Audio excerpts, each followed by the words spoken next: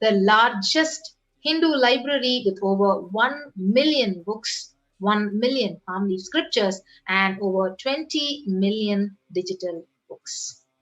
Yes, so this is a very, very short introduction to the Supreme Point of Hinduism, and his contributions are huge and large to the humanity and Sanatana Hindu Dharma. So we will now be witnessing the live demonstration of the extraordinary powers of third eye, and we'll be having Nithyananda Yogis and Balasans joining with us after a short break.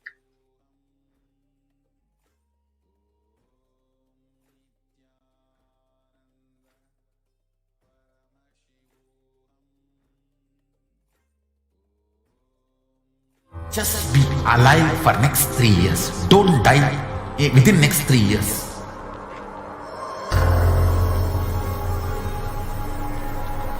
Just don't die within next 3 years. Be alive. Somehow be alive. I'm working sincerely. I will reach you somehow. Somehow I will reach you. It's my commitment to humanity.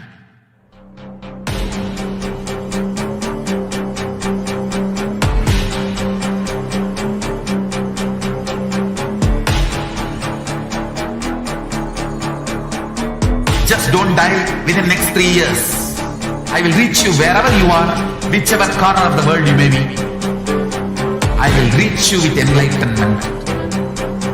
You manifesting the space, state, powers, being, Paramashivoham. It is possible, and it is possible for you.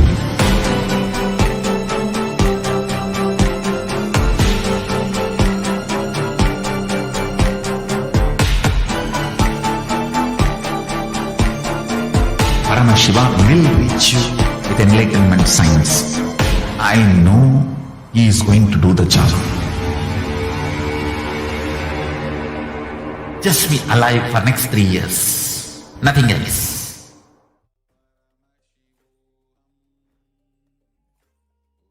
Yes. So welcome back.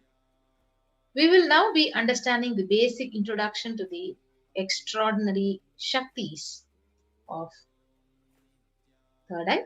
So the Balasans and the Nithyananda Yogis, the initiated disciples of the Supreme Pontiff, will be demonstrating the powers of third eye, and they will be sharing with us all the experiences and results of the extraordinary powers of the third eye. Yes.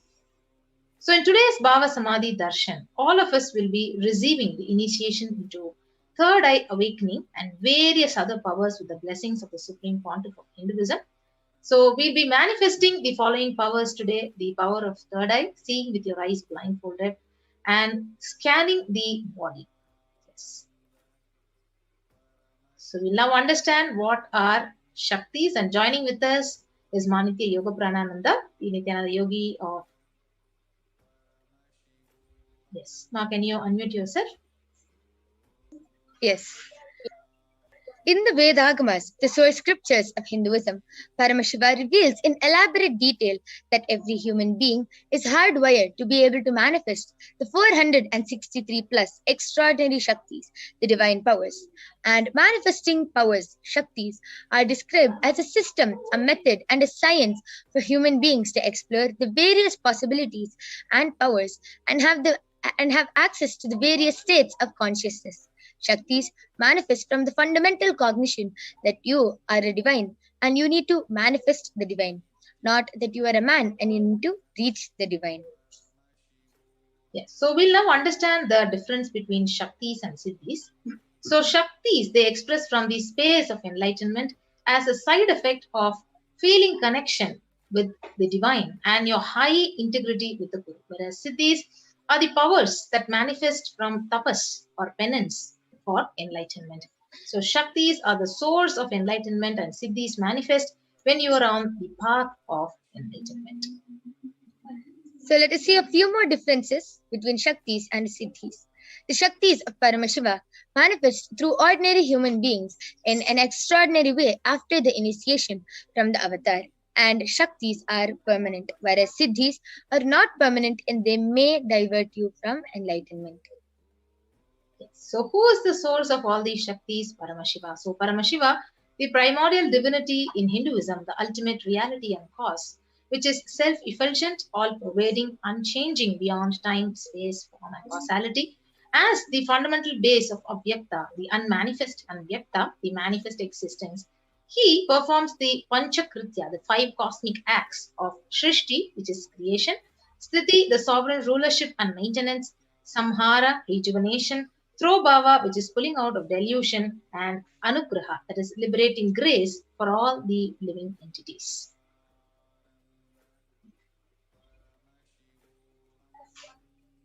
So the avatar of Paramashiva has landed down in the form of Supreme Pontiff of Hinduism, Jagadguru Mahasannidhanam, His Divine Holiness Bhagavan Nithyananda Paramashivam, as the 1008 living incarnation and representation of Paramashiva and the reviver of Kailasa, the ancient enlightened Hindu civilizational nation, which is a great cosmic borderless Hindu nation.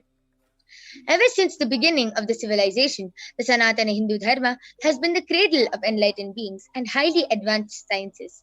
It was where the science of enlightenment and powers was lived and taught as a lifestyle, and for the first time in modern day, the Supreme Pontiff of Hinduism is reviving these yogic sciences to the world and transmitting it to the world at a record-breaking, never accomplished before speed. Yes. So then this knowledge and science of manifesting these Shaktis are passed down from one generation to the next through the Diksha, the initiation by the enlightened Gurus. So the Supreme Pontiff, being recognized as an incarnation at a very young age, he was trained and taught these sciences by all these Gurus whom you are watching in the picture which is projected, and to revive the initiations and knowledge repositories for billions of people to manifest this science of our manifestation in various disciplines of Vedanta, Tantra, Sri Vidya, Yoga, Yogic powers, Mantra Shastra, Siddha Vidya, Aushadha, Advaita, Bhakti Yoga, the Paramashiva Jnana, and Paramashiva Vijnana. So, how do we awaken these divine Shaktis in us? So, let us learn how we manifest all these extraordinary Shaktis. Every ultimate truth, jnana, mapped into your consciousness, prajna, manifests as a possibility and a power of every being, prajnana. So let us watch a small video which explains what is the direct transfer of spiritual energy by an enlightened being through look, word, or touch. The traditional Vedic book Navaratneshwara states, Sarvasamapi dikshanam muktihi phalamakhanditam avirodhat bhavantyeva prasangyastu bhuktayah. The main benefit of all initiations is moksha, enlightenment. As a side effect, health, wealth, leadership and well-being happen. And in Rudrayamala Tantra, Shiva says, Devi diksha vihinasya na siddhihi na cha sadgatihi tasmat sarva prayatnena guruna dikshito bhavet. The one who is not initiated does not attain liberation nor a better future.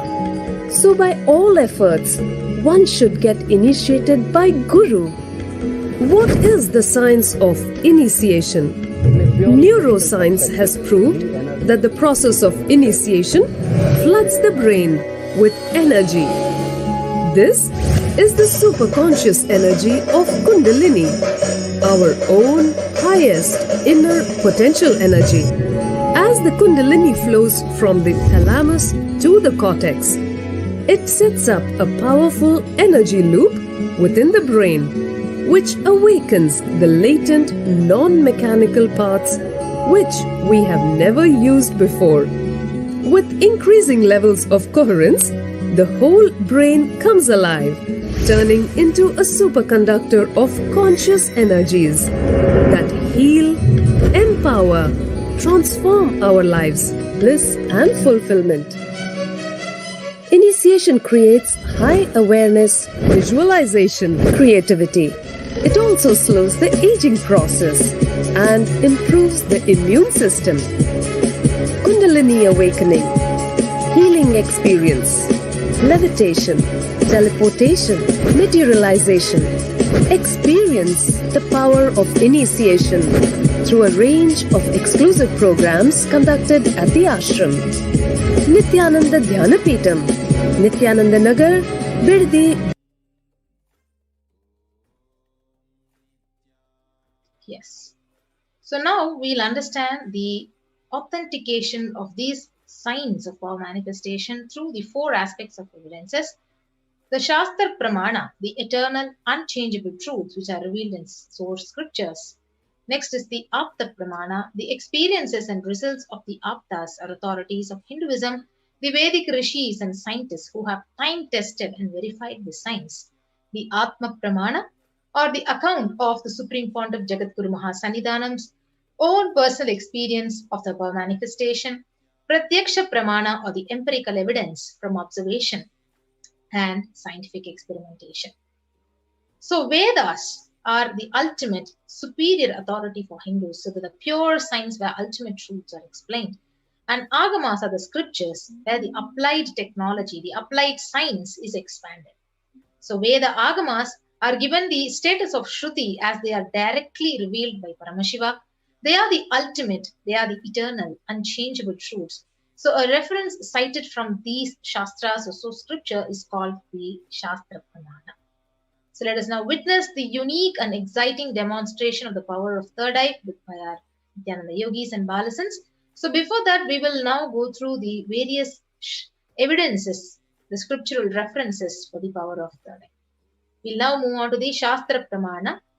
Kapalantarvano nyasa tishtan milita lochanaha kramena manaso dhardhyat lakshayet lakshyamuttamam. By fixing the mind on the inner space within the crown center and sitting stably without any movement, having the eyes closed in succession. By that stability of the mind and inner space, one directly sees the ultimate goal by having the vision beyond the sight that reveals any object or place, attaining the space of oneness with the source, Paramashiva.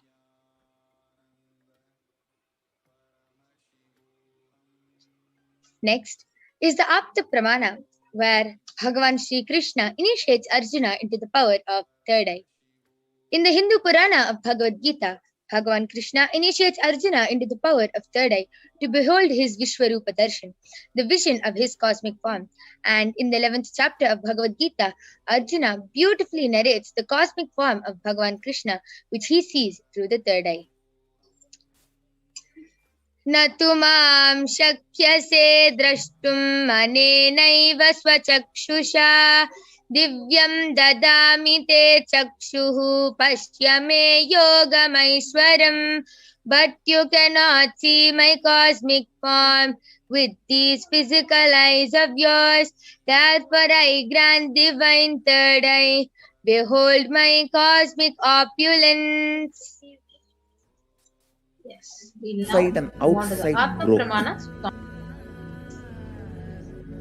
The first experience is that I was able to see everything around me, above me, the whole 360 degree, 10 direction, below me, everything.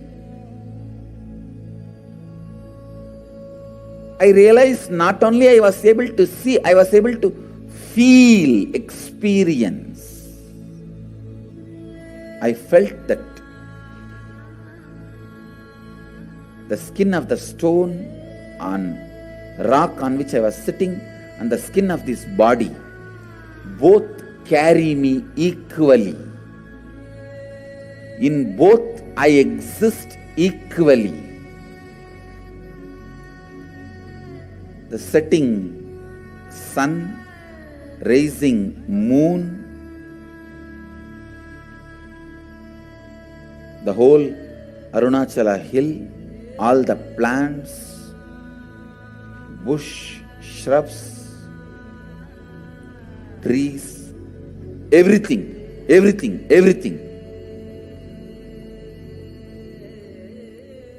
Just became so alive. The idea, something is inside.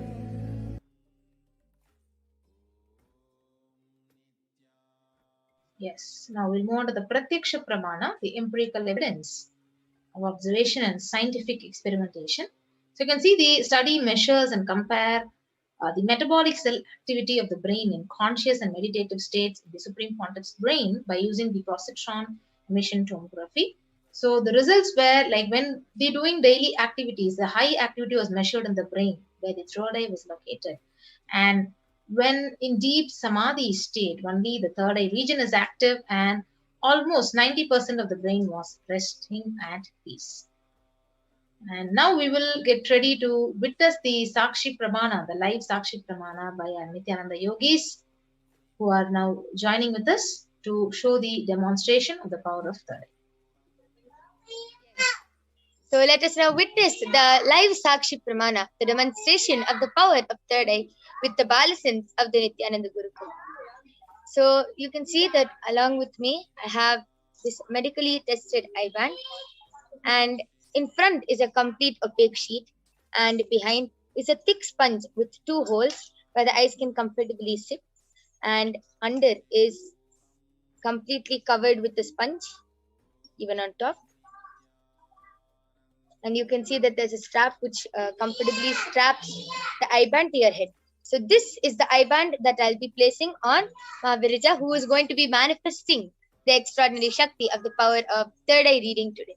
So you can see again once just before I place the eye band on her. And to make it even more foolproof, I am opening the eye band in front of your eyes, and Ma Virija is not going to be touching the eye band. So I'm opening the eye band in front of your eyes, and I'm placing the eye band on her eyes.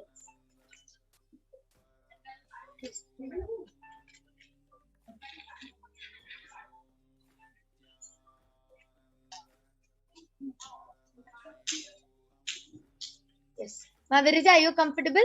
Yes. Yes. So you can see Ma Virija's eyes are completely tied. I request you to turn to the right, left, up, down, all around. Yes. So you can see Ma Virija's eyes are completely covered, and to make it even more foolproof, she will not be touching the eye band. And all of you can start posting any comments you would like in the Kailasa's SPH YouTube channel. And Ma Virija will be reading out your comments being blindfolded. So you can post emojis, stickers, numbers, letters. You can post anything you want. You can post long medical terms, hard words. You can post anything, and Ma Virija will be manifesting this extraordinary Shakti.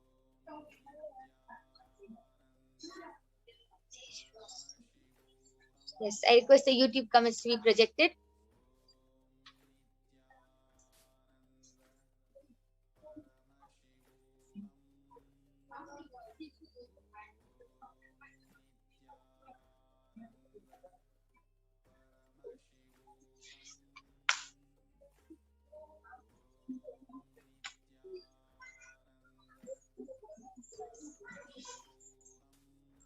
So all of you can continue posting any comments you would like.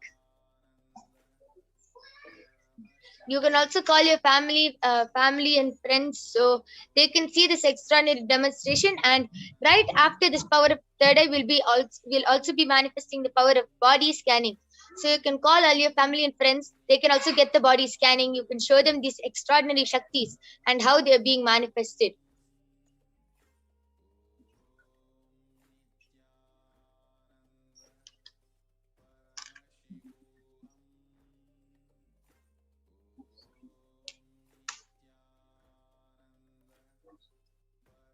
Yes, I request all of you to just be patient. We're opening the YouTube comments.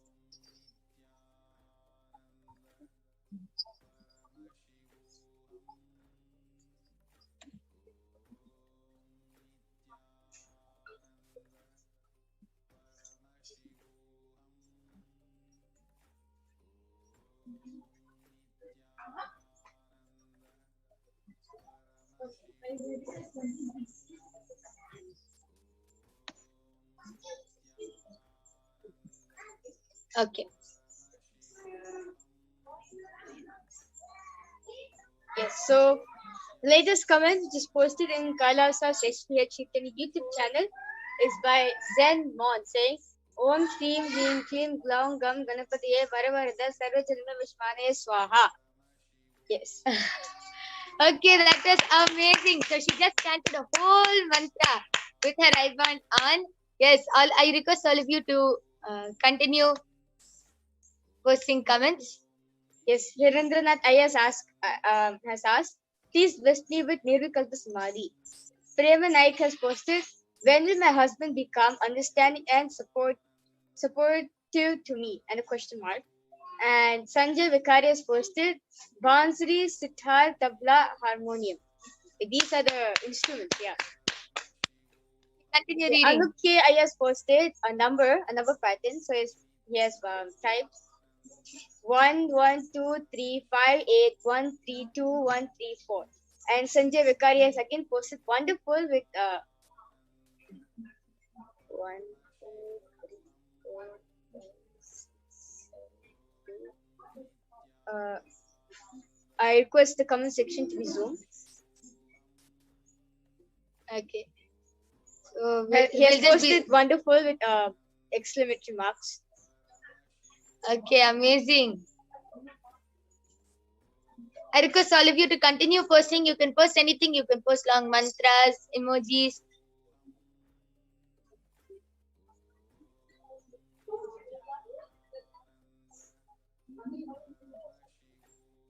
Yes, so Extire Views has posted.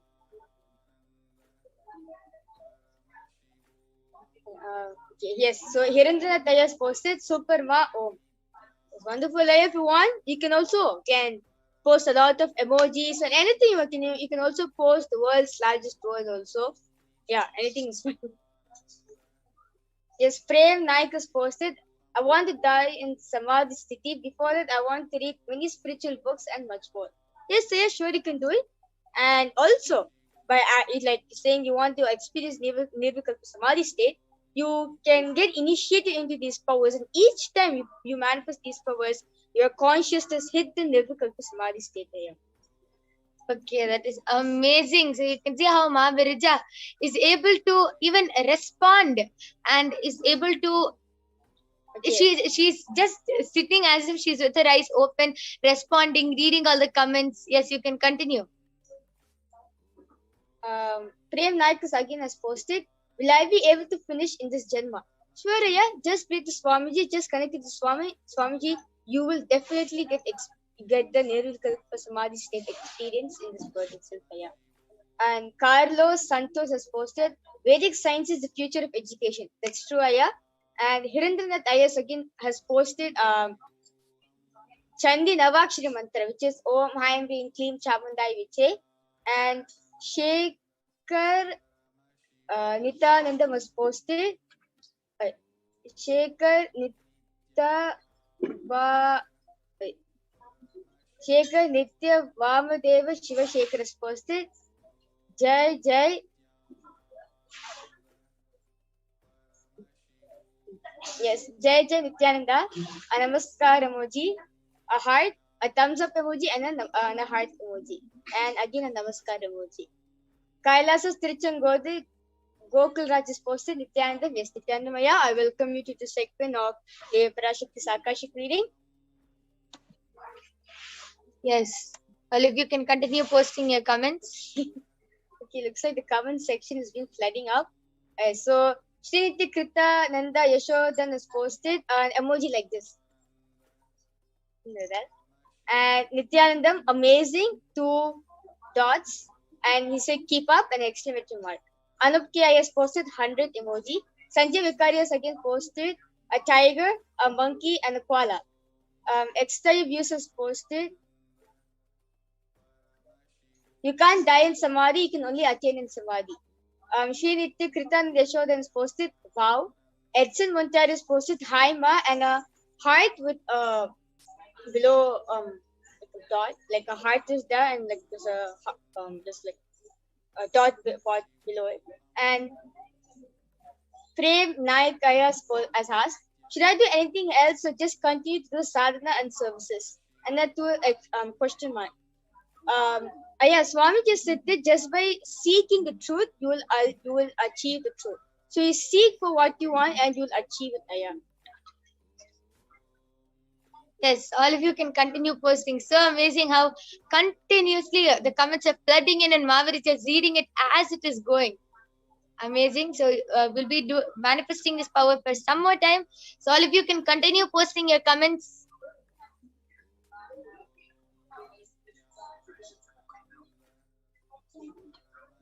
Okay. Hirendranath Ayas posted Om Shakti Brahma Yogananda. Yes, Priya Sai is posted, you're doing good.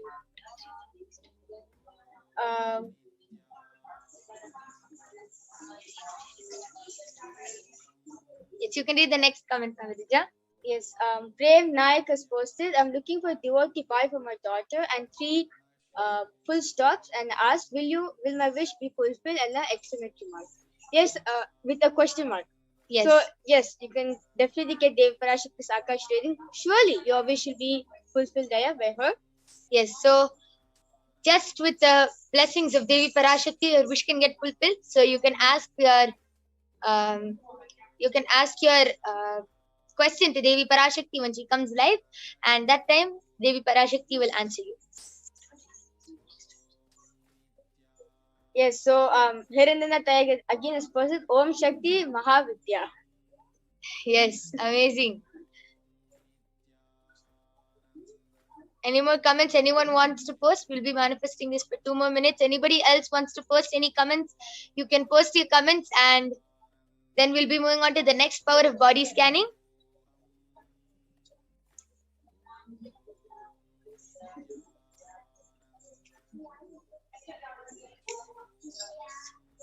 Yes. Okay, so we'll be moving on to the power of body scanning now. We'll be moving on to the power of body scanning. So let us see the Atma Pramana, the Shastra Pramana, the Sakshi Pramana, and the Apta Pramana for this extraordinary power. But before that, I'll be removing the eye band for Mahavirija.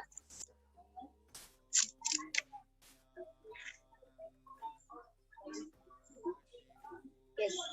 So you can see how the eye band is intact and is exactly the same how it was shown before. And this is how the extraordinary power of third eye was manifested just with the simple Diksha of Swamiji. So let us now see the next extraordinary Shakti, which is the power of body scanning.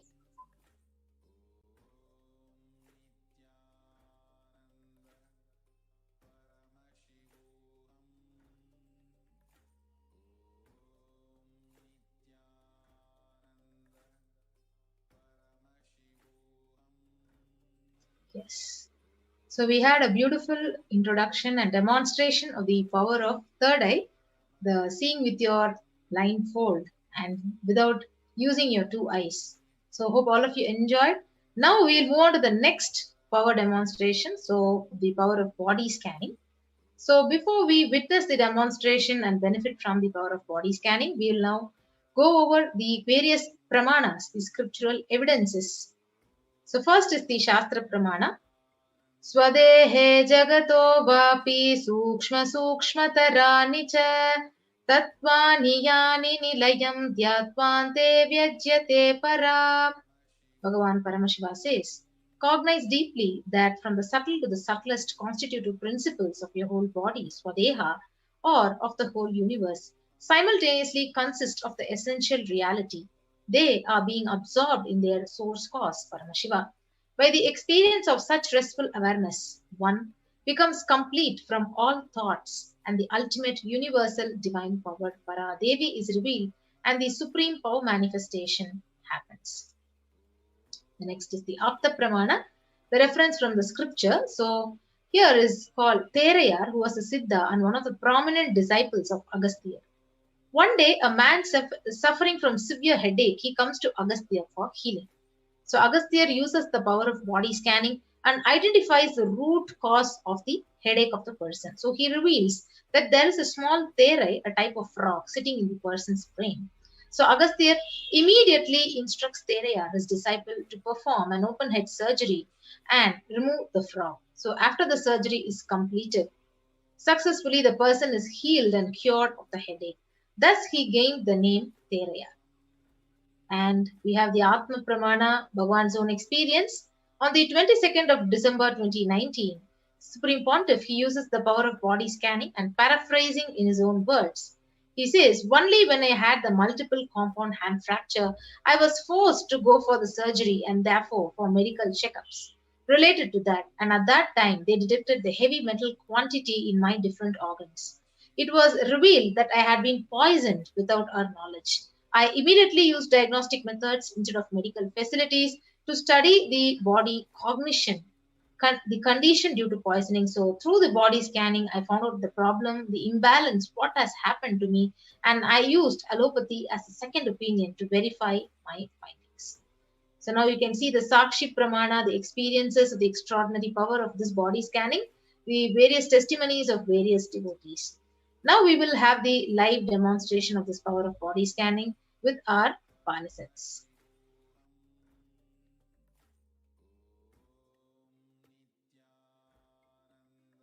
So we'll join after a short break.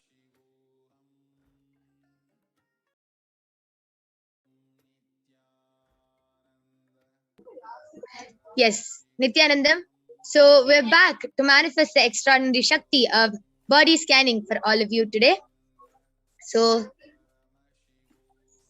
along with me here, I have Ma Soni, Maniti Mahavidyananda, and myself, who will be manifesting this extraordinary power of body scanning for all of you. So I request all of you to start posting your comments whether and request for body scanning. And if you would like to request for a body scanning for another person, any one of your family members or friends, we request you to get their permission, to get their consent, and then to request for a body scanning for them, as it is our integrity to always get the person's permission before doing the body scanning.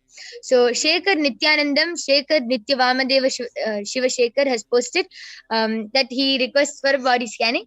So Ma Soni, you can do the body scanning for him. And Arul Rangasamy Ayya has requested for a body scanning.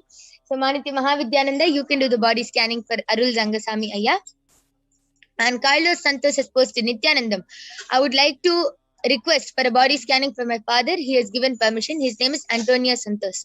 Santos. Yes, Ayya, definitely I'll be doing the body scanning for your father. And anybody else who is... Yes, and Sanjay Vikaria has posted, is it advised to have a body scanning more than once? Yes, Saya, you can have a body scanning how many ever times you would like, but we will also be giving chances to everyone else who is requesting for a body scanning. You can call all your family and friends for this body scanning. You can get the permission. They can also witness how these extraordinary powers are being manifested, and they themselves can get a body scanning. Yes, so I'll be doing the body scanning for Carlos Santos Aya's father.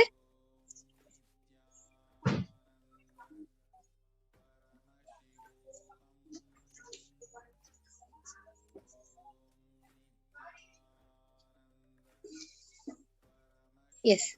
So, Kailas Ayya, Paramashiva has revealed that your father is having a sinus. So this whole area, the whole nasal cavity is completely blocked with sinus, and due to that he's getting frequent headaches. It's like his head is throbbing on and off, and it is very painful for him. And he has also been experiencing, he has less blood in his body, and there's a lot of toxins in his body. A lot of toxins has suddenly entered because of the food he is eating. It is not good. It is there's a lot of chemicals and toxins which is added in the food. So Paramashiva has revealed to start cooking your own food at home, not to get any food from outside, to start cooking your own food and growing your own vegetables. And Paramashiva has revealed that for the detoxing, because he has already have a lot of toxins has already entered his blood, Paramashiva revealed that he should take Haritaki every day, twice, in the morning and in the night as the last thing before sleeping. And he should drink neem juice. And before sleeping or any time during the day before taking bath, he should just apply castor oil on his full body and then take a bath, and he will be completely healed. And for the sinus, Paramashiva revealed that he should do Jalaneti Ayya every day, and he will be completely healed. So Kailasa, I request you to get back in the chat section and reveal whether you were able to relate with what Paramashiva has revealed. Yes, Masoni, you can go ahead.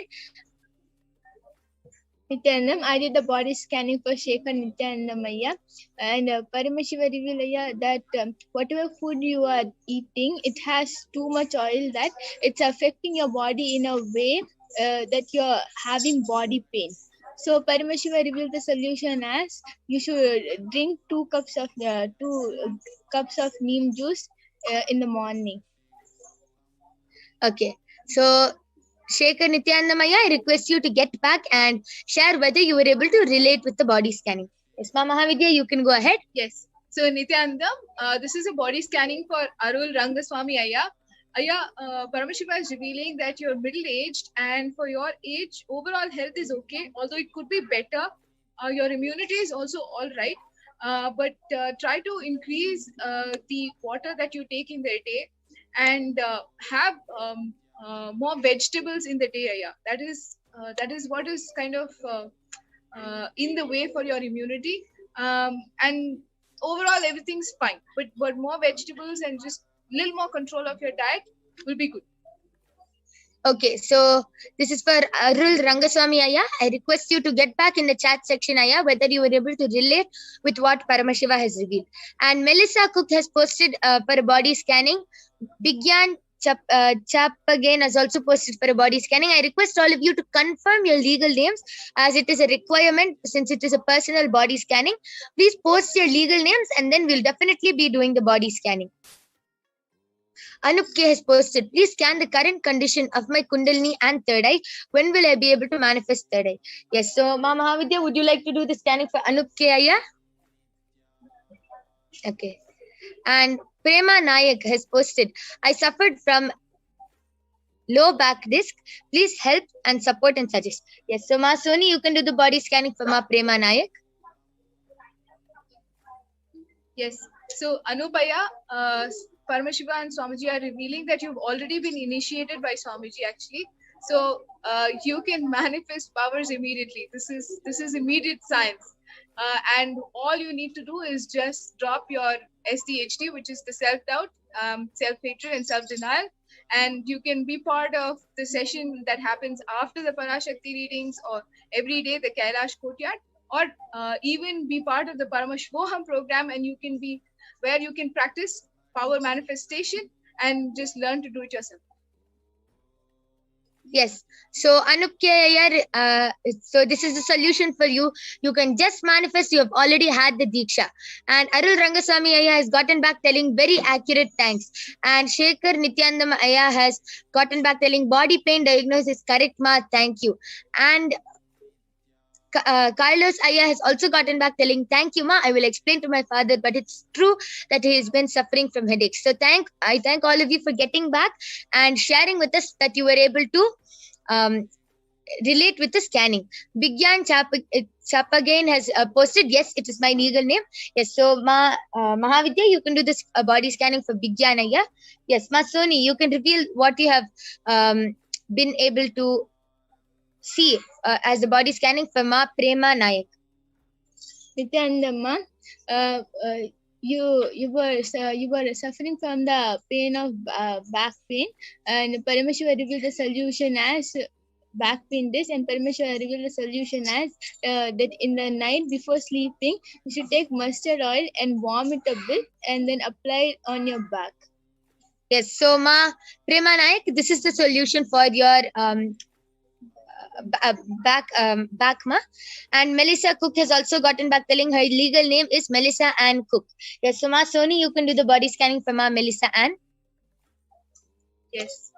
So this is a body scan for Bigyan Chapkin Aya. Aya, Paramashiva and Swamiji are revealing that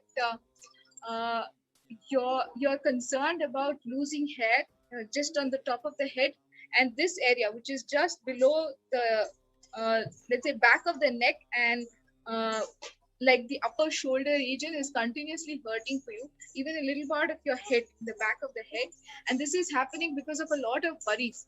So please look up and please do some completion with fear. You will find the techniques in both Living Enlightenment, Guaranteed Solutions, books of Swamiji that will really immediately heal you. Yeah? And for your lifestyle, please add some neem juice to your day and haritaki powder. Both will take care of the problems. Yes. So this is a scanning for Vijnanaya. Yes, Vijnanaya. And Anupke has gotten back telling, wow, spot on. And Ma Prema Nayak, you have requested to tell about your body, about your back pain. Ma Soni has already revealed telling that you should take mustard oil every day, heat it up and apply it on your back before sleeping. Yes, Ma Soni, are you ready? Yes, you can go ahead. Nithyanandam, I did the body scanning for Melissa and Cook, and Ma Paramashiva revealed that you have been your body is completely fine, but you have been having headache from past few days. So Paramashiva revealed the solution as and the headache is due to so much of worries. Paramashiva revealed the solution as that you should every day you should do night completion and sit in front of the Atmamurti and do completion. Yes, so Ma Melissa and this is a body scanning for you. So I request you to get back. And okay, so Bigyan Chapagan has posted, wow, 100%. So yes, amazing. Yes. One more thing for Vijnanaya, just now, just now it is coming that Paramashiva is revealing, Ayya, that you need to find the 3 herbs that Swamiji mentioned in yesterday's satsang. So you will find that is, you can look up the gist of the satsang on the 27th June, and there are 3 specific herbs that Swamiji mentioned will really help you really raise your consciousness in enlightenment and will help you in this heal the pain. Yes, so Vijnanaya, Swamiji has revealed 3 herbs. So you can search it up. The Tamil names are Ponnakanni and Karasalankanni and Thuruvalai. So these 3 names, you can search it up and find the English name for it. And these 3 are the herbs which you should use in your food, is what Paramashiva has revealed. And yes, Ma Melissa Cook has gotten back telling, thank you, that is true. Okay, amazing. So yes, so I can see the comments are flooding with so many people asking for body scanning. So all of you can come back tomorrow, 2 a.m. IST and 4 p.m. IST every day, and you can get the body scanning which you have requested for. And we thank all of you for joining with us for this segment of the Power Manifestation. Due to the interest of time, we cannot, we have, okay, so we actually have a few more minutes, so we'll be continuing the body scanning. So Ma Linda has requested for a body scanning. So Ma Soni, you can do the body scanning for Ma Linda. And Rajiv Roda has requested for a body scanning. So Ma Mahavidya, you can do the body scanning for Rajiv Roda. Sukasini Vignesh has also requested for a body scanning. So I'll be doing the body scanning for you, Ma. So just please stay tuned and we'll be getting back.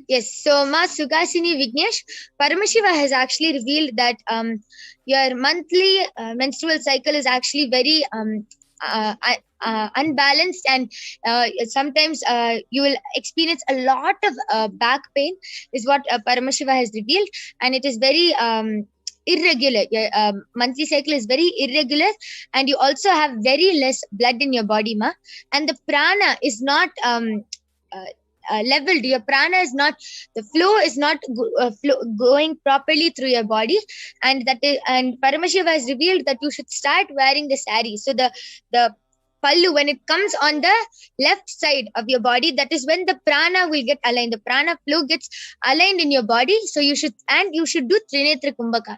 So Paramashiva has revealed you should start wearing the sari and do the Trinetra Kumbhaka every day, and you will be healed of this problem. So Bigyan Ayya has gotten back telling, thank you so much. I searched yesterday for those 3 herbs. Yes, Ayya. So you can start using those 3 herbs in your food and you will be healed. Yes, you're ready. You can go ahead. Nithyanandam, I did the body scanning for Malinda. And Ma Paramashiva revealed that you are having heart problem, and it's because of eating lots of junk food, Ma. And so to detox your body back, Paramashiva revealed the solution as you should take neem juice and castor oil every day. Okay, so Ma Linda, this is a body scanning for you. So Ma Linda and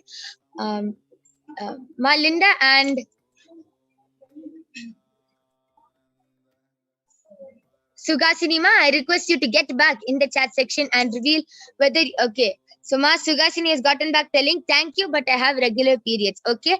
But this is what Paramashiva has revealed, that it is irregular and that you have less blood in your body. So just follow the solution which Paramashiva has revealed and you will be completely healed. Actually, check your flow, Ma. Yes. That is what is coming. By irregular, check your flow. And this is body scanning for Rajiv Ayya.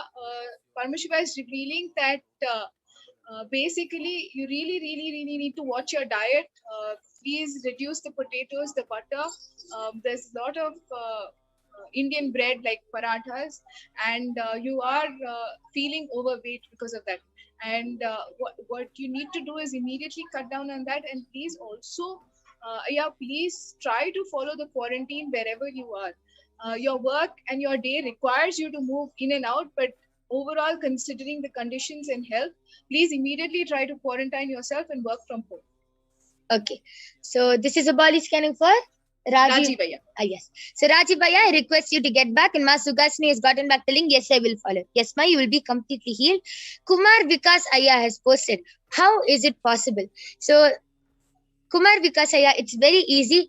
Just with the Diksha, just with the initiation from the avatar, all of us, all the disciples, everyone who is manifesting these powers, whether it is the power of body scanning, remote vision, third eye, any consciousness over matter, whatever it is just with the Diksha, the initiation from the avatar. So even you, after the Devi Parashakti Akashic readings, or if you join the Paramashivoham program, you can also get initiated and manifest these powers. And if you join the Paramashivoham program, just by the end of these 16 days, just by the end of the 16-day program, you will be walking, living, and radiating Paramashiva. You will be manifesting the powers just like how all the other disciples are manifesting. It is just with Diksha. So the reason, the context of why we're doing the demonstration is just to show all of you that it is possible for you also to manifest these extraordinary powers. Okay.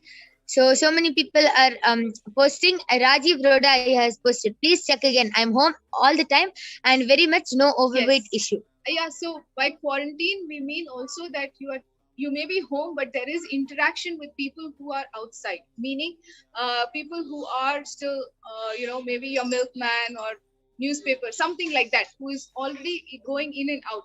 So you may be interacting with those who are outside where really the corona spread is happening. So you must have already heard, Swamiji, at least 2-layer quarantine is a must to protect and prevent yourself at this time. Okay, so Arul Rangasamy Ayya has posted, hi Ma, do you see the food or only assuming if the person might be taking such food? Okay, so it is very amazing how the power of body scanning happens for different people. It happens, it manifests in different ways. So for me, when I manifest the power of body scanning, I see the person's body.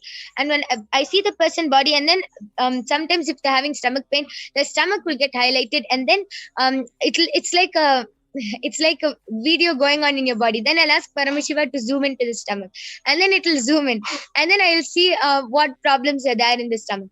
If it is problem with food, or if you specifically ask, do you see the food? If the way I manifest is I don't see the food, Paramashiva reveals that the person is eating too much of food. But very clearly, I don't see the food like exact what do you eat. I separately, I see it in images. This is how I manifest the power of body scanning. Yes, you can also share how you manifest this extraordinary power. So I manifest the power of body scanning by connecting with Swamiji and asking him, Swamiji, whatever problem they have been having, please show me. And then Swamiji will show a black image in my third eye, and then whatever problem they have, it will be highlighted. Okay, amazing. And yes, ma'am, would you like to also share how you were able to see the power of how you are able to manifest this power? Yes. So just through the initiation, immediately when I connect to Swamiji and just chant the Mahavakya, immediately Swamiji shows and Paramashiva reveals in the third eye that about the person, who they are, where they are, what they're doing, their lifestyle practices, the different areas in their body, in their physical life, where they are feeling any discomfort or illness or any issues, or how or anything that they are particularly seeking for about their health. Even that question is revealed and the answer to that also. So whatever comes, I just speak that. Yes, amazing. And ma, Melissa Cook has posted, how do you join the home program? Yes, ma. So we'll be requesting one of the moderators to post the Paramashivoham link, and you can join the Paramashivoham program. And it is completely free of cost. You can join from home. It is a 16-day program, and you will be able to you can get initiated into Vishesha Diksha, Shiva Diksha, and into these extraordinary Shaktis. You will be learning a lot about Kalpataru and much, much more in these 16 days. And I guarantee you, by the end of these 16 days, you will be living, radiating, and walking Paramashiva. Yes, and it is time. So we thank all of you for joining us in this power manifestation segment, and there are many more interesting segments coming up before the Bhavasamadhi Darshan of Devi Parashakti. So I request all of you to stay tuned, and we'll be right back with you after a short break. Thank you, Nithyananda.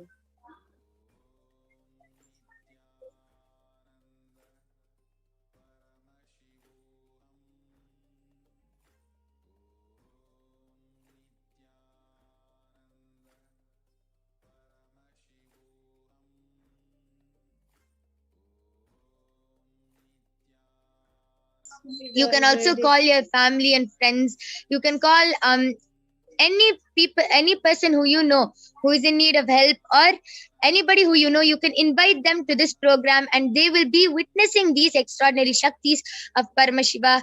And you can call anybody, your family, friends, and you can enrich them to witness these extraordinary Shaktis.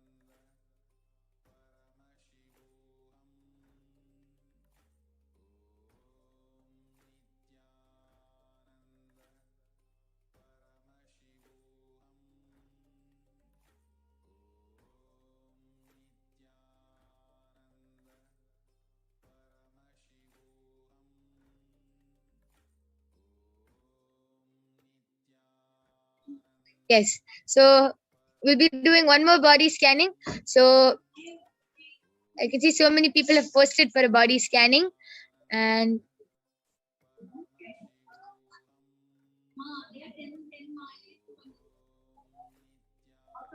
so Kumar Vikas Ayya and Natarajam M. Ayya has requested for a body scanning. So you can do the body scanning for Kumar Vikas Ayya. You can do the scanning for Natarajan Ayya.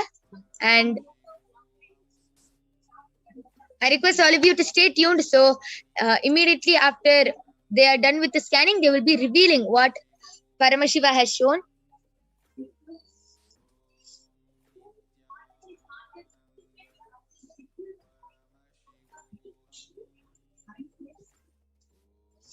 Yes. So Natarajanaya, please immediately reduce the spice in your food and add water. And please also look up the 3 herbs that Swamiji mentioned in the satsang yesterday. That is really going to bring you completion in life. Nithyanandam, I did the body scanning for Kumar Vikas Ayya, and Ayya Paramashiva revealed that you have been having stomach issues, and that's due to lots of toxins inside your body. So Paramashiva revealed the solution as you should take castor oil to detox your body. Yes, so Kumar Vikasaya and Natarajan and Aya, this is a body scanning for you, so I request you to get back. Sugasini Vignesh has posted what is Akashic reading. So you will be learning about what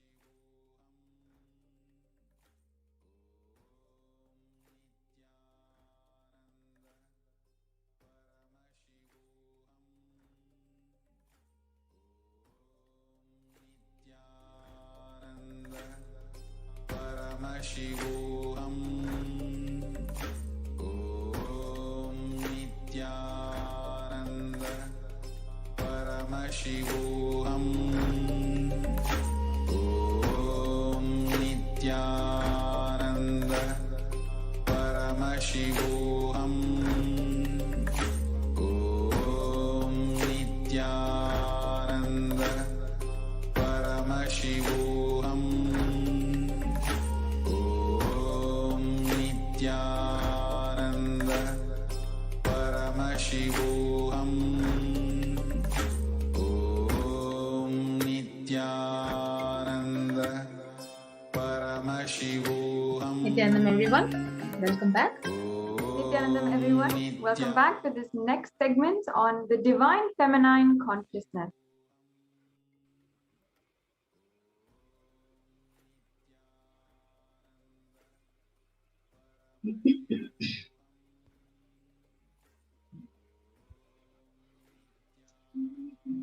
Yes. So now we'll be invoking Devi Parashakti by chanting the Dhyana Sloka from the Lalita Sahasranama. Sindhuraruna Vigraham Trinayanama Nikyamauli Spurat Taranayaka Shekaram Smitamuki Mapina Vakshoruham Panibhyamalipurna Ratna Chasakam Raktotphalam Bibratim Saumyam Ratna Gatastha Rakta Charanam Dhyayet Paramambika. And the English translation, now he'll be chanting. The Divine Mother is to be meditated upon as shining in vermilion, red body with triple eyes sporting a crown of rubies, studded with the crescent moon, a face all smiles, a splendid bust, one hand holding the jewel cup brimming with mead, and the other twirling a red lotus. Now we'll move on to the next Dhyana Sloka. Arunam Karuna Tarangitakshim Dritapashangusha Pushpabana Chapam Animadibhiravritam Mayukai Rahamityeva Vibhavaye Bhavani. I meditate on the great Empress. She is red in color and her eyes are full of compassion. She holds the noose, the gourd, the bow, and flowery arrow in her hands. She is surrounded on all sides by powers such as Anima for rays, and she is the self within me. Yes. So Devi, the ultimate pure feminine consciousness, Parashakti, is the cosmic mother, and it is her cosmic womb from which billions and billions of universes comes out and goes in. She is the source where the Big Bang and black holes go on. Parashakti is the source Shakti, the source energy, the source power from which all of us came, in which all of us are even now, and in which all of us are going to merge. Out of her extreme love and compassion, Parashakti herself is manifesting through the embodied form of the Nijavatar of the Supreme Pontiff of Hinduism, Jagadguru Mahasannidhanam, His Divine Holiness, Bhagavan Nithyananda Paramashivam. She is gracious, answering all of our questions, attending to our prayers, giving boons, healing us, revealing our past, present, and future, delivering profound spiritual truths, and ultimately giving us the experience of Paramashivoham itself. Yes. So in the words of Devi Parashakti herself, during the On 12th of May 2021, Parashakti says, raising as Omkara, expressing as Vedas and Agamas, blossomed as Hrimkara, filled as Parashodasi, living in 40 triangles, the Kailasa Swamini, who is in Kailasa Sripura Chintamani, Parashodasi, sitting as a part of Paramashiva, Parameshwari, who rules the world, Paramashakti Kanunmani Meenakshi, as Nithyananda, I took the Nija Avatara here to give good boon to everyone, to bestow all the goodness. Hiranya Garbha Swarupini, Brahmanda Yoni, Shami, Chandra Mauli, Rapala, Aparna, Uma Parvati, Savitri, Navayavana, Samraja Lakshmi, Parameshwari, Parashodasi, Meenakshi, taking the form of Nithyananda. I came here as Nija Avatara. With great compassion, I am blessing, listen people, to do good to all of you. I took the form of Nithyananda and came as Nija Avatara. Devi Parashakti continues, raising in Omkara, blossoming as Shiva, and Shiva manifesting as the source of existence, powers of existence, expression of existence from the oneness of Om, blossoming into two as Prakriti and Purusha, blossoming as three Shaktis, Icha, Kriya, Jnana Shakti, and growing as the four Vedas, expanding as the five Panchabhutas, beyond the six chakras, filled as Gotras of the seven Rishis, expanded as the 8 directions, existing as 9 grahas, blossoming as 10 indriyas, being as 11 rudras, creating all the worlds, bringing life to tell and make truth blossom and to do good. Parashodasi, Meenakshi, in the form of Nithyananda, I came to bless every one of you. Yes. So how to receive Devi Parashakti during the darshan? So literally you are having the darshan of Paramashiva and Parashakti in that moment. So she is literally there in the screen. So always receive her traditionally. So we can keep 2 betel leaf, 1 banana, 1 betel nut, and 1 coin, which is called the traditional dakshina. So in Hindu tradition, it can be of any lowest value. So in Indian money, it can be even 1 paise, and in US dollar, it can be even 1 cent. So this is the tambulam, the traditional tambulam with which you can actually receive Parashakti during the darshan.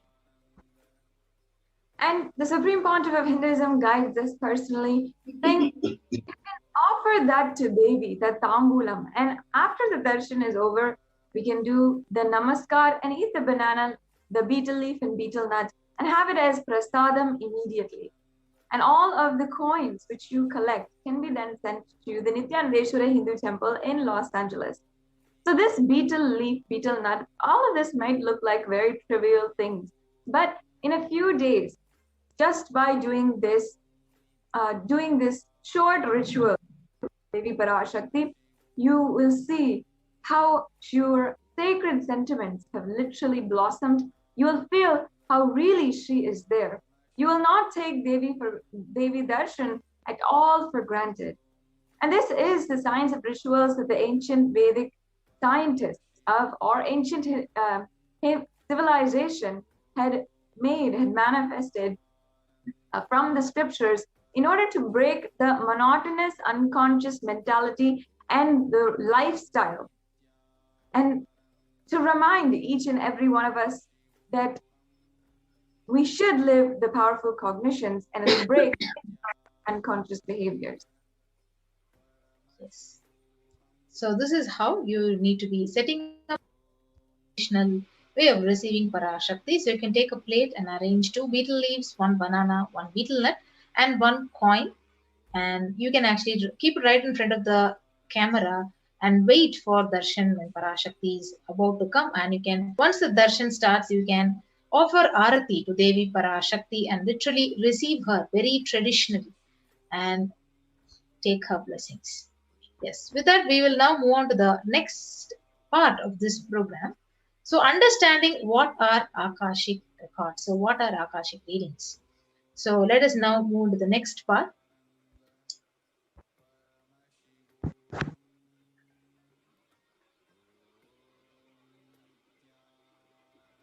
Now, how can we manifest the ultimate breakthrough through the Akashic readings? That's what we're going to be finding out through this next segment. First of all, let's all understand the basic definition.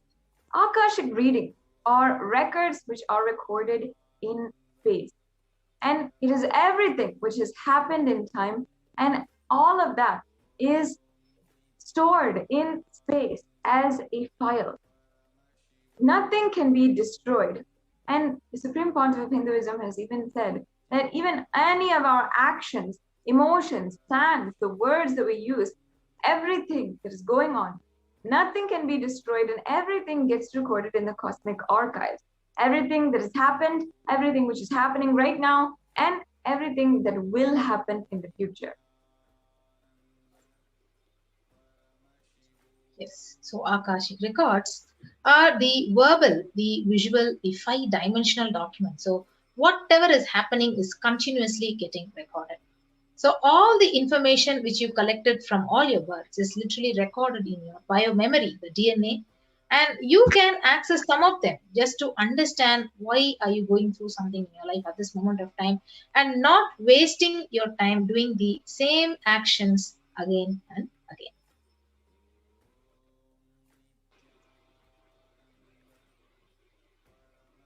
And the truth is that the Akashic reading is not a prediction. Many of you might have experiences going to get divine horoscopes, or going to get horoscopes or predictions from different various cultures or various backgrounds, but the Akashic reading is not that. It is not a prediction. It is simply a reading from the cosmic archive. And we have to understand that there is no past, present, and future. Beyond space, creation and destruction happen simultaneously. In the dimension of time starts the past, present, and future. But in the Akashic records, there is no past, no present, and no future. That is why what we call is the happened, happening, and yet to happen. And all of these are already clearly recorded. Yes. So in Swamiji's own words, he says, nobody has the right to comment on these readings. Nobody has the right to manipulate these readings.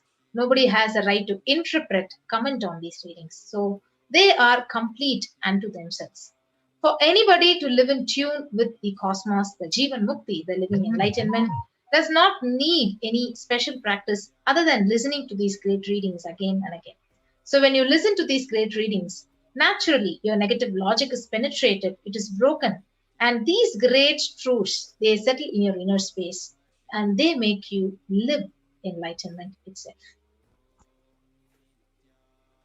Now, as the avatar of Paramashiva, he has graced humanity with the blessing and darshan of the form of Devi Parashakti, who is revealing the answers to each and every one of our questions and giving us the consolation, blessing for our yearning, and giving us the solutions that we seek, the breakthroughs that we want, and ultimately liberating us from pain and suffering.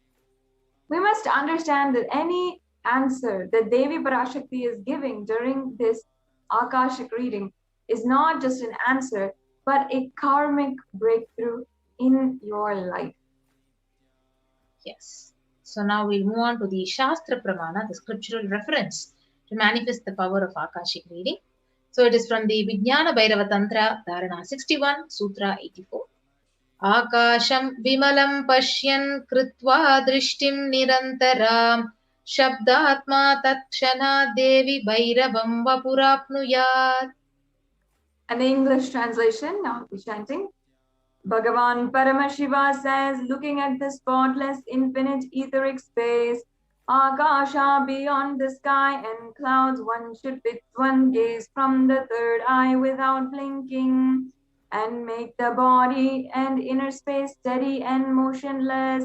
In that very moment, O Devi, one attains the nature and powers of infinite space, Bhairava. Yes. So we'll now move on to the next Pramana, the Apta Pramana, reference from the Hindu Purana Mahabharata, which narrates the story of a great sage, Maitreya, who reveals the secrets to Vidura, the story of his birth in the human form, and reasons for all his suffering. So sage Maitreya, he accessed the Akashic records and he told Vidura that he was not an ordinary man, and he was an incarnation of the Lord of Death, Yamaraja himself. because he was to play the part of so-called Sudra for at least 100 years because of the curse of Mandu company. And the Supreme Pontiff of Hinduism says that everything from all of our lifetimes is collected in of our DNA. And just to access some of these and then understand our patterns and where exactly we need a breakthrough, and not waste time doing the same actions again and again, being in the same karmic cycles again and again. So accessing the DNA code, reading the Akashic records will be absolutely useful, beneficial, transformative for you to be liberated from your default future. And it'll bring an end to all known and unknown suffering, and ultimately leading you to experience enlightenment. Paramashivoham. Yes. So if you see, only an avatar can alter the Akashic reading. So the initiated Balasans can view the Akashic records. However, only an incarnation, an avatar, can alter, can edit, can upgrade and change the Akashic records. So during the Darshan and Dikshas, the Supreme Pontiff, he blesses and upgrades the Akashic records as per the prayers of the devotee.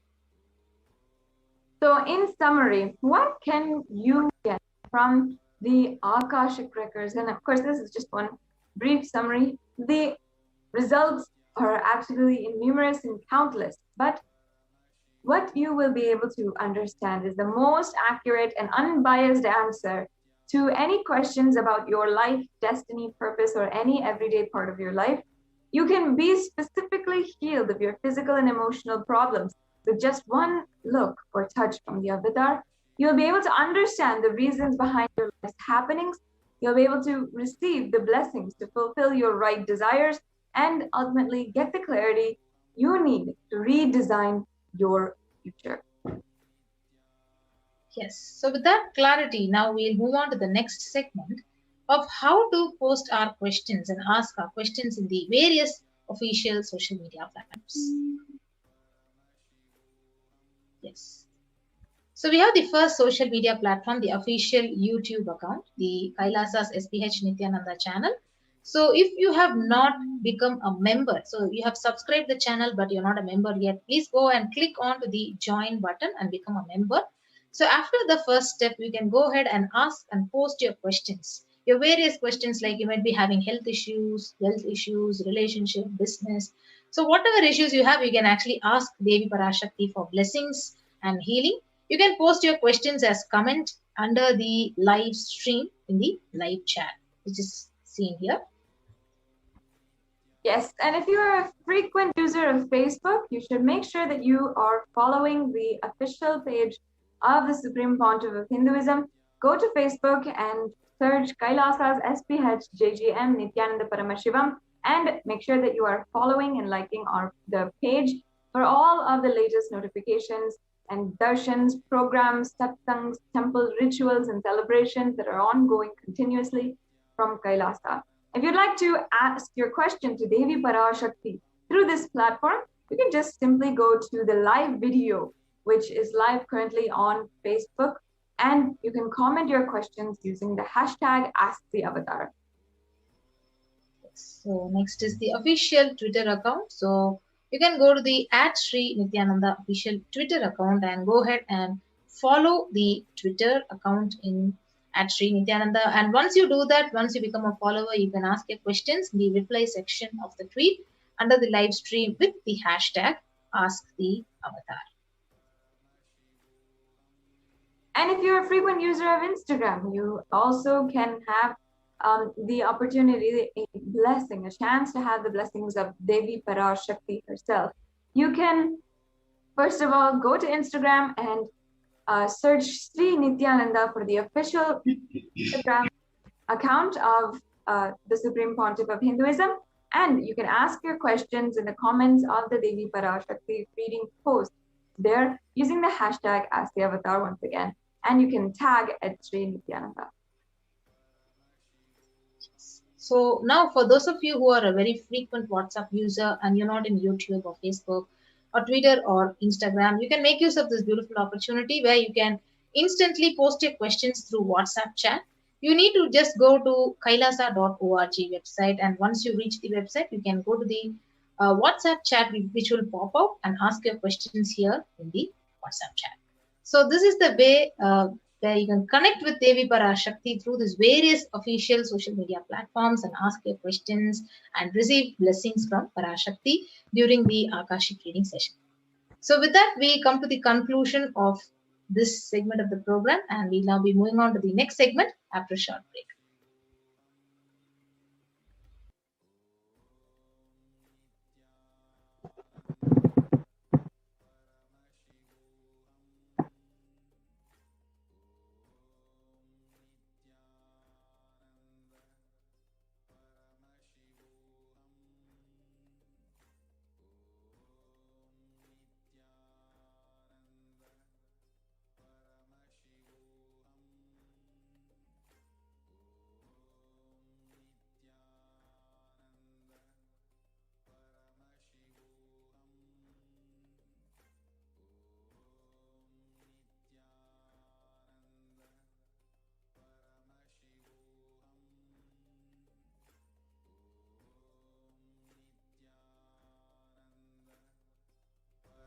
Paramashivoham.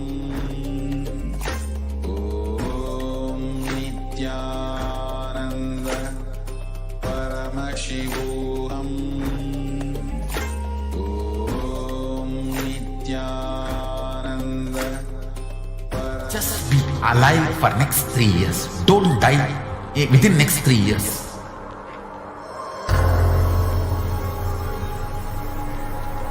Just don't die within next 3 years. Be alive. Somehow be alive. I'm working sincerely. I will reach you somehow. Somehow I will reach you. It's my commitment to humanity.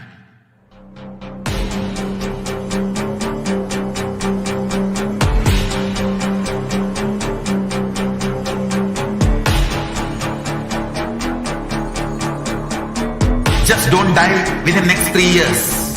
I will reach you wherever you are, whichever corner of the world you may be. I will reach you with enlightenment. You manifesting the space, state, powers, being Paramashivoham. It is possible, and it is possible for you.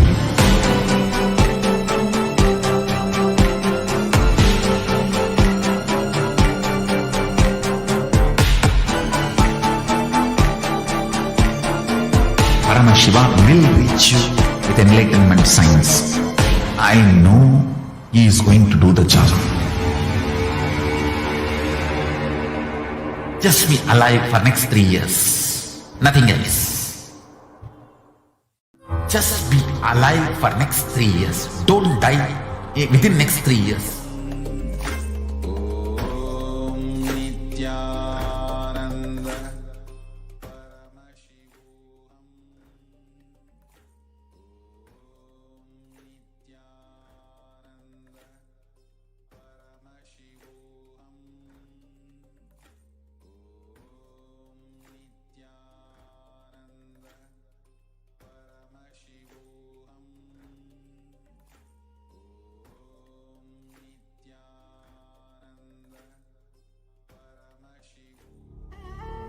What I mean by the word Kailasa, listen intensely. Enlightenment ecosystem, literally enlightenment itself, in your own home, wherever you are. If you cannot come to Kailasa, it's okay. Kailasa can come to you. Kailasa coming to you is Kailasa.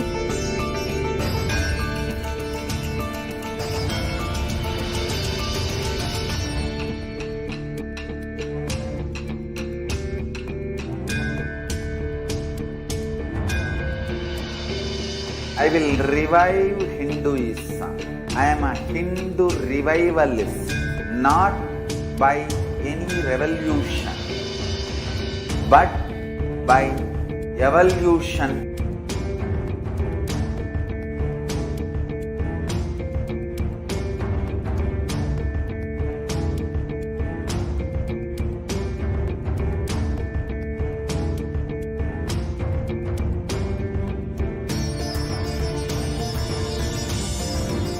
And setting model community.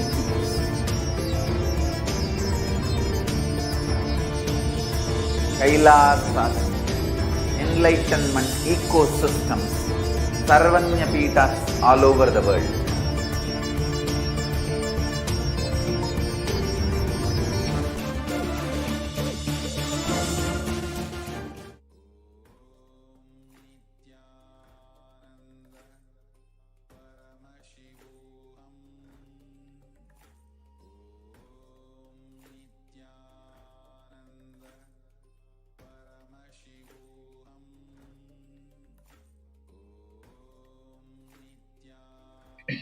Yes, Nithyanandam everyone, welcome back. Yes, so this is a very important segment of this program before we go to the preparing ourselves for Devi Parashakti's darshan. So as we all know, like Parashakti has been revealing the Akashic records about this huge cosmic deluge, the effects of the cosmic deluge, the pralaya that is going on. So the humanity is still undergoing the after effects of this huge cosmic deluge and pralaya. So thousands of deaths due to this global pandemic, COVID-19, and emerging fungal pandemic and the new pandemic, the Delta virus. So along with the record numbers of natural disorders, it has taken a huge toll on humanity's collective psyche, leading to increase in poverty, malnutrition, depression, and mental issues. So why did this happen? So what has caused this and who is behind this? And how could we have avoided this? What is the solution for this? So in this segment, we'll be going through a scientific and statistical understanding of the Devi Parashakti's revelation on the cause and solution for this pralaya. So all of us would know that the current situation of the world right now is like more than 3.8 million deaths with 175.9 million total confirmed cases, and worst affected countries which include the US, India and Brazil. And especially if you see the COVID outbreak in India, the number of COVID cases is around 29 million, number of COVID deaths around 37, more than 3 crores, and number fallen into poverty is about 75 million. So India is actually suffering from suicide and depression. So India is the 6th most depressed country with 6.5% of people suffering from depression. So 6.5% of the population which is suffering some form of mental illness. And also with the suicide rate of 10.9 for every 1 lakh people. So suicide is one of the biggest causes of deaths in the age group between 15 to 24. And the average suicide rate in India is 10.9 for every 1 lakh people.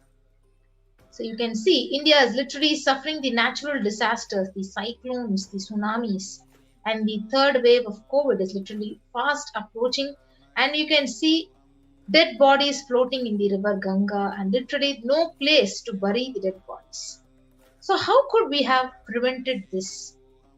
Yes, now we'll watch this short clip of Parashakti's revelation on the 31st of May 2021.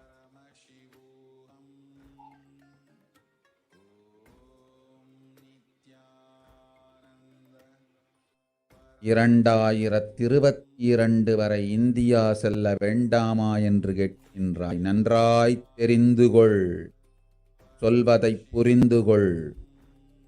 இந்த பெருநரகமான கிருமி போஜனம் இந்தியாவிற்குள் வரக்கூடாது என்பதற்காக 2020 பாரதம் முழுவதும் 12 ஜோதிர்லிங்கமும் பாத யாத்திரை செய்திடவே என் மகன் மூலமாய் திட்டமிட்டிருந்தேன். படுபாவிகள் ஓடத்தின் மாலுமியை ஊர்விட்டு துரத்தினார்கள். என்ன நடக்கிறதென்று பார். முறையாக கைலாய நாட்டின் தலைவனாக நிறை மரியாதையொடு நல் மதிப்பொடு என் நிஜாவதாரம் நித்யானந்தன் திருவடி மீண்டும் பாரதத்தில் பட்டு பாத யாத்திரை செய்த பிறகு மட்டுமே நீ அங்கு செல்ல வேண்டும். அதுவரை உன்னை காத்து செல்லாதே. ஓம் ஓம் ஓம்.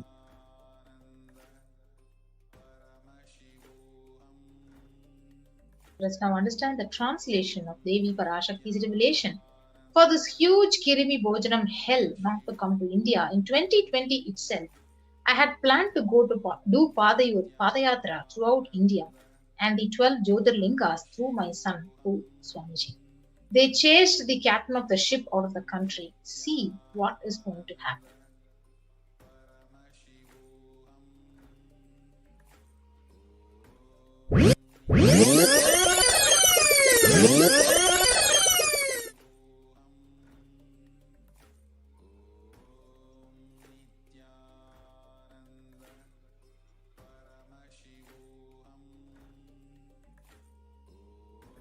Want to do 1 year Padayatra specially for this purpose in 2020. 2020, planning for a full year. I'm going to walk from Rameshwaram to Amarnath.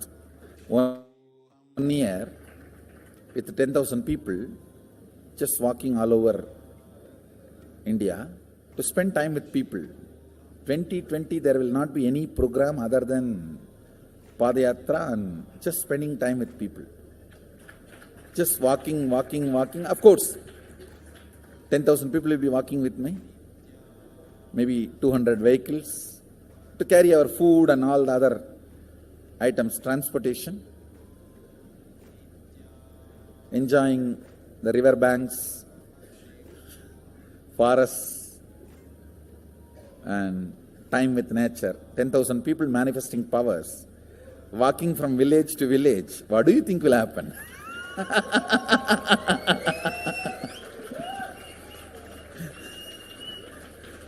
The scene of Buddhism spreading will be repeated now. How the Buddhism spread. 10,000 monks walking from village to village. What will happen? That's only monks. Here power manifesting. 10,000 people. The whole village will be manifesting powers. Just want to enjoy India and let India enjoy me. So planning for next year Kumbh Mela 2019, next year January Kumbh Mela. Before that all the Balalayam, everything. Balalayam is going to be like the same structure outside with one stone tower, gold coated. It will be something like a 40 to 50 feet tall stone tower and 5 Rajagopurams, which will be something like 120 feet. This will be the Balalayam. And after the Mulalayam is built, this Balalayam will serve as a Utsava Murti Sannidhi, where the Utsava Murtis will be worshipped and where the Archanas. See, in the main temple, there will not be any Archana or anything, because just for Darshan itself, there will not be time. Like Tirupati, you can only have Darshan and Arti, the camp for Arti. No other worship is allowed in the main temple. Because 12 Abhishekam is going to happen. 12 Kala Abhishekams. So continuously the rituals will be going on. People can have only darshan. They will not be able to involve themselves in any ritual. Other than darshan, nothing else will be allowed. So all the archana, all the other offerings, like people will offer the archanas and other, everything will be done to the Utsava Murti, which will be kept in the Balalayam, the present Balalayam, present structure. So people can spend time here. That will be more like a main darshan. This will be like energy darshan, where you can give letter, get response. So by next year, the Balalayam will be ready. So 2019 full year I will be conducting the programs and everything. 2020 will be the one full year Padayatra, walking. From next year Jayanti, means 2019's Jayanti to 2020's Jayanti. Full year, Jayanti to Jayanti will be Padayatra. Before that, we will make 10,000 people power manifestors. It will be sannyasi, brahmachari, grihastha, all put together. 10,000 people will be walking. What a scene it will be. I think that is the only way the revival of Sanatana Hindu Dharma can be done. I need to get into the ground where people can see me, where they are living. I can't be waiting for people to come where I am living. Now I am sitting in one place to prepare these 10,000 people and make the science completely user-friendly. For that only I am sitting and working. So I have given 2 years for me now, 2018 and 2019. So 2020, before that 10,000 people will be ready to walk with me, manifesting powers. We will literally solve every person's problem in every village. The way we are walking, the path, route we are taking, physical healing or mental healing, or it's a too big visualization. How will you visualize? What will happen if 10,000 power manifestors enter into a village and ask people, tell me your problem now, come on, let's sort it out. Understand, 1200 years before in Tiruvannamalai temple carvings, how the baby will be in the womb in 2nd month, 3rd month, all that is detailed way carved, it is there. Which scanning machine was there in those days other than the third eye? Very detailed carvings are there. Even Srirangam temple, the whole carving is there. Srirangam temple gives a week by week the whole picture of male baby and female baby. Any of you have seen that? Srirangam Rangaraja Mandapam, it very clearly portrays. There will be one Rangaranga Gopuram. In that next to Rangaranga Gopuram, there is a Rangaraja Mandapam. We have already collected some chunk of 80-90 to be displayed in this Balalayam. Work is going on all of that. We are also going to tell you the science of temple building story as per Agama and as per practical village level, ground level, all that. In those days, 2000 years before, when this Cambodia and all these civilizations were flourishing, two communities from India moved. One is agriculture community, another one is business community. These two community only traveled and installed civilization. Of course, kings went, that is different. But the common civilian, these two community only went. So Nagarattar and Saivavelalar. Saivavelalar agriculture community, Nagarattar business community. So wherever, when they go in the ship, the Saivavelars, they will carry that veil for their protection. Once, if they reach the other side safely, they will just put the veil and start a temple. That is why all the temple outside the India, started by Saivavelars, there will be only veil as a Pradhana Murti. Pattumalai Murugan Goyil, Tannimalai Murugan Goyil, Gedaram Murugan Goyil, Nallur Murugan Govil, Sannidhyan Sannidhi Murugan Goyil, all these temples. The main deity will be only veil. It will not be deity. Because they cannot carry that heavy deity in the ship. It will only be the veil. And all the temples started by Nagarattar will be Kavadi. Because they will carry everything in the form of Kavadi. So the moment they reach the other shore, they will worship the Kavadi and the screen cloth covered by Kavadi.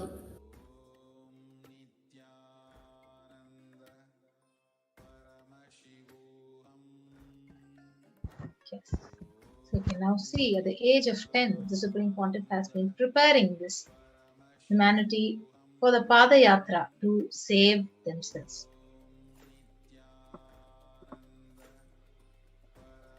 And since 2010, since the age of 10, he's been enriching humanity through different discourses, darshans, satsangs, initiating the masses into the great science of enlightenment. And here are some examples of programs that the Pontiff of Hinduism has been conducting since the early 2000s. So these are the various pictures where Supreme Pontiff of Hinduism has enriched Tamil Nadu, the various states of Tamil Nadu, and given discourses and healed people, giving darshans. You can see the 21st of November 2005 in Namakkal, the huge, big satsang was happening with thousands of people. In Salem, Tamil Nadu, conducting the Nithyananda Purana program on the November 2005. And this is some of the pictures from the Nithyanandam program, which was conducted directly by Supreme Pontiff of Hinduism. And the birth star celebrations of the Supreme Pontiff of Hinduism on the 25th of December, where literally lakhs of people are actually following him to have his darshan, to receive his blessings, his healing. And you can now see the 29th Jayanti celebration on 2006 in Adi Kailasa, Sakai.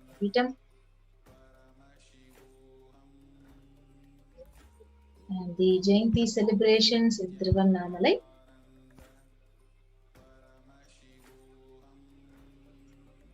You can see the Guru Purnima celebrations, the various meditation programs, the Dhyanas Purana program, and various programs which is conducted in various districts in Tamil Nadu, and for the children also, the Little Anandas, and the Saptayaham, the fire rituals which were conducted in Salem in 2006 between the 16th to 18th of July, and where the Supreme Pontiff himself is actually doing the Homa, personally offering the Purnahuti and blessing people. You can see the huge way people are getting enriched, and the revival of the Sanatana Hindu Dharma is literally seen right in front of our eyes. And you can see the Nithyananda Purana program, which was in Salem, Tamil Nadu. Yes. So, however, the anti-Hindu elements have really made it impossible to do the revival and re-energizing process by driving out the Supreme Pontiff of Hinduism out of India. Let us now watch this small video clip, what Parashakti has revealed on the 31st of May as a solution for this problem.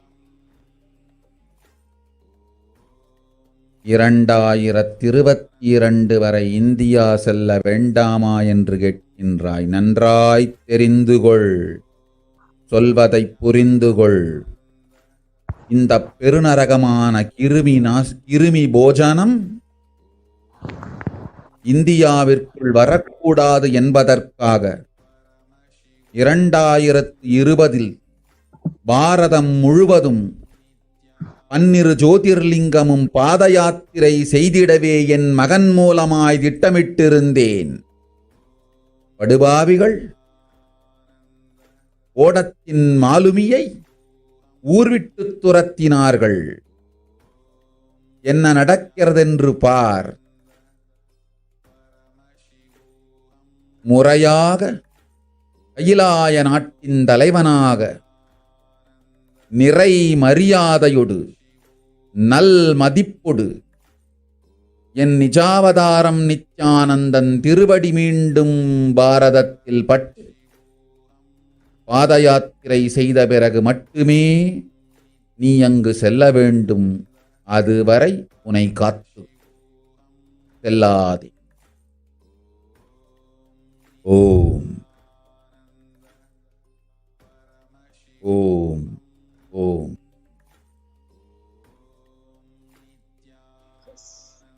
So, we again saw Parashakti's revelations. As we look around us, we see that the Vedic civilization has forewarned us about this cosmic Pralaya. So Kali Yuga is the worst of all the 4 yugas, where man will be his worst enemy. So the Kurma Purana, sage Vyasa, he echoes the Rishi's declaration, Idam Kali Yugam Goram Sampraptam Pandunandana Tato Gacchami Devasya Varanasim Mahapurim. Asmin Kali Yuge Gore Loka Papa Nuvartinaha Bhavishyanti Mahapapa Varnashrama Vivarjitaha. Nanyat Pashyami Jantunam Muktva Varanasim Purim Sarva Papa Prasamanam Prayaschittam Kalau Yuge. So, in the Kurma Purana, the sage Vyasa, he echoes Rishi's declaration saying, this Kali Yuga is the worst of the 4 yugas, ages in all the worlds. People are sinful. They forget the dharma of the 4 Varnas and the 4 ashramas. In fact, men are so sinful that no prescribed penance atones for their great sins. The only place which is free from such sin is the great sacred city Varanasi, which is the Mahapuri.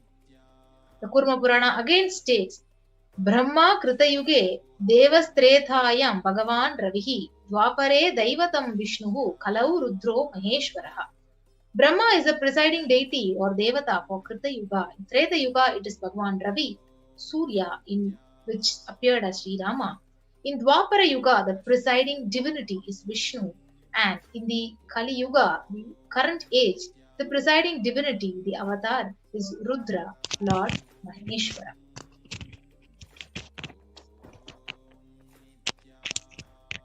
And on the 2nd of January 1978, out of his deepest compassion, Paramashiva himself descended into the human body in the Nijavatara of the Supreme Pontiff of Hinduism, Jagat Guru Mahasannidhanam, His Divine Holiness, Bhagavan Nithyananda Paramashivam.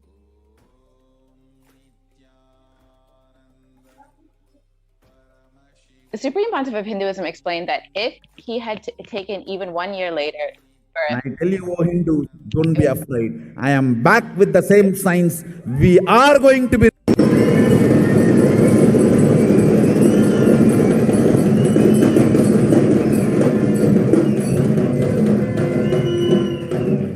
It is not lost. Just the last minute climax. Before it was going to be put off, have happened.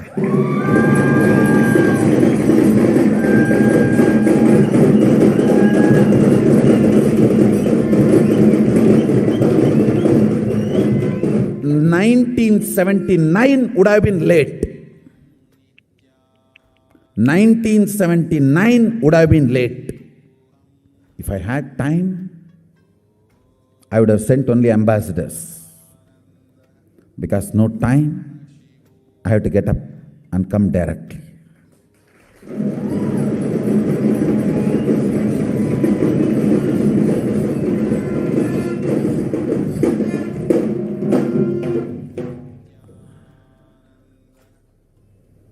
O Hindus, feel blessed.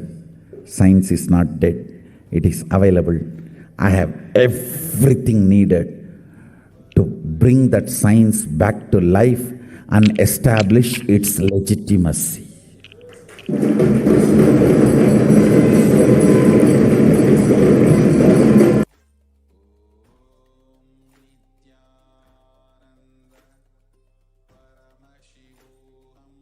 The Avatar's advent on planet Earth was to protect the world from this great cosmic deluge and to bring the new age, the Satya Yuga, and give the cosmic breakthrough, cosmic conscious breakthrough.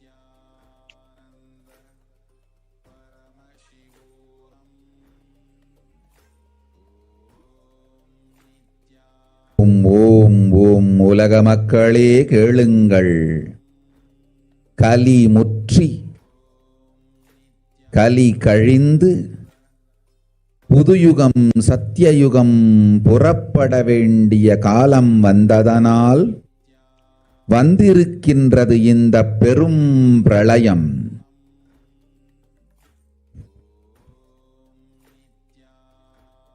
கவலை வேண்டாம் மக்களே.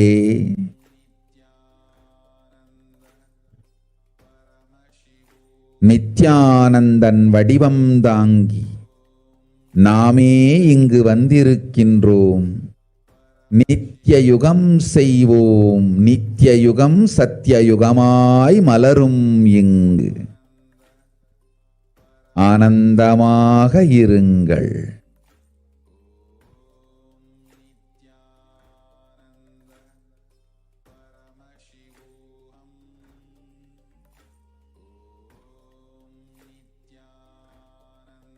In Devi Parashakti's revelations, she revealed that the people of the world listen. Kali Yuga has matured, and over time, time has come for Satya Yuga.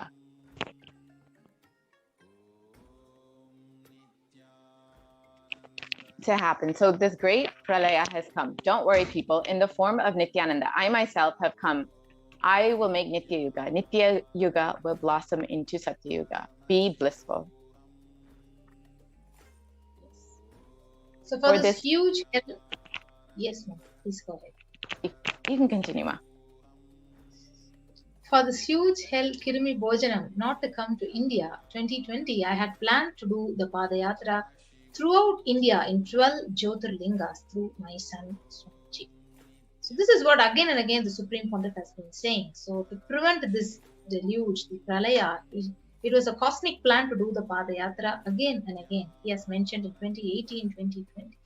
So in order to prepare for this, the Avatar began the Padayatra at the mere age of 10.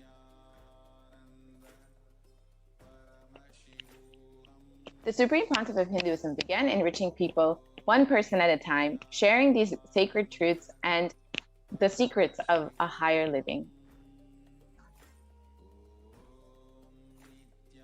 And even as the Supreme Pontiff was 14 and 15, all of his classmates recalled the Yatra, where he led them all from Gudiyatham, a place in Tamil Nadu, his birthplace and a huge spiritual pilgrimage site.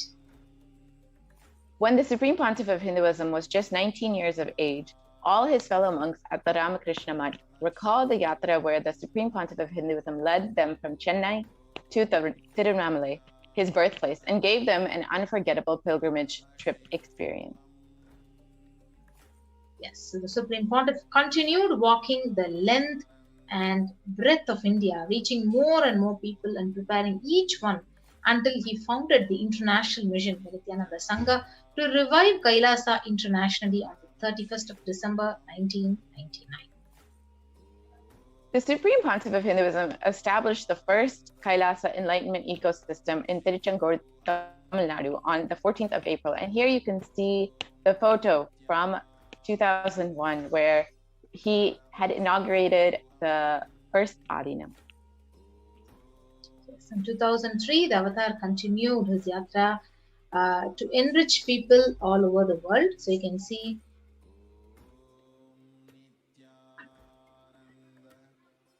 his intensity and dedication for the people, even among crowds of thousands who don't know English, gave the Supreme Pontiff of Hinduism's voice a deep resonation with the people, and his presence moved each one to tears. Here are some satsangs and discourses held in various countries, including Guadeloupe and Brazil, where the audience mostly did not even speak English. Yes, in 2004, the Avatar led his disciples to the Himalayan Yatra, visiting temples and initiating them into superconscious breakthrough.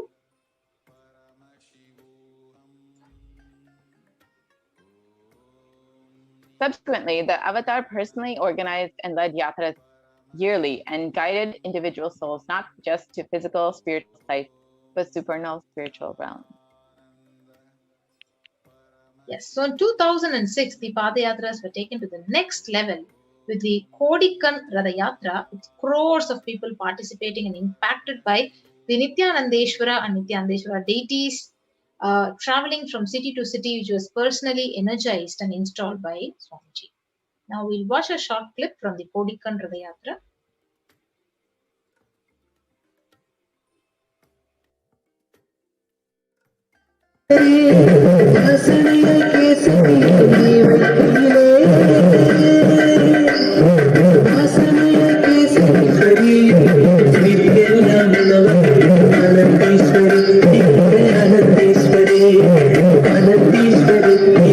Anandishwari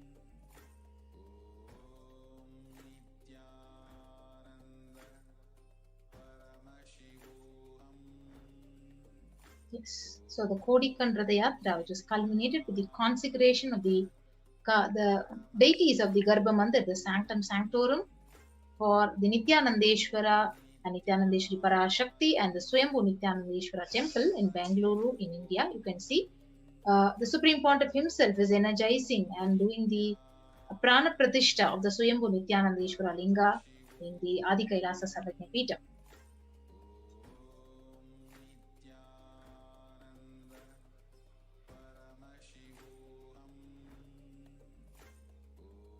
And these deities were energized as Archavataras to radiate the energy of Paramashiva and Parashakti to create the Adi Kailasa Sarvajna Peetham as a ship to save humanity this great Pralaya.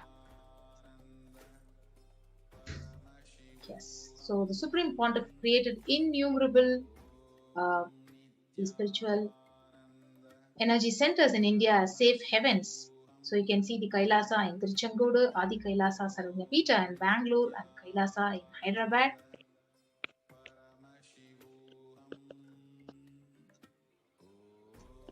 And here is a video of the Vajrasarovar where in 2008 the Avatar created and energized the Nithyananda Vajrasarovar, the Anandalingam, which would protect anyone who bathes in its waters from the deadly COVID-19 disease.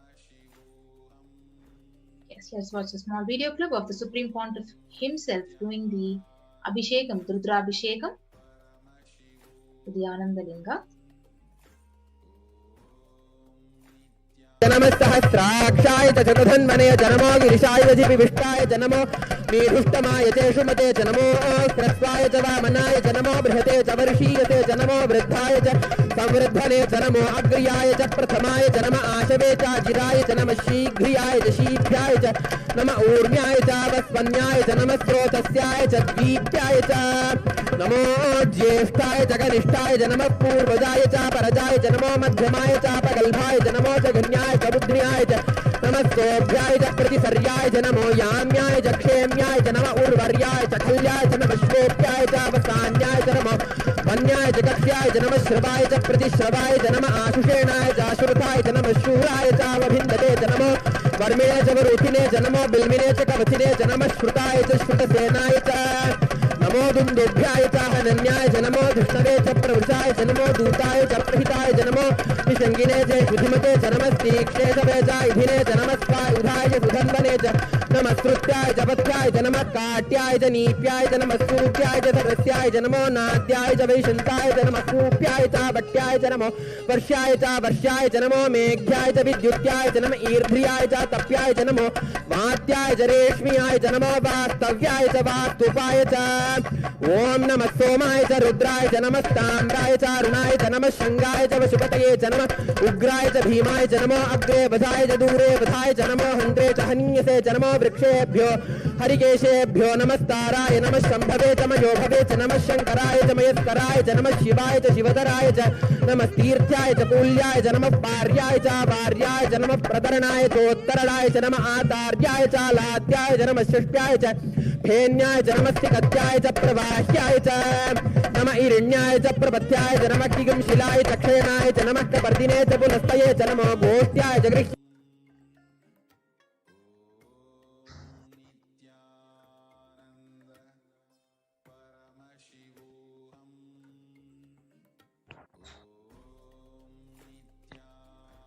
In 2009, the Avatar held another Kodikan Radayatra and garnered international attention, creating a movement where lakhs of Hindus once again embraced Hinduism. And here's a short clip from that.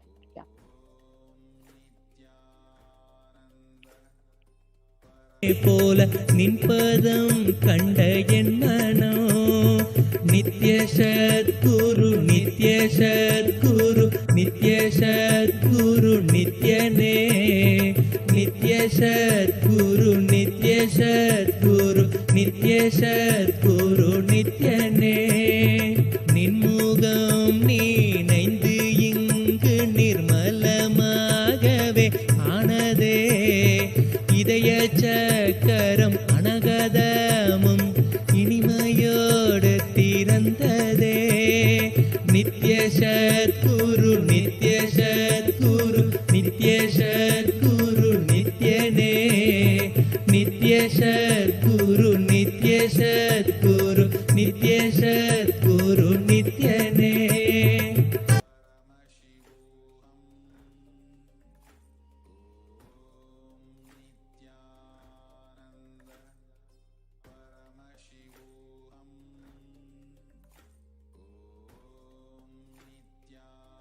மற்றவர் கண்டு மறைகள் எல்லாம் கழன்று விசுத்தி அதுவும் அசுத்தியாய் பொறாமையோடிங்கு ஏக்கத்தோடப்பா புண்ணியம் எல்லாம் போனதே எரிந்தவயிரும் ஏக்கமும் சேர்த்து விசுத்தி அசுத்தியானதே விசுத்தியை தீர்க்க விமலனின் பதம் விரைந்து இங்கு வரவேணுமே நித்ய சத்குரு நித்ய சத்குரு நித்ய சத்குரு நித்யனே நித்ய சத்குரு நித்ய சத்குரு நித்ய சத்குரு நித்யனே ஆமை பூகுந்த எண்ணகந்தினை பொறாமை பூகாது காக்கவே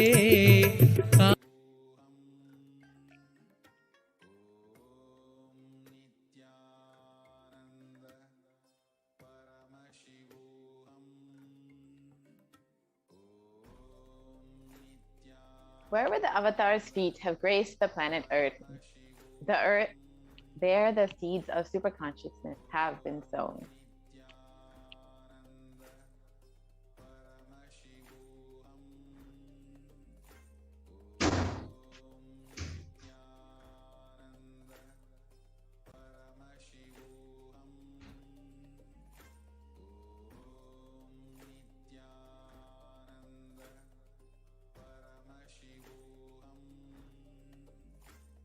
With thousands of Kailasa ecosystems, Sarvañapitas, enriching over 1 billion people worldwide, the avatar is the last hope for humanity.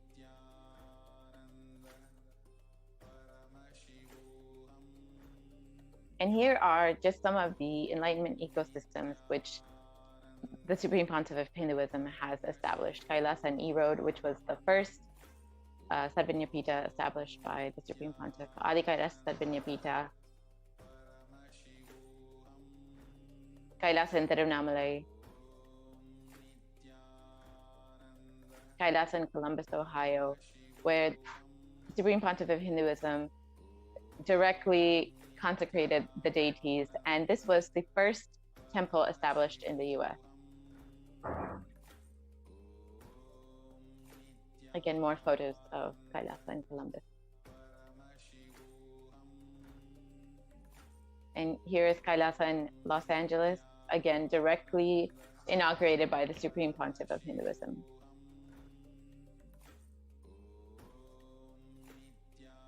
Here are more photos of Kailasa in Los Angeles.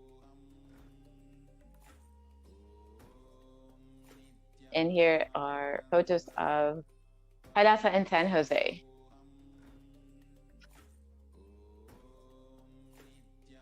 More photos of Kailasa in San Jose, Kailasa in Seattle.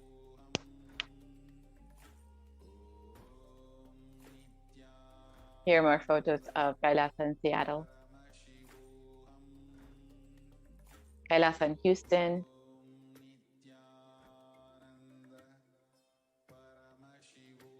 More photos of Kailasa in Houston.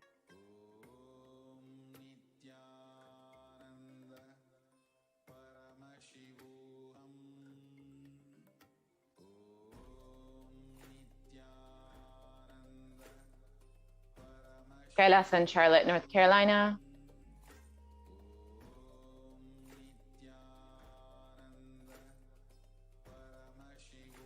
Kailasa in New York, Kailasa in Washington, D.C.,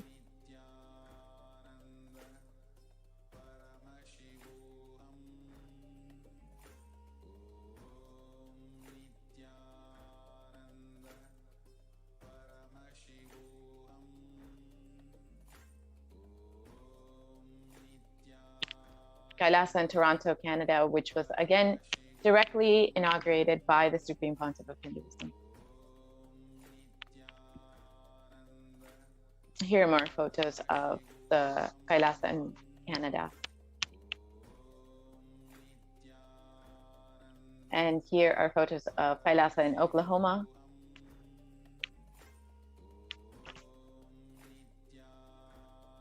Kailasa in Phoenix, Arizona, which again was directly energized by the Supreme Pontiff of Hinduism.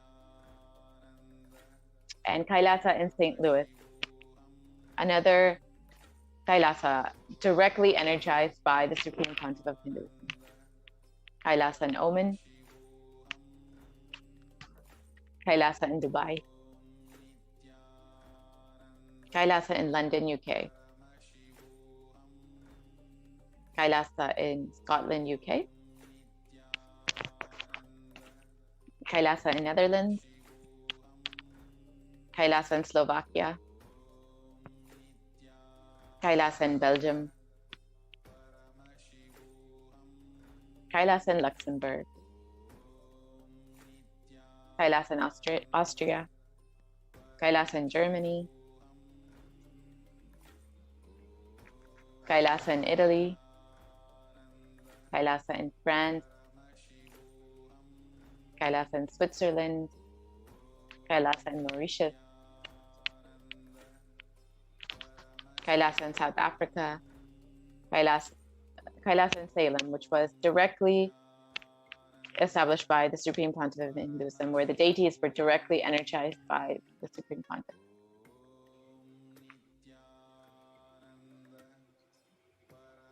So we can see Kailasa in Hosur, Kailasa in Salem, the various ecosystems which was established by the Supreme Pontiff of Hinduism in the various districts of Tamil Nadu.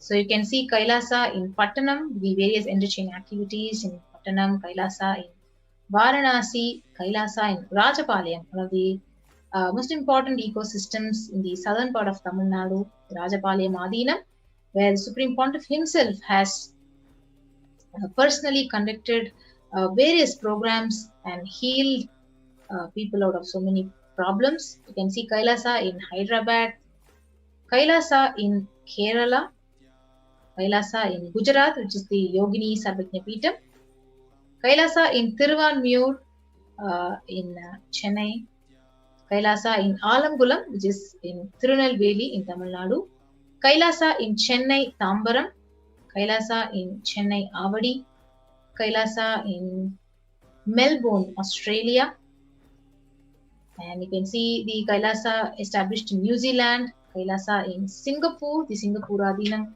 Kailasa in Kuala Lumpur, Malaysia, Kailasa in Guadeloupe. Yes.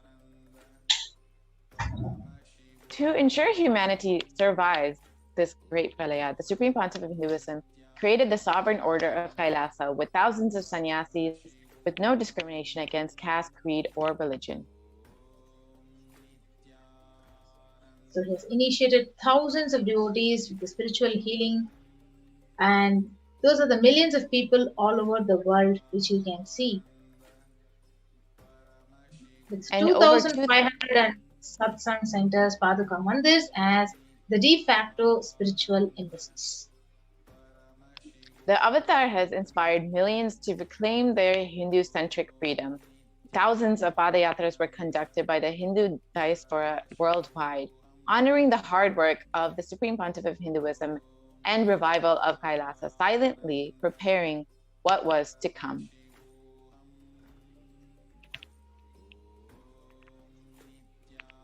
So in 2017, the devotees in Malaysia, they planned a Padayatra and executed it successfully, with thousands participated with the dying Hindu population in Malaysia reinvigorated.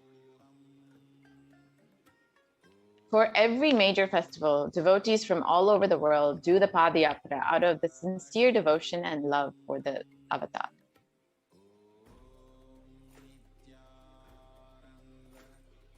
Yes, please go ahead. Yes. Throughout the Supreme Pontiff of Hinduism's public life, there have been over 1 billion e-citizens who have been enriched by the Supreme Pontiff of Hinduism. And he has contributed over 26 years of humanitarian services and given 1 billion organic, nutritious, free meals to the humanity.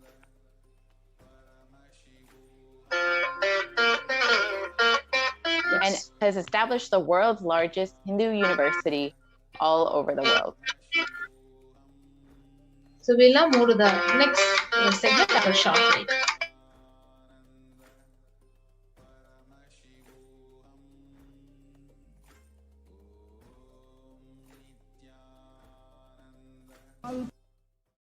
Powerful cognition, knowledge. Only when you live, power manifestation and possibilities manifestation happens. It's a fundamental truth.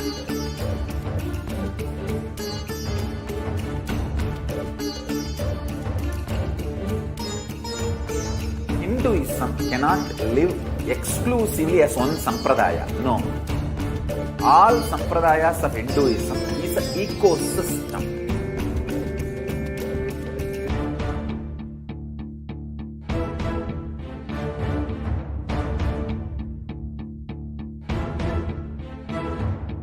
So don't keep quiet thinking that if one sampradaya is attacked, only that sampradaya is going to be affected. All of us are ecosystem.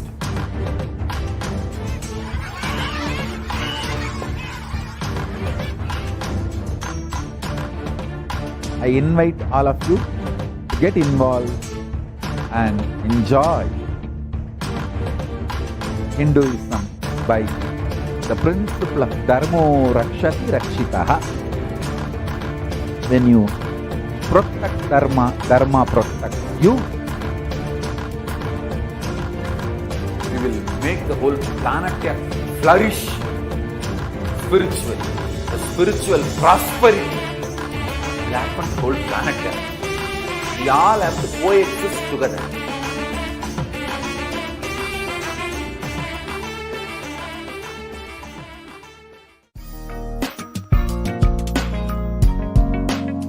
We get you health. We get you ability to build beautiful relationships in your life. We get you direct spiritual support, and we make sure you become wealthy.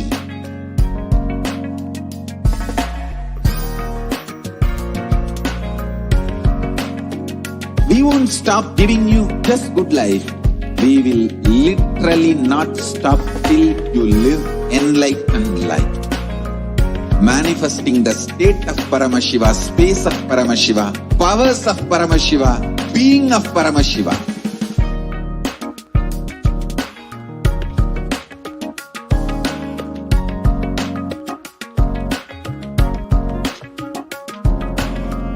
Whole world should become Kailasians. I want the whole world to know Hindus have something great to contribute to the world.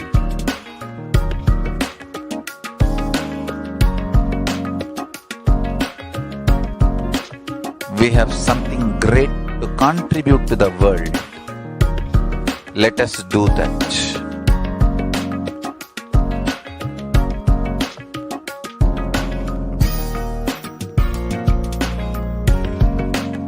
Kailasa is proper customized spiritual service helping you to identify your root patterns of suffering. We have perfected the science of helping every individual from every cultural, religious, nationality background.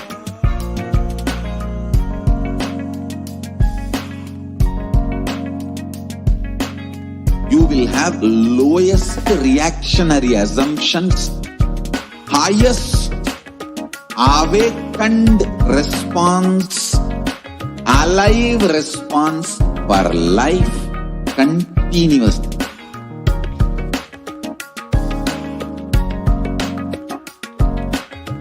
Kailasa is enlightenment ecosystem, literally enlightenment itself in your own home, wherever you are. Proper customized spiritual service helping you to complete with your life negativity, withdrawal from life, self-hatred, self-denial, self-doubt, so much of tiredness, laziness. We can support you, aligning your diet, your attitude, your aptitude, your understanding about life. We can help you with everything.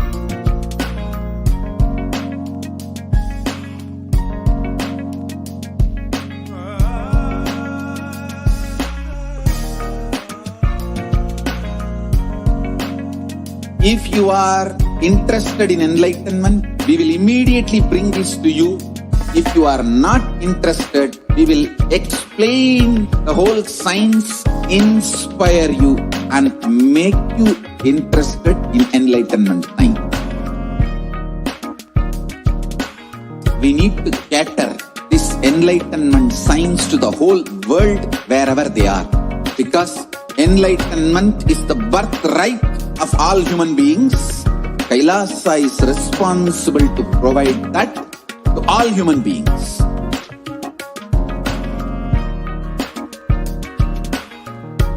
Kailasa is the totality of the knowledge I received from my gurus and practice manifested in my life, perfected by teaching millions of people from all cultures, time zones, backgrounds, genders, nationality, race, from every creed.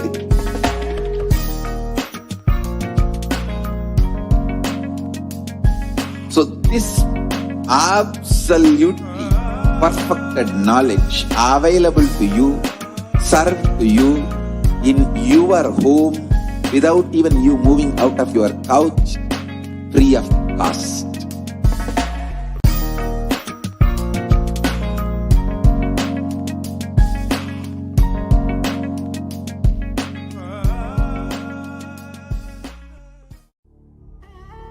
What I mean by the word Kailasa, listen intensely. Enlightenment ecosystem, literally enlightenment itself in your own home, wherever you are. If you cannot come to Kailasa, it's okay. Kailasa can come to you. Kailasa coming to you is Kailasa.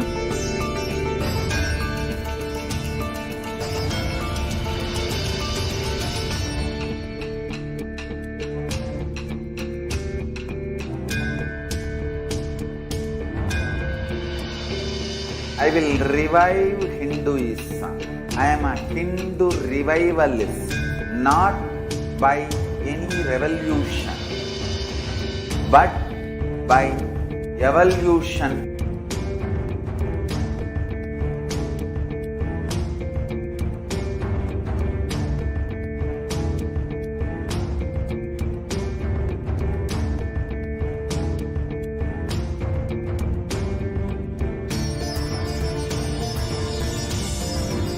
And setting model communities.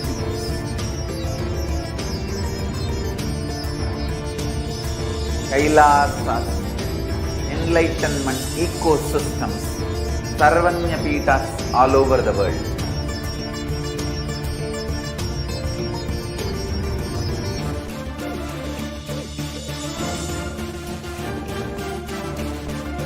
All all powerful cognition, knowledge, only when you live, power manifestation and possibilities manifestation happens.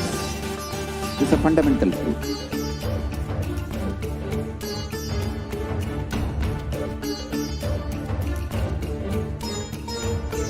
Hinduism cannot live exclusively as one sampradaya. No. All sampradayas of Hinduism is an ecosystem.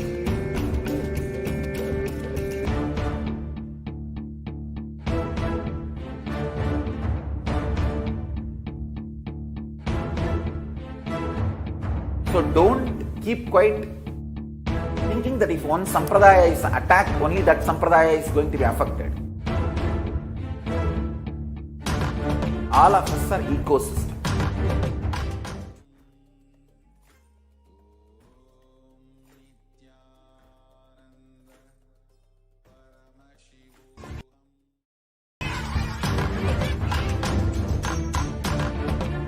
I invite all of you to get involved and enjoy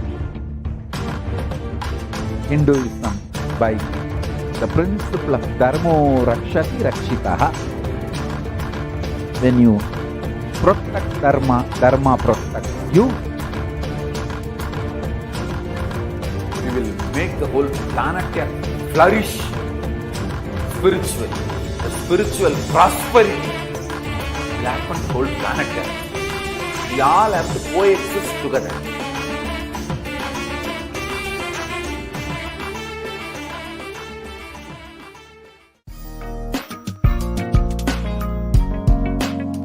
We get you health. We get you ability to build beautiful relationships in your life. We get you direct spiritual support, and we make sure you become wealthy.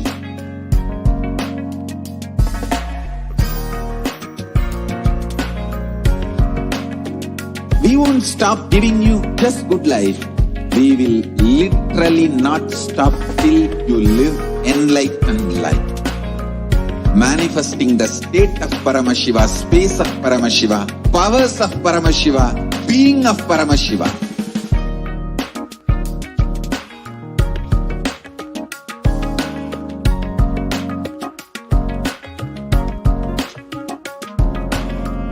Whole world should become Kailasians.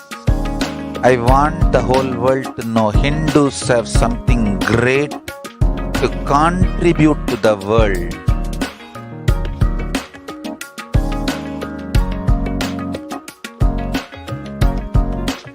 We have something great to contribute to the world.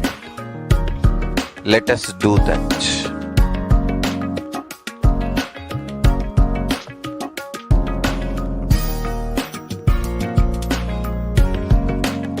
Kailasa is proper customized spiritual service helping you to identify your root patterns of suffering.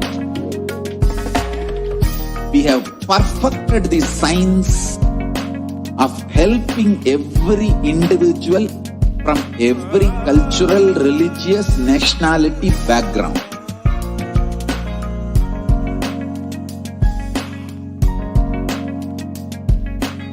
You will have lowest reactionary assumptions, highest awakened response, alive response for life continuously.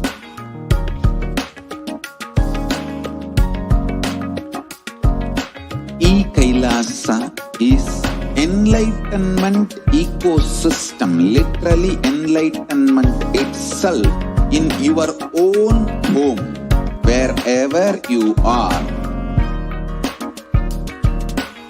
Proper customized spiritual service helping you to complete with your life negativity, withdrawal from life, self-hatred, self-denial, self-doubt, so much of tiredness, laziness.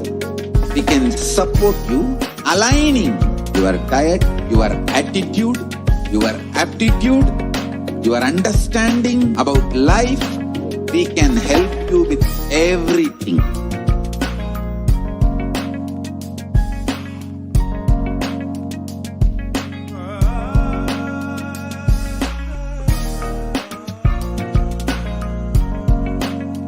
If you are interested in enlightenment, we will immediately bring this to you.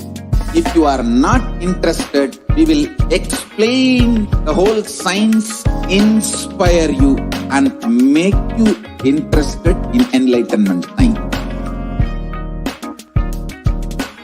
We need to cater this enlightenment science to the whole world wherever they are, because enlightenment is the birthright of all human beings.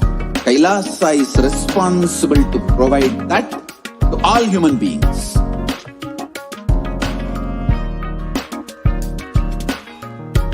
Kailasa is the totality of the knowledge I received from my gurus and practice manifested in my life, perfected by teaching millions of people from all cultures, time zones, backgrounds, genders, nationality, race, from every creed.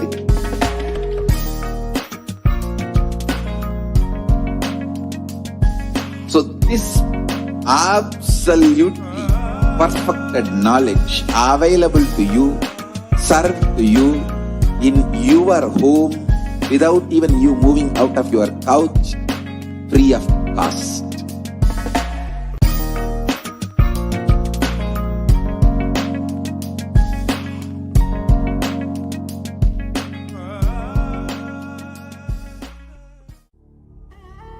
What I mean by the word Kailasa, listen intensely. Enlightenment ecosystem, literally enlightenment itself, in your own home, wherever you are. If you cannot come to Kailasa, it's okay. Kailasa can come to you. Kailasa coming to you is Kailasa.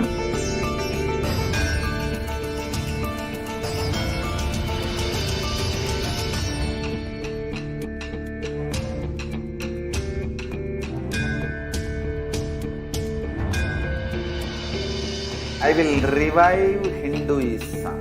I am a Hindu revivalist, not by any revolution, but by evolution.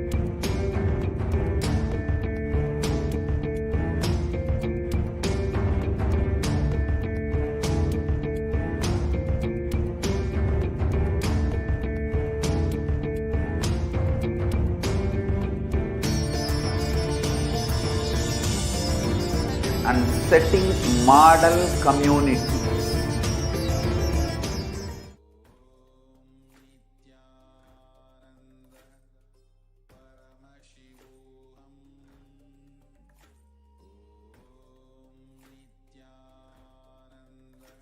Nithyananda, welcome back.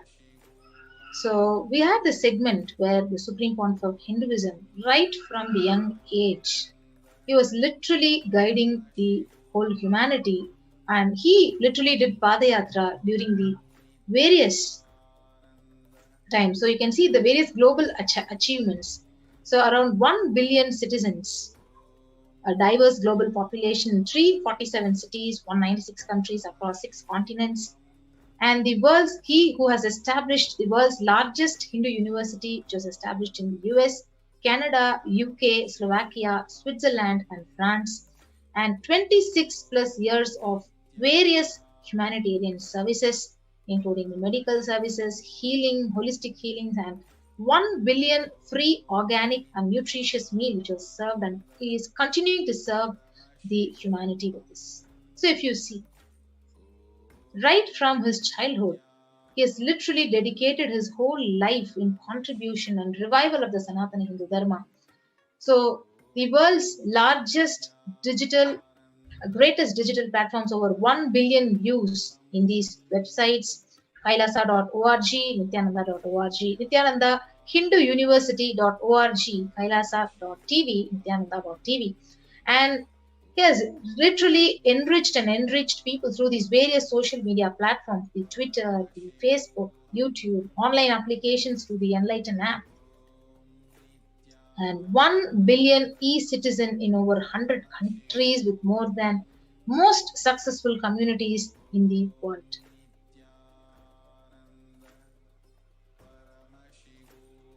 Yes. So you can see the map where the most successful communities in the world, with more than 1 billion e-citizens in over 100 countries across the world. So the hard work which the Supreme Pontiff of Hinduism has done, literally in the field of holistic health, education and development of the human potential, is literally sharing the various practicalities, the practical applications of Hinduism, the Sanatana Hindu Dharma, and the science of enlightenment, through which we have made breakthroughs. And through the United Nations, with over 108 humanitarian charitable initiatives, spearheaded by the Sovereign Religious Order of Kailasa, the SOK, a strong diplomatic network through the 73 orders of the Sovereign Order of Kailasa, and the national, international governments and organizations' relationship the past 26 years at administering the humanitarian projects aligned with the needs of the world. So you can see the various contributions in the various fields, 26 years of achievement in the field of global peace, in the field of education and children, in the field of equality, in the field of environment. So free education, which is offered in 150 plus countries through the Nithyananda Hindu University, which is the world's largest Hindu university, with 487 extended campuses in 150 plus countries. Free education, which is offered to 20 million children and youth, and 7,000 plus courses. So literally, the Supreme Pontiff of Hinduism has served 1 billion plus free meals with a vision of no hungry home, and has initiated multiple services, including the Annadan, organic agriculture, and offering 1 billion plus free meals and continuing to offer. So now Kailasa offers free food in more than 197 countries across the globe. And if you see, 5 out of 10 people don't have access to the medical amenities. So 3.5 people don't have access to safe medical care. But the Supreme Pontiff of Hinduism, by reviving the Kailasa, he has availed the free medical services for millions of people through free medical camps, 108 yogic techniques, the kriyas, the end pregnancy and the spiritual healing services offered in 1,008 plus Kailasas across the globe. Yes. And still, the Supreme Pontiff is continuing to contribute to the Hinduism by reviving the Sanatana Hindu Dharma by Kailasa's Sacred Arts University, which has produced more than 4,000 Hindu deities, which are now consecrated and worshipped in across 600 plus locations across the globe, with 3,270 deities made of stone, 400 made of 5 metal, 100 made of marble, 15 traditional wooden chariots, 1,000 plus Hindu vessels, puja items used for enlightenment ecosystem, and the world's largest Hindu library with 1 million plus palm leaf scriptures that are collected, preserved, and made available to the world for free. Kailasa's NHL has developed the world's first exclusive Hindu library management system based on the ancient Vedic scriptures classification tree, the world's largest Hindu digital library with more than 10 lakh digitized palm leaf scriptures, and the world's largest collection of Kashmiri Saivism scriptures. So with this huge contribution and attending to people one at a time, and preparing them to stand together to protect humanity, the Supreme Pontiff of Hinduism had announced the plan to traverse once again on foot from Kanyakumari to Kashmir and re-energize the Jyotirlingas to protect the India from this huge cosmic pralaya, the deluge. So in 2018, he again began to re-energize the various areas by visiting the temples. You could see in these pictures. And really working hard to protect Hinduism from the anti-Hindu militant forces.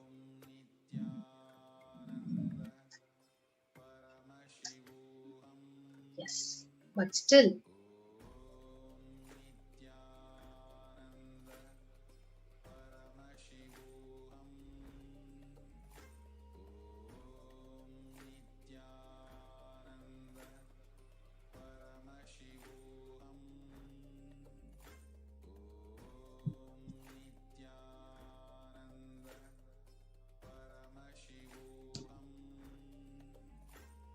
we just shared with you all the activities that the Supreme Pontiff of Hinduism has done to stop the Pralaya, planning for a huge Padayatra in the year 2020. However, the anti-Hindu elements, the new Hindutva militants conspired, planned, and did everything they could to stop the mission of the Avatar. With the innumerable assassination attempts and character assassinations and hate speech and attack on the ASMT community and the leader of the Adi Shaivite minority tradition community, the Supreme Pontiff of Hinduism. So in the next segment of this program, we are going to share with you about the displacement of ASMT women. How the ASMT women have been displaced, and the displacement, what are the side effects, after effects, and the trauma that the ASMT women, the indigenous women of ASMT have gone through because of their displacement. That's what we are going to be presenting in the next segment. And before that, we have a very, very, very good news to share with all of you. Today, we are going to be having the live Nithyananda Satsang. So the Supreme Pontiff of Hinduism is going to be joining us live for the satsang at around 8 o'clock. We'll be having the live satsang. So please do share this with one and all. And in the next segment of the program, we are going to share with you about the UN displacement of ASMT women after a short break.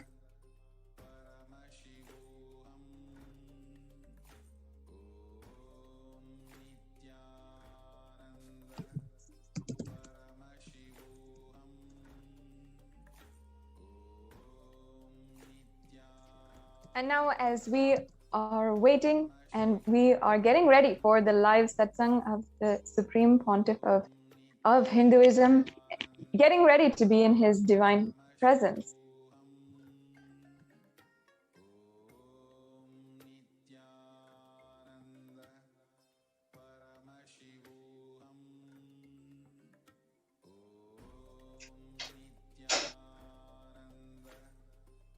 as we are getting ready, I invite each and every one of you to go and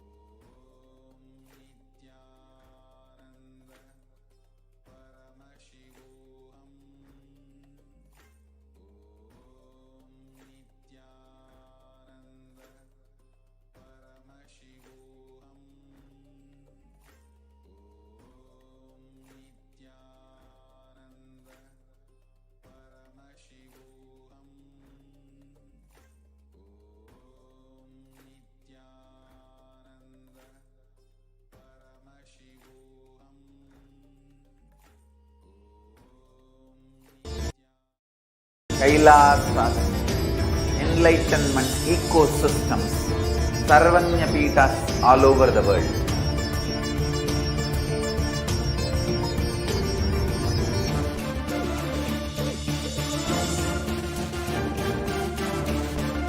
All powerful cognition, knowledge, only when you live, power manifestation and possibilities manifestation happens. It's a fundamental truth.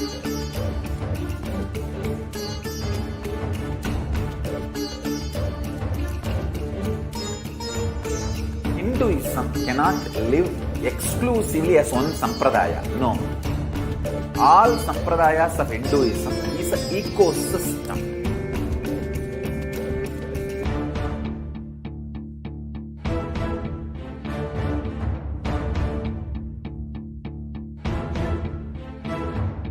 So don't keep quiet thinking that if one sampradaya is attacked, only that sampradaya is going to be affected. All of us are ecosystem.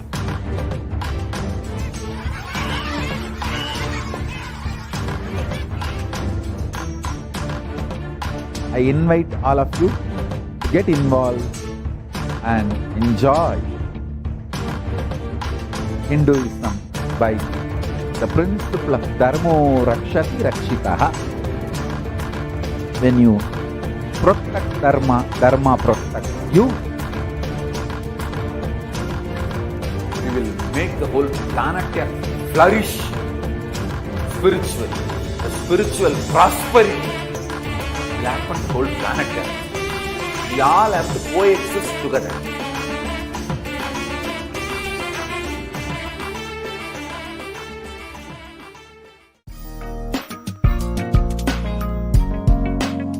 We get you health. We get you ability to build beautiful relationships in your life. We get you direct spiritual support, and we make sure you become wealthy.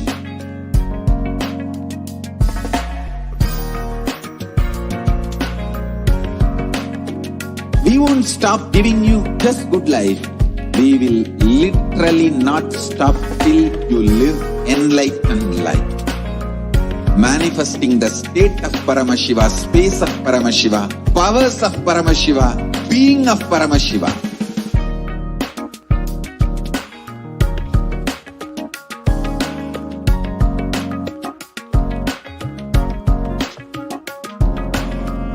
Whole world should become Kailasians. I want the whole world to know Hindus have something great to contribute to the world.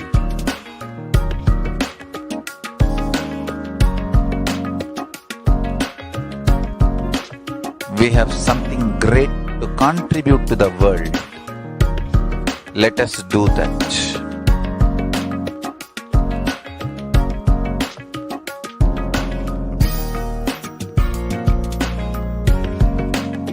Kailasa is proper customized spiritual service helping you to identify your root patterns of suffering. We have perfected the science of helping every individual from every cultural, religious, nationality background.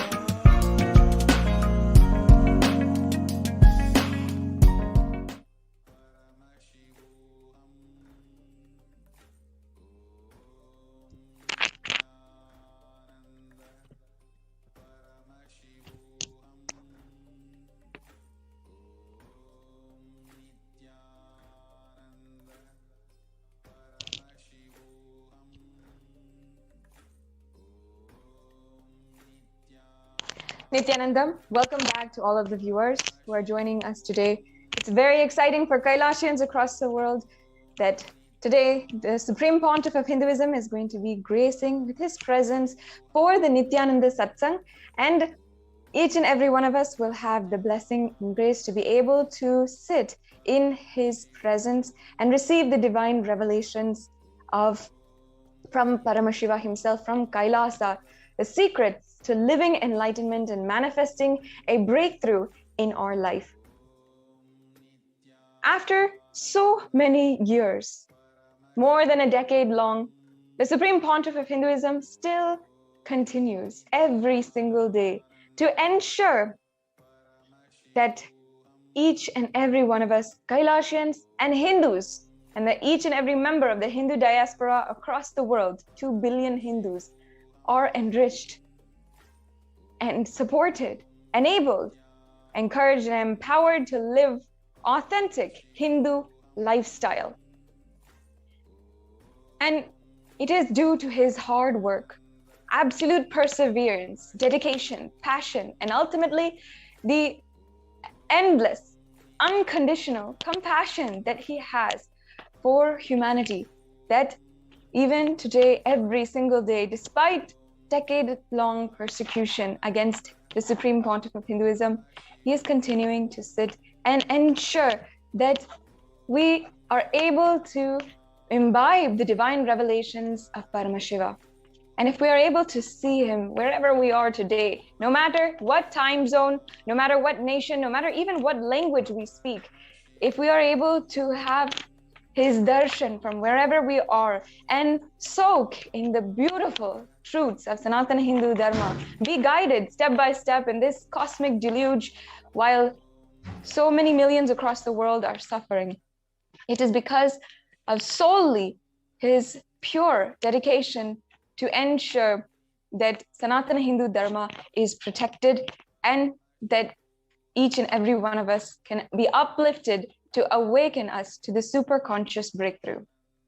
For the past few days, many of us Kailasians, Adinavasis, Sannyasis, Rudrakanyas, and others have been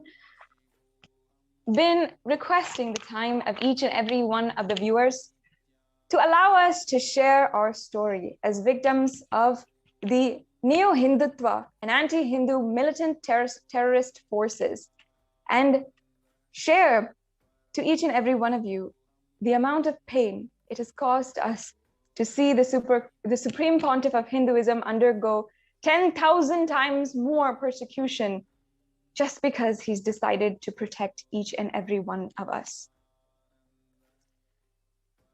We have analyzed, broken down for all of the viewers, and also heard the heartfelt and heart-wrenching stories of so many victims, and also analyzed, broken down how this strategy came into place and how a conspiracy against the Supreme Pontiff of Hinduism was strategized well before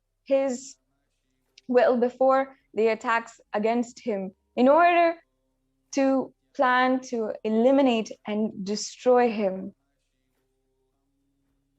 Seeing his success. In the last segment, we saw how in more than 2,500 centers across the world, people are enjoying being enriched by the spiritual truths revived by the Supreme Pontiff of Hinduism. And we have seen how he did the Padayatra in so many different places and inspired others to do the Padayatra for ultimately the super conscious breakthrough of the whole humanity. And in so many different forms, whether it is Annadhan, medical camps, whether it is healing, spiritual healing, or education for children, or the empowerment of women, and the revival of the 10,000 Hindu sampradayas, how he has contributed to the world. But despite this, the Supreme Pontiff of Hinduism has been persecuted to the point to literally almost nearly fatal attacks against him for the last 11 years. And we've heard so many stories of victims, including myself, about how we've been attacked by the leaders of the neo-Hindutva and anti-Hindu militant forces, how they have tried to use each and every one of us as weapons against the Supreme Pontiff of Hinduism. But by his protection, his unconditional love, and his empowerment for us to realize and experience and live the ultimate possibility of the life of super consciousness, the life of enlightenment, we have been able to survive the attacks against us and be here to stand and tell the truth to each and every one of you. Today, in this next segment, I welcome you all to a segment where we want to analyze, break down for you a tactic used by the anti-Hindu militant forces and the terrorists against us on how they wanted to destabilize the revival of Kailasa, the ecosystems across the world, the Kailasas across the world, infiltrate, destabilize, and ensure that they were never meant to grow, they were never going to grow, and destroy them entirely. Today's topic, today we are going to be understanding displacement.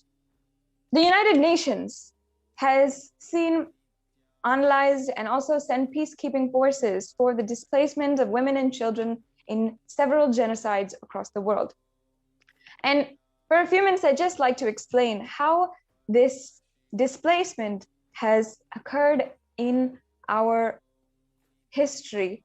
And then we'll present to each and every one of the viewers how the displacement of ASMT, the Kailasian women across the world, has always been a tactic that they used to employ the genocide against us.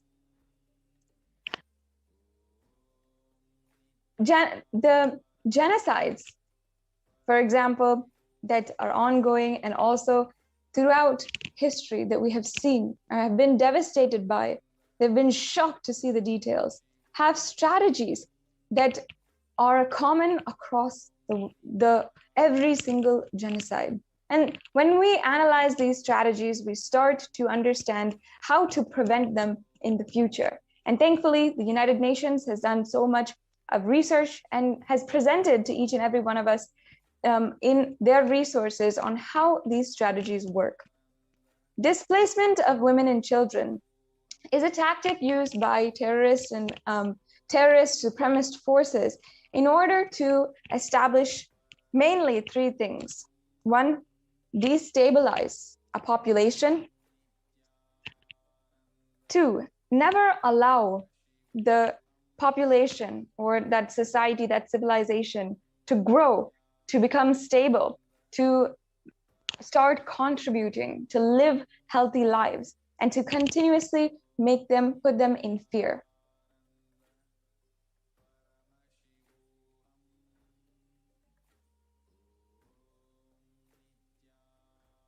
And also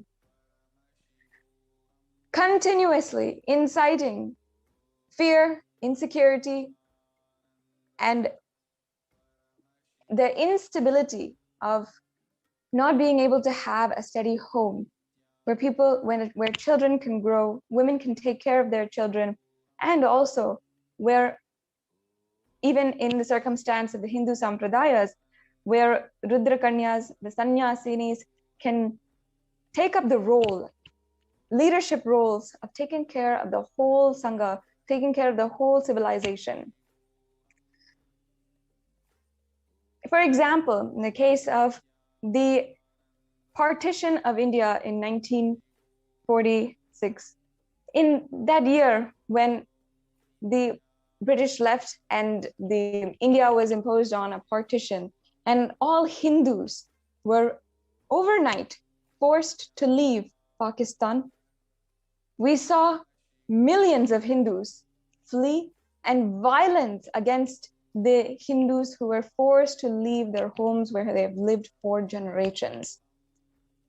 Trains were packed with people, infested with disease, and people were starving on the roads, walking by foot and searching for a new home. This is an example of the displacement of women and children. And it might be an overnight decision for the supremacist, racist attackers and forces, but for the Hindus, for the victims, it is a struggle that will take years in order to recover and recuperate. So imagine continuously being bombarded by attacks, needing to go place to place, just trying to find a home, to establish a place where we can live and live free of attacks, live free of the worry of attacks, of the worry of being raped, being sexually assaulted, being attacked, having our homes being destroyed, and even the worries of not being able to find food, not being able to raise our children in the way that we want them to live their lives. In other cases, the Rohingya Muslims who are now finding a platform through the United Nations and many international peacekeeping organizations to share their voice, to share the victimization that they have gone through as an ethnicity. How women and children who are the Rohingya Muslims and the Yazidi population as another example, how they have been displaced from their homes and continuously moving, continuously placed in fear of attack, not being able to find a steady home, grow, and live the life that we desire. Leave aside a life of enlightenment, a life of spiritual and higher purpose, of contributing to the world, but just a basic life free from fear of violence in our daily lives. And even in the case of the Afghani Hindus, the Hindus who lived in Afghanistan, the Afghani Hindus have literally gone place to place upon the laws of the country, and the incited hatred against Hindus. Afghani Hindus who have lived in Afghanistan for perhaps generations, were out of a home and searching, going place to place to find a place where they can live absolutely free from violence. And they can start to raise their children, the families can start to be happy in their lives. It might have taken years, and perhaps some who are still not able to find a place where they're living out of, where there's no need to fear conflict and violence in their daily lives. We can see due to the violence against Hindus and the hatred against Hindus in many countries, how they're forced to flee and forced out of their homes in countries such as Malaysia, Afghanistan, Pakistan, and even inside India. As a foremost example, we can, of course, tell about Kailasas, about the Hindu women and children, the Rudrakanyas, the sannyasis, who were forced out of their homes, whose monasteries, peaceful monasteries, were absolutely destroyed, as you can see. And we've had to fight for at least having the right to stay in one place, to find a home. Over the last decade, it's not happened once or twice, but so many times that the ASMT women and children have needed to go place to place, have needed to vacate where they are, just fearing for their lives, fearing being raped and brutally gang raped, brutally assaulted. And of course, the Supreme Pontiff of Hinduism himself, who had been displaced to the point where he's not even able to remain in India and not even able to be available for the public, for the humanity who needs him and who's praying for his presence. We've seen now the different examples about how displacement of Hindu women and children ends in a genocide, in a continuous attack against against a whole population, a whole civilization, a whole religion or ethnicity. And ultimately it weakens that population, and it makes them unable to grow, unable to live a decent human life in the first place, and on the next level want to live a higher ambition and so forth. So now let us present to each and every one of you how from 2010, 2014, 2015, until 2019, of course, and even until today, still sannyasis, Rudrakanyas, the Kailasian women are forced to flee from where we have been able to establish, where the Supreme Pontiff of Hinduism has established these beautiful ecosystems. Because of the attacks by the neo-Hindutva and anti-Hindu militant forces, how they have continuously been bombarding, raiding, and ensuring that the ASMT women, the Kailasian women, Hindu women and children of Kailasa are never able to stay in one place, stay and have a steady ground where we can live even just a decent human life, and much less where we can pursue the ambition, higher ambition that we wanted to take up, that we decided that defines us ultimately as Hindus. We would like to present to you this timeline of continuous displacement of ASMT women and children, and continue sharing. And even today we'll have the voices of the victims, the Hindu sannyasis, Rudrakanyas, and women and children who have been victim to this tactics used by the neo-Hindutva militant forces in the genocide against Kailasa and the Hindus. So we'll be right back with you. I hope you stay tuned to listen to our story and ensure that finally, after 10 years, we have had the recognition by the UN for the persecution against the Supreme Pontiff of Hinduism. Please go through this link provided in the scroll below and ensure that we are sharing this with one and all. We'll be right back with you after a few minutes to continue sharing with each and every one of you on the persecution against the Supreme Pontiff of Hinduism and the women, Hindu women of Kailasa.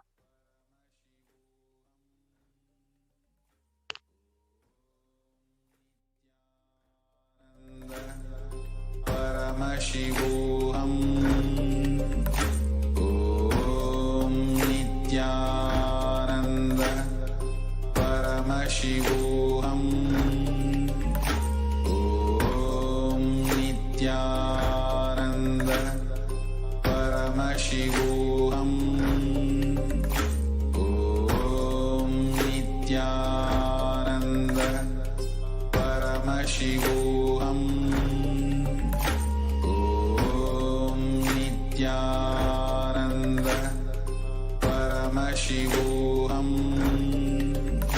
Om Nithyananda Paramashivoham Om Nithyananda Paramashivoham Om Nithyananda Paramashivoham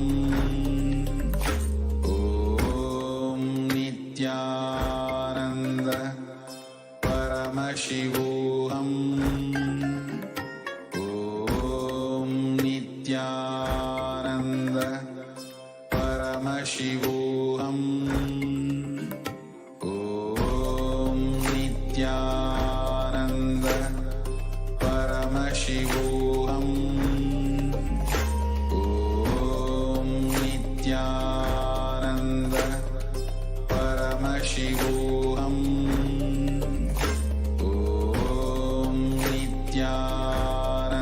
Nithyananda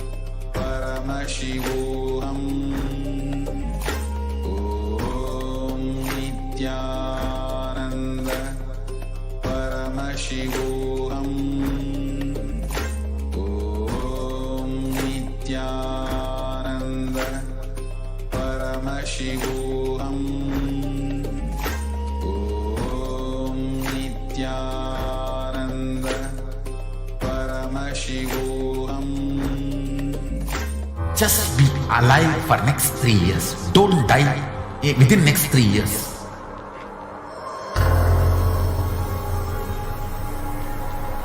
Just don't die within next 3 years. Be alive. Somehow be alive. I'm working sincerely.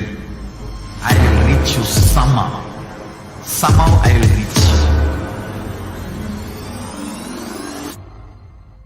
It's my commitment to humanity.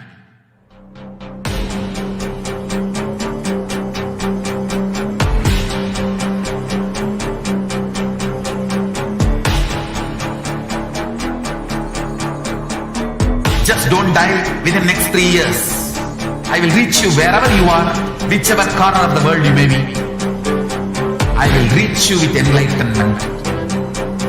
You manifesting the space, state, powers, being Paramashivoham. It is possible, and it is possible for you.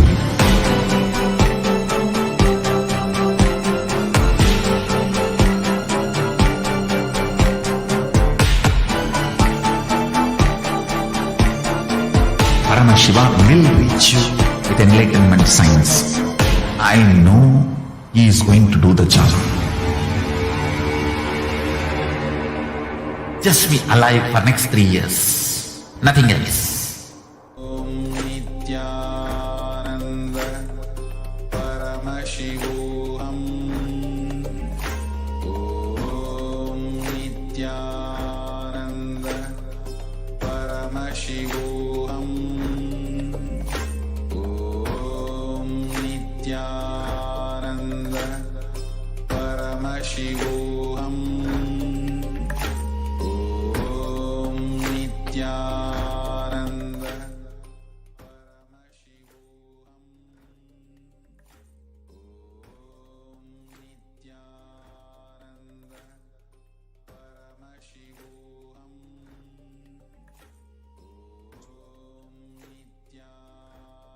So in the next segment of today's program,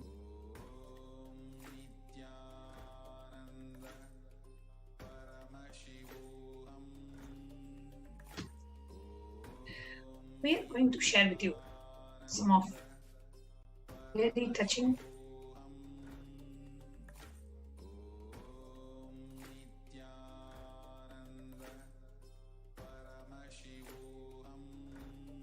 narrations, personal experiences of some of the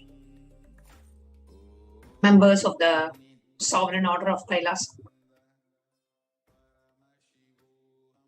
Narration from some of the Purna Sannyasis who belong to the Sovereign Order of Kailasa, the Kailasa Uniting Nations for Swaminis, female monastic order of the Sovereign Order of Kailasa, who are going to share their heart-wrenching stories of how they were forced to be displaced, how they were forced to be on the road, how they were forced to leave their home, their only place of residence, without knowing what is upcoming next. In this planned conspiracy to attack the vulnerable segments of Kailasa, which is the revival of the enlightened civilization, being revived by none other than the Supreme Pontiff of Hinduism, Jagat Guru Mahasannidhanam, His Divine Holiness Bhagavan Nithyananda Paramashivam. And the neo-Hindutva and the neo-militant, neo-Hindutva elements, the militant elements, which are completely against the progressive yet an extremely traditional stance of the Supreme Pontiff of Hinduism and Kailasa, does not want the Supreme Pontiff to revive the traditional progressive aspects of Sanatana Hindu Dharma, which is giving sannyas to women, the female monkhood, and promoting, upholding the LGBTQ rights, reviving the Rudrakanya Sampradaya. They targeted the women of Kailasa and caused hundreds of the members of the monastic order of the Kailasa Uniting Nations to be displaced from their only home. What really happened? How they felt? What they went through? What was their experience? It is time for us to listen to this.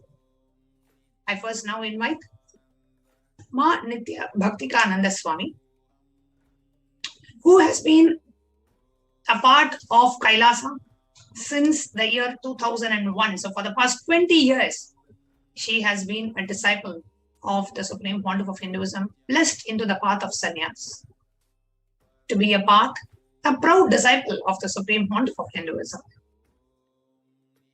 and the anti-Hindu elements targeted such beautiful women. The anti-Hindu elements targeted women who become the foundation pillars to be a part of this mission. And the anti-Hindu elements targeted such swamis and swaminis and forced them to be displaced. What really happened the year 2010? I now invite Manitya Bhaktikananda Swami to join us to share her story.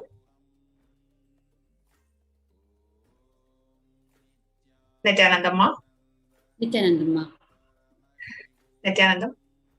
Today, as we are sharing in the interview about the displacement of the women of Kailasa, we have invited Manitya Bhaktikananda Swami to share what really happened in 2010 that led to your displacement from the only home you knew. Can you give maybe a little bit of a background that led to your displacement first?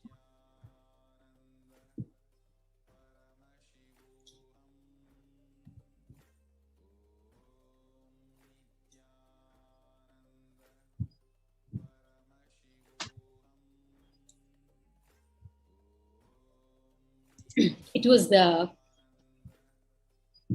March 2010,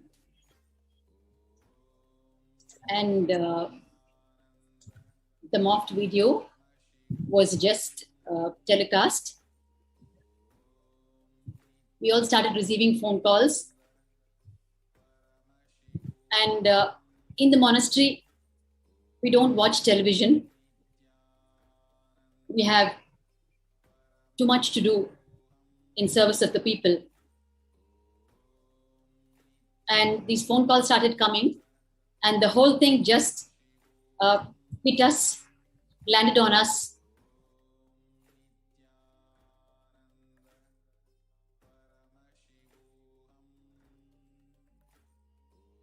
We didn't even have a lawyer. We didn't even have a legal department, so to say. We were just so pure, so innocent, and so much serving the people, living in Adi Kailash, the divine abode, our home, the most loving, most peaceful monastery, home, and abode, and nest for all of us. And then what happened after the 2nd of March is actually right now a big, I would say a big blur, because there were just too many things happening. What we would normally see in movies was happening right in front of our eyes in our own home. One side, fires were raging, and the most horrifying thing that happened in the first few days of the attack was, of course, the attackers trying to burn Bhagwan alive in his own quarters. We just didn't know which side to move, what to do, and how to do, and who was it who were up against us, and what harm has any of us done anything to people. Bhagwan works 25 hours a day only to enlighten humanity. No other agenda for anyone involved than where is the attack coming from and why. And there was no time to think. Things were happening too fast, and it was just a complete, utter insecurity with life and death happening in front of our eyes. And inside all of our hearts, what is happening to Swamiji? What is happening to Swamiji? One side, because we don't know what is actually happening to him. We only know they're trying to kill him.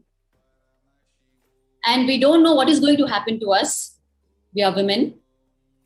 I don't need to say beyond that. And we don't know what is going to happen to our home, the monastery. We're just up against something completely unknown. And we are all so naive, and we don't know anything but serving but service to humanity. And the kind of people who were there at that time, who were attacking, they were just too big, too huge, and such total strangers. Their body language, their verbal language, their expressions, everything was new to us. And I've never seen a live fire in all my life. It's just like every side you turn, there was just thick smoke going up the air. I mean, we couldn't even believe that we were actually watching it. As things were happening, soon we were told that it was no longer safe to stay there. It was no longer safe to stay in our own home. And we are a bunch of sannyasi women, who are living our sacred vows of sannyas. If we cannot stay in Adi Kailash, our own home in Bangalore, then where do we move? There was no time for any discussion. There was no time for meeting. We could barely see familiar faces in the campus. It was just strangers, thugs, hooligans, bringing down billboards, hammering on Swamiji's photographs, shouting things in, different languages, just burning all the quarters. The media, they were just shooting the media had completely entered the campus, and they were actually shooting into any and every room that was open. And they were just on us. And we were already getting phone calls that, from our pre-monastic families. Hey, we're seeing you on the television. What's happening? And it seems completely unsafe. You guys are just running helter-skelter, and there are just fires happening all over the place. I mean, I don't even need to tell you the kind of phone calls that we might have got at that time. And then this landed on us that it was no longer safe to be there. If we had to continue life after the storm settled, we needed to somehow step out and find a safe haven and keep in touch with each other. And although we didn't know what was going to happen to us, so a bunch of us just took the decision and we said, all right, there is no time to consult anybody here. We only know one thing. We want to be alive because we believe that God's own mission will continue despite what is meeting us in the eye. If there is a God, then this mission will continue. Only with that trust and belief in our hearts, with nothing else except that. And when I say it, I really mean it. Just utter insecurity. Only with that one truth, that if this is God's own mission, it cannot stop. And now when I think back, I think that was the acid test to what each of us have experienced as the truth. If we believe and if we have experienced that Swamiji is God incarnation, and if this is God's own mission, the Supreme Pontiff of Hinduism, Jagat Guru Mahasannidhanam, His Divine Holiness Bhagavan Nithyananda Paramashivam, our beloved Swamiji, if it is true that he is God incarnation, and if it is true that we have taken the sacred vows of sannyas, and if the Hindu Dharma, the Sanatana Hindu Dharma is truth, then this mission shall continue. It will continue. Yes, ma'am. Thank you so much for your sharing. I just like to point out to the viewers two things, and also I'd like to ask a quick question also, just to really make the viewers understand the kind of circumstance you're in. First of all, let me draw a comparison here about what happened on March 2nd and the following days, as well as how the Supreme Pontiff of Hinduism was attacked and absolutely made to run out of his home and be entirely exiled from where he was. In around the 1940s in Tibet, the terrorist forces against the Tibetan Buddhists had started to invade in Tibet, in the main capital of Tibet. And suddenly they started throwing literal bombs, fire bombs in the palace of the Dalai Lama. And on that night, it was immediately decided that the Dalai Lama needed to be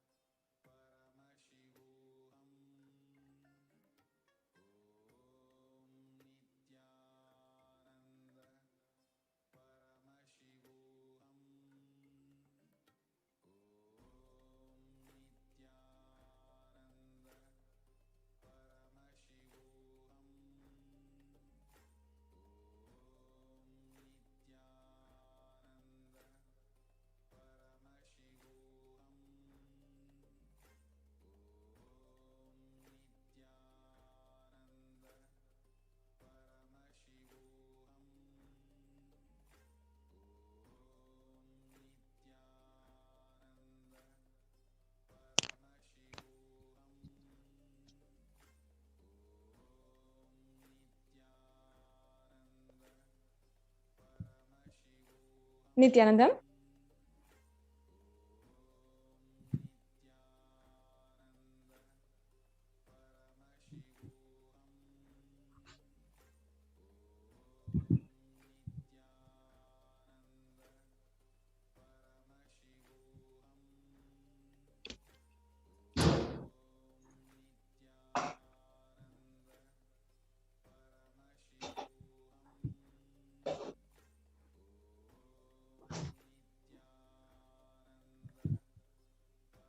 Bhaktika Swami, as you were sharing. Yes. Sorry for the technical glitch. I had a slight internet issue. So, continuing with what I was sharing, with only the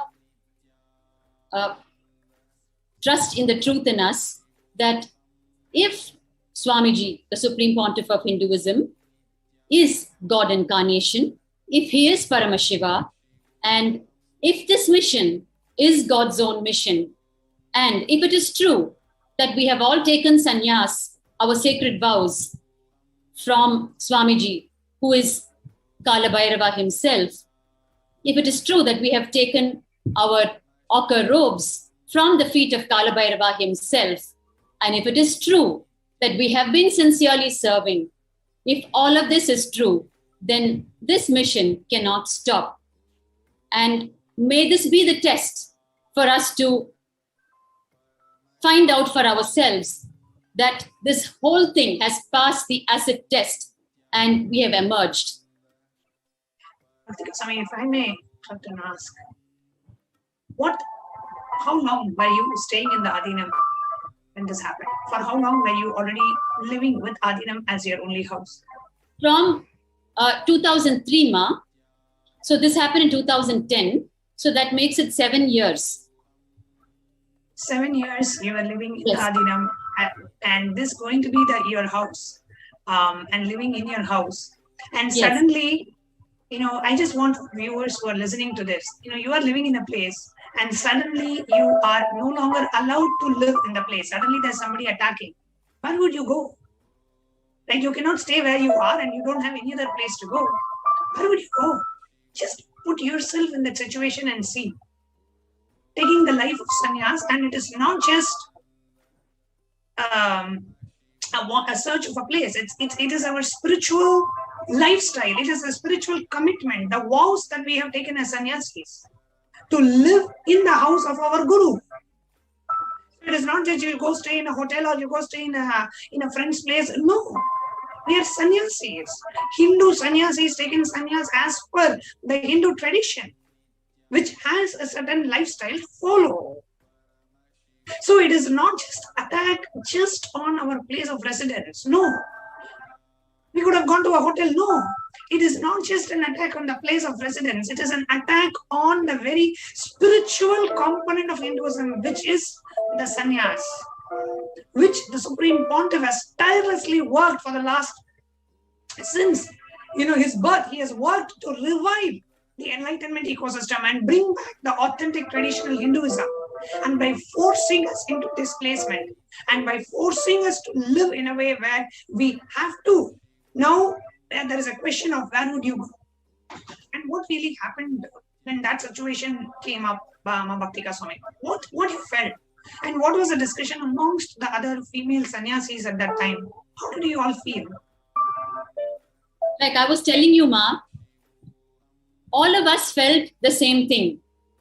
Let us see how to keep ourselves alive so that when the mission continues,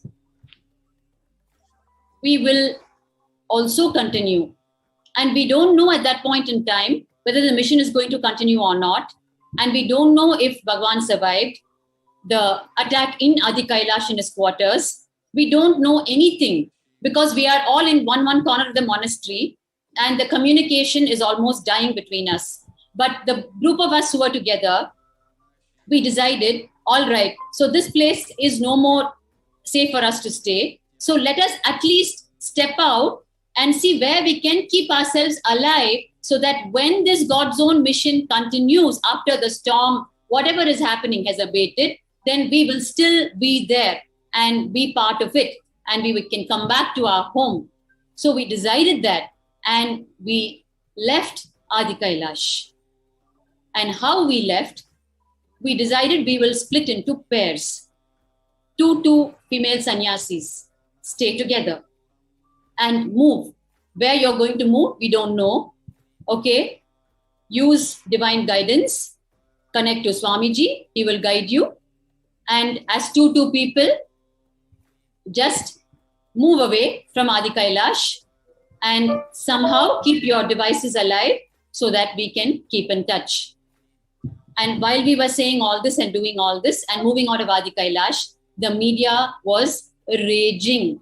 The media was raging with all the false news, the fake news. They had visuals of the whole monastery being burnt and people running here and there. They had visuals that they would love to have. I don't need to tell you more than that.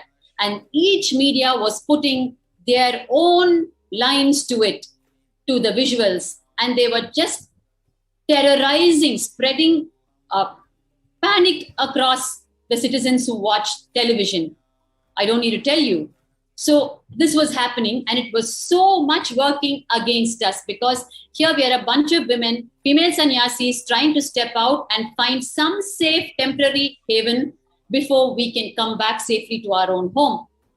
And here the media was completely working against us because people have now seen us. They have flashed us all over the place with such headlines, such gross headlines, so much of false news, and making Swamiji and all the sannyasis look like one media is saying it's a brothel house, one media is saying it's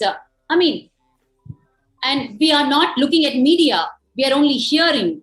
we don't know exactly what they're showing because we are running to save our own lives. So we don't know specifically what they're saying. So when we step out on the streets, we don't know what is going to hit us, whether people are straight away going to come and murder us, or what are they going to do, because they've been hearing so much of false news about Swamiji and the sannyasis and the mission. So we were completely clueless as to how we are going to protect ourselves on the streets. But we could not stay back in Adi Kailash either. It was a worse thing to stay back in Adi Kailash than to step out on the street. And if we step out on the street, we don't know what is going to meet us. Knowing the whole thing and with the determination that this is God's own mission, it will survive this storm. We stepped out. We moved in pairs. And I moved with another co-sannyasi, Ma Nithyananda Swami. Ma Achala and I moved together, and the other female sannyasis moved in pairs as well. Did you ever, when you joined the Adinam in 2003, did you ever expect such a scenario that at one point you would have to move out without knowing where you are moving out? Ma Jnanatma Swami, let me tell you, Ma, till the end of my life, if there are a few scenes I can never forget, what I'm going to share with you now is one such scene. You're asking me if I ever thought such a scene would come. How would I have even thought that Adi Kailash would be attacked to start with? Leave alone the scenes that are following it. I mean, this is something just out of a horror movie that landed on our lives live, real. Even today, I cannot believe it, that we actually survived all those scenes and came. If it is true there is a God, I am a living example for that. I am living proof for that there is a God and this is God's own mission. Because I am alive today and talking to you and survived all that, having only one thing in my heart, that if my Guru is Paramashiva, and if it is true that the sannyas have taken at his feet is real, and if it is true that Swamiji and the sannyasis have sincerely served humanity, then this will pass and we will all be back together. And it happened. So let me tell you, Ma, there's no question of, did you ever think that one day this will happen? There was, until it happened, we didn't even know that. I mean, I really don't know how to even answer your question. Because what happened after that in the following days are things that, if I think back now, I can't even imagine I survived it. Once we split up as pairs, Ma Achala and I moved together, and we wanted at least a few hours of a safe place for us to put our heads together, because we could hardly hold conversation with each other in the chaos that was happening in Adi Kailash, the kind of attacks that were happening. So we wanted somewhere a safe place to strategize, to think through what we should be doing. So just for a couple of hours, we knocked on her pre-monastic home door. Her parents were just shocked, and they didn't ask any questions. They just immediately let us in, and all we had was for whatever we could find in Adi Kailash, because they had just destroyed the whole place. And we also couldn't carry much because we didn't know where we were going. So whatever we could fit in our backpacks, she had a backpack and me too, we just put, and our devices were very important to us, even more than our clothes, because we needed our laptop, we needed our cell phone to communicate at least minimum, and to do something with the internet that might be needed to be done, because we didn't even know what would be needed to be done. We didn't know anything. So that, and our chargers, all this became more essential than our 2 sets of ochre robes. So just with 2 sets of ochre robes and our gadgets, our devices, we packed our backpacks and we just knocked on her door, and her parents were shell-shocked. They couldn't believe it. And we also knew that if we went in, they were not going to let us out, because the media, they were continuously watching the media in her home. Of course, the people outside, when you show them so much of visual, you feed them with so much of terrorism happening out there. Of course, they are going to be so concerned. Knowing that we went because we wanted at least 1 or 2 hours to come to terms with what is happening and talk to each other and decide which foot to put forward first and in which direction. So knowing that it might be very difficult to get out of her house, we went there and we just maintained a complete calm. And then she took us into her room, of course, her pre-monastic room. And they were very kind to us. They didn't disturb us. Her mother was serving us, pre-monastic mother was serving us something to eat and all that. So then we quickly put our heads together and we said, hey, look, now, if we delay further, media is feeding more and more false news into people. People are entering into phobia and panic. Definitely, we cannot step out again and be available to ourselves and to the mission and to our sannyas and to our guru, right? The purpose of our life. So we need to move from here fast. So what we did, even from the belongings that we bought, we just left a few things there. And then very minimum we took with us and stepped onto the streets. Ma Achala and myself. Sorry, Ma, you were going to ask something? Yes, I was going to ask. It is a time when, as a sannyasi, the life of us, who's our guru, Swamiji is being attacked left, right, and center. And it is on the 3rd of March, we all knew, with Swamiji being locked inside his own quarters, his residence was burnt. And I was there in the monastery at that time, and none of the Adinavasis or Swamis were even allowed to go out, and we were actually purposely held away so that, the assassination attempt can go in full swing. So we know for sure the life of Supreme Pontiff of Hinduism is under attack. That's one side. Now it is the time for whoever is there to come together to strategize to see how to handle the situation, right? And at that time, the people who were, I was very new at that time. The people who were, like, let's say, Ma Bhaktika Swami, who was there for about 8 years, and Achana Swami was been there for 6-7 years by then, who were the administrators or a part of the administration or people who can reach out to people who were administering. That group had to stay together to strategize, to see what is going to happen tomorrow. What am I supposed to do? How can we protect Swamiji? How can we get out of this? Because at one place, the ashram is burning. On the other side, the Adinavasis are being attacked. The other side, temple deities are being attacked. And all over, not just in Adi Kailash, right? All over India, is in every Kailasa, attack is going on. Deities are being destroyed. Books are being burnt and whatnot. So this is a huge attack by the anti-Hindu elements and Neo-Hindutva militants coming together. Continuously hate speech is going on in the media, where the administrators even allowed to strategize, where the administrators even allowed to think what we need to do to handle the fire that's going on internally, externally, where the disciples even allowed to see how to protect our beloved Guru whose life is in danger. We don't know where Swamiji is and how Swamiji is, how safe he is, continuously being attacked. Was there even a place for us to talk? And this was exactly the conspiracy done by the anti-Hindu elements, where we are now made to run for our own life. The top administrators of Adi Kailasa now don't even know where their next place of stay is going to be. So one is the displacement of sannyasis as such. But that's a lesser problem, because the bigger problem here is the attack on the Supreme Pontiff of Hinduism, who's our very life. What do we need to do? One side, there are hundreds of false cases. The other side, the hate speech in the media. The other side, the anti-Hindu elements and the Neo-Hindutva attacking us from all sides. The ashrams are burning. Women sannyasis are being raped and molested. So much of hate news coming from everywhere.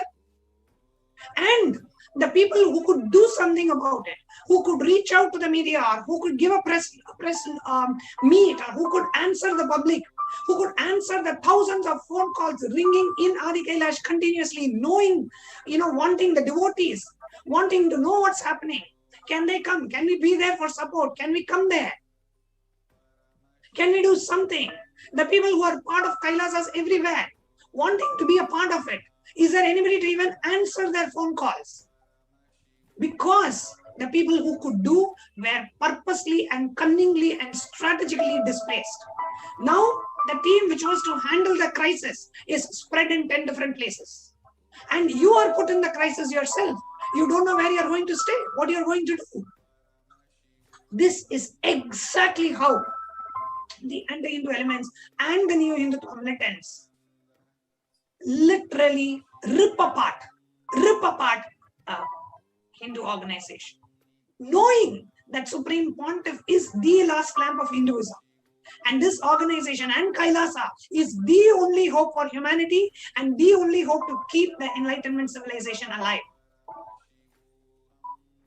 An organization which has its foundation principles on ahimsa and non-violence. This was what was done to us. And the reason why I'm sharing this, dear viewers, is we need to know it's not just about sannyasis, staying somewhere else for a few days and coming back. No, the entire organization is in crisis now. The attack is happening from all corners. How do we handle it?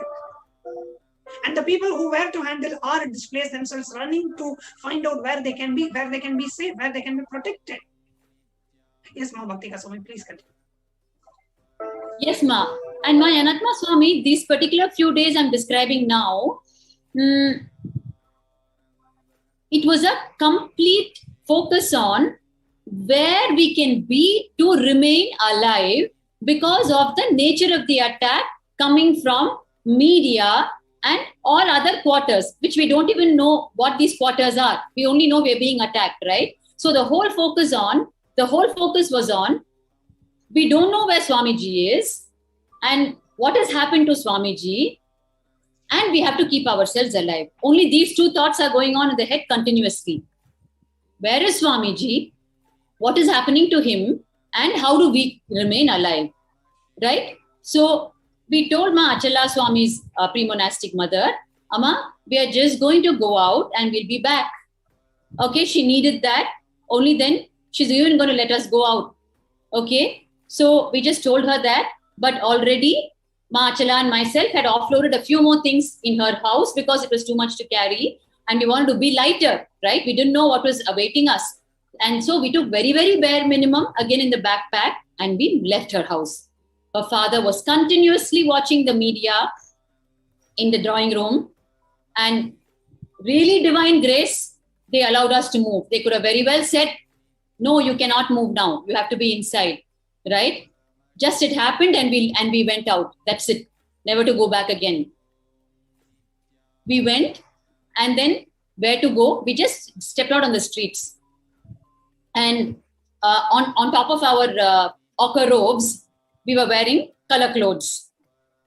If you have to remain alive and you need to serve the people and you need to retain your sannyas vows, what do? On top of our ochre robes, we were wearing the color clothes. And even that media picked up and they would flash us and the headlines would be Rang Rang Rangila. Rangila means like, colors. Oh, you know what? All the sannyasis are wearing color clothes. People outside don't know we are wearing color clothes to save our lives. And we are wearing our kavis inside. We are wearing the ochre inside. Every single fight for our life was twisted by media and we were made to, they made it appear as though the sannyasis are having a good time wearing color clothes, making use of the situation. Whereas here, we are fighting to remain alive and still preserving our sannyas vows and wearing the color clothes on top of our kavi clothes and looking around how to remain alive. So we stepped onto the street and we just wanted to appear as though, all was well. And we just kept walking where we don't know. That was the first time, Anatma Swami. It's like, you just don't have a place. You don't know where you should go. You're just on the streets. Means you're just on the streets. That's all. There is no place. Your home is burning. there is no place, and you are afraid to talk to anybody, afraid only for one reason, that we might not be able to remain alive to continue God's own mission. No other fear was there, mind you. That is the success and the greatness of our beloved Bhagavan on each one of us sannyasis. We did not have a fear for our life in the real sense of fear of life. Our fear was we wanted to still be alive to be part of God's own mission and continue with Sanatana Hindu Dharma. That was the only fear. It was not the mundane fear of life. We had lived enough with Bhagavan for him to transmit that ultimate powerfulness in us. And it worked. It worked on the face of real life and death situation. Ma Achala and I can write a book on just those few days and help people understand Hinduism is real, and when you're presented with a life and death situation, the Hindu truths work, and incarnations are real, Paramashiva is real. And when Paramashiva happens, you can test any truth of Hinduism you want, it works. So we were out on the streets. Where we were going, we don't know. And suddenly, Ma Achala and I had nothing to do. There was nothing to do. We were waiting to get some news through our small devices. And another fear at that time was, what should happen to our devices? It is running out of charge. The only thing we wanted to do at that point in time was how to keep our cell phones alive. That was the only strategy we did. We could only do one step at a time, because first we had to have our devices to keep in touch with each other, to keep in touch with the other pairs, and to a smaller core team that was still there in Adi Kailash. So this was our lifeline, our small cell phones. And at that time, so many years back, we did not have such advanced cell phones either. So, yes. So the Supreme Pontiff of Hinduism, the leader of the entire community. I'm not able to hear you very loudly. Sorry, Mom. So the Supreme Pontiff of Hinduism, the leader of the entire community, was exiled from his home. You all, his disciples, the members of the community, were forced out onto the streets, forced into hiding, displaced from your homes. Then, even though you were in hiding, you were still being attacked. So at this time, what was it that made you come back and be able to come back to the Adinam despite facing so much of attack and so much of insecurity and instability? Ma, when you have experienced truths for yourself, then you don't need the support of anything else, and you will stand for it, and you will want to be associated only with it, come what may. Like I was just sharing with you, Ma, those few days will forever, till the rest of our lives, be the single thing I will recount to anyone who has a question about Paramashiva, about incarnations, about Hindu Dharma, and about the teachings and truths of Hindu Dharma. Your question is, what made you come back? Only these four things. That Swamiji is Paramashiva, and the strength of his teachings, and what he had transmitted to us. I'm using the word transmission because unless it is a transmission of light, this depth of cognition and the courage would never have come upon any of us. So it is nothing but the purity, the depth, and the realness of Paramashiva, Swamiji as the incarnation, his teachings, and the mission. Swamiji's mission, which is so sincere, real, and Ma, when you've lived something, you don't need any other support. Just the strength of your life is enough. So the answer to your question is the strength of the life we lived with Swamiji prior to the attack is what saw us through the days of the attack every time, not just in 2010. Every year the attack happened, every instance the attack happened. Purely the strength of the truths of Sanatana Hindu Dharma and the transmission, the initiation, the transmission from Swamiji as the incarnation to us. Only that has seen us through. Nothing else. Nothing else. Because of the strength of your experience and because you were able to seek refuge in a safe place and return to the Adinam, you were able to continue your life. Unfortunately, not all of the female sannyasis, the children, the monks that were in the Adinam at that time were fortunate enough to be in such a situation to seek refuge in a safe place and return back to their homes. Can you explain a little bit more about that, Ma? Actually, what happened, Ma, there were a junior rung of sannyasis also, right? Who were in their probationary vows period.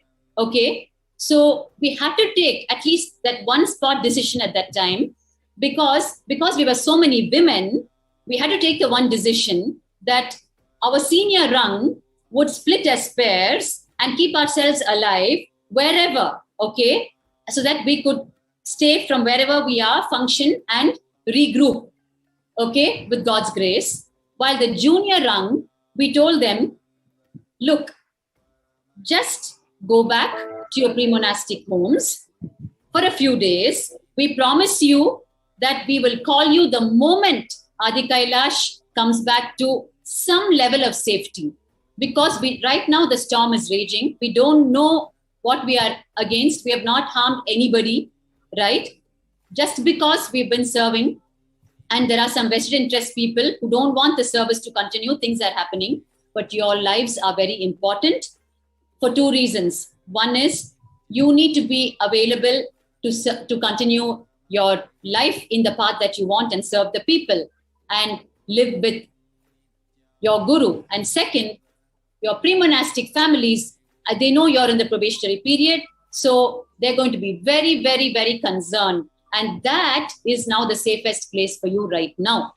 We had to take a very practical decision, balancing the entire scene that was so new and so raging in front of our eyes. So we told the junior rung and they did not want to move, Ma. So of course, so many of them are here today, right? But I still remember they cried and cried saying, why? You take one junior with each of you and go. If Ma Achala and you is going, one of us will come with you. What is the problem? If you can face it, we can face it. But you know, Ma, the tough decision at that time was, while Ma Achala, the senior rung like us, we were ready for anything, right? While we were ready to take on the responsibility for our lives, somewhere at that point, on the one side, taking these juniors along, because if we die, then they die along with us, but they wanted to put their lives down. That was the beauty of the whole thing. But somewhere we felt it was not fair on our part to drag them onto the streets. We were torn between the strength of their sannyas and somewhere,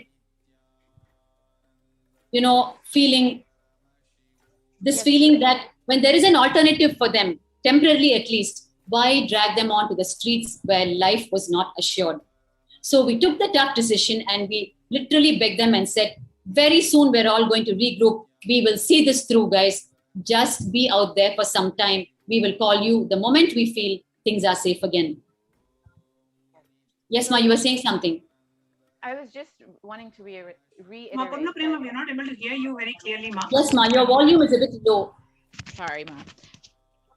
I was just saying that the situation was just too unstable for the younger group, the more vulnerable people in the community at that time to be staying with the Adinam and continuing to remain within their identity as the ASMT community member, because the situation was too unstable, it was too insecure. So they were forced to disidentify from the community just for their own security, their own safety.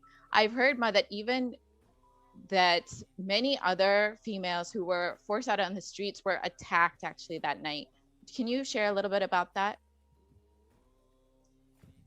Ma, as women, you know what additional things we're up against, right? Which was one of the key reasons that we did not want to drag the younger ones onto the street. Because if we had to fight, then we didn't want, this our energy to be diverting into anything else that might happen if we take the younger ones along. You know what I'm talking about, right? Women getting raped, which happened at that time. So that was another main reason why we decided we will not take them onto the streets with us. Because in front of our own eyes, in our own home, in Adi Kailash in Bangalore,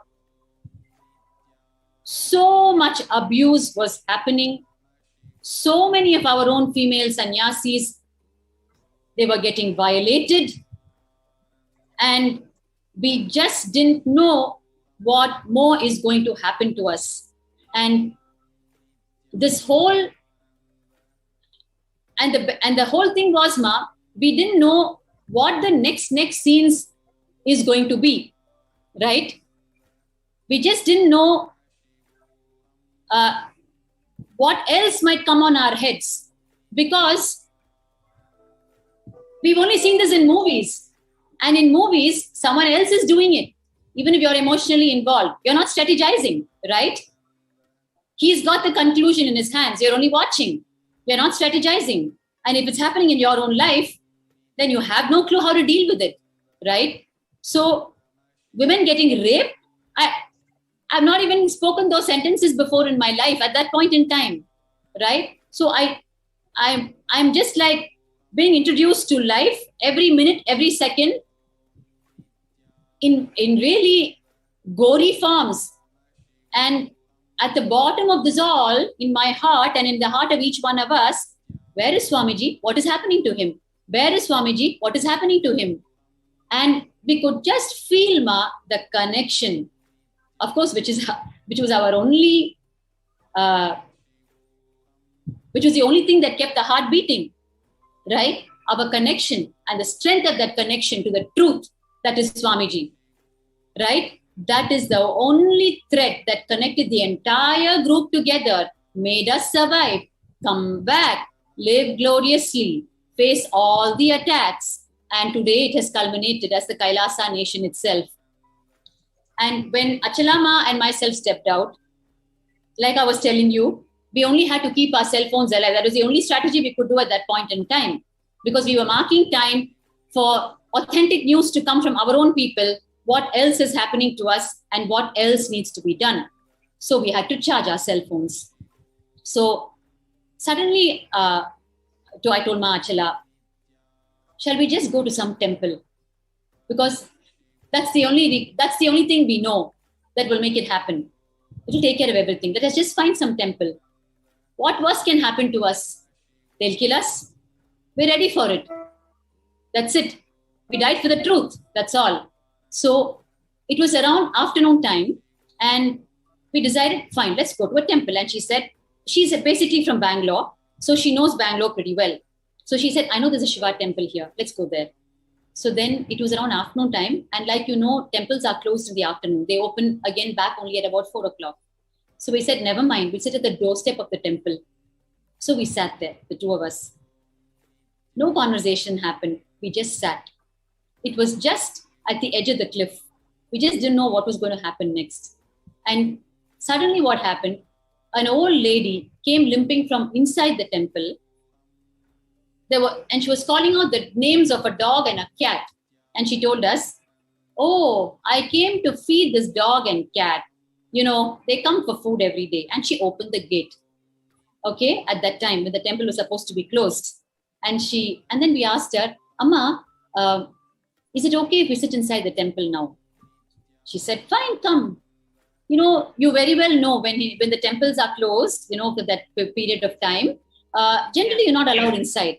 You have to wait till 4 o'clock, right? She allowed us in, and And immediately both of us knew, see, if it is true, then it is true.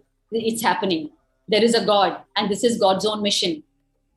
Swamiji will guide us every step. This itself is God answering our call. And we went inside, and it was a Shiva temple. There was a Shivalinga there, and we went and sat there, just in front of the Shivalinga. Of course, the door was closed. Through the grill, we could see the Shivalinga. And we said, now come on, Achala, we need to charge our cell phones. And you won't believe it. We just looked up, and there was this huge array, sockets, only sockets in a huge wooden board, right? And Machala and myself grabbed our cell phones. And yes, Ma? So, I was just saying, in a temple, seeing that kind of a huge array of wooden board of charging plug points is not a common scene that we see in a Hindu temple. Exactly. That's what I was coming to tell, Ma. There was this huge, extraordinarily, in a temple, such a big, only sockets. It was like, Paramashiva was just giving it to us, showering on us, right? We immediately put our hands into the backpack, pulled out the cell phones and charged it. Put it for charging and just sat there and said, oh Lord, we're surrendering to you. We don't know where you are. We don't know where you are, Swamiji, we don't know where you are. And all we know is we want to charge our cell phones so that we can remain alive and remain connected to the group. We can't think of anything beyond that right now. This is our strategy for now. Stay alive and keep the cell phone charged. We charged. And then what happened? We didn't want to stay too long in any place because we didn't know who was watching us. We didn't know what we were up against. And it was so venomous, the whole scene. So immediately we said, Achala, once the cell phone is charged, let's move. Let's not stay here too long because once a temple opens, people are going to start coming in. And we don't want to be sitting in one place and people being able to see us. We want to be roaming around so people will not be noticing our faces because we have been flashed a lot on television. So once we felt our cell phones were charged enough, we got up. Yes, Ma. I just was sorry to interrupt, Ma, but I just wanted to, as you were sharing, it just occurred to me. In a peak of crisis where you have just been displaced, and if you see how women, especially women who are displaced, they go through so much of mental trauma. They go through panic attacks. They go through so much of suffering and pain, and they are not even able to think what they need to do. Women go through so much of trauma and stress when they are displaced. And there are so many research articles and books and the women who are displaced themselves have come out and shared how it was. And even now thinking about it, they have so much of that painful memories that they have during the traumatic period when they were forcibly displaced. And here I'm hearing the story of the women of Kailasa. The disciples of the Supreme Pontiff of Hinduism, displaced, don't know where to go, sitting at the footstep of a temple and, just entering a temple and thinking about, what, we need to charge our phones to be available. We need to charge our phones to decide what we need to do next. How else we can contribute to the society? How can we attend to the situation, the larger situation that is happening around us? It's just impossible for a woman in that situation to even cognize. All a woman, a normal woman would be thinking when she or he, when she is displaced, is how can I save my life? Where am I going to stay next? Where my next meal is going to be? Where am I going to be safe? Is my life going to be okay? That's all women can think about. And this is not to, this is all we are. This is how we as humans are made to, first of all, we can think, okay, my life is in danger. Let me protect myself.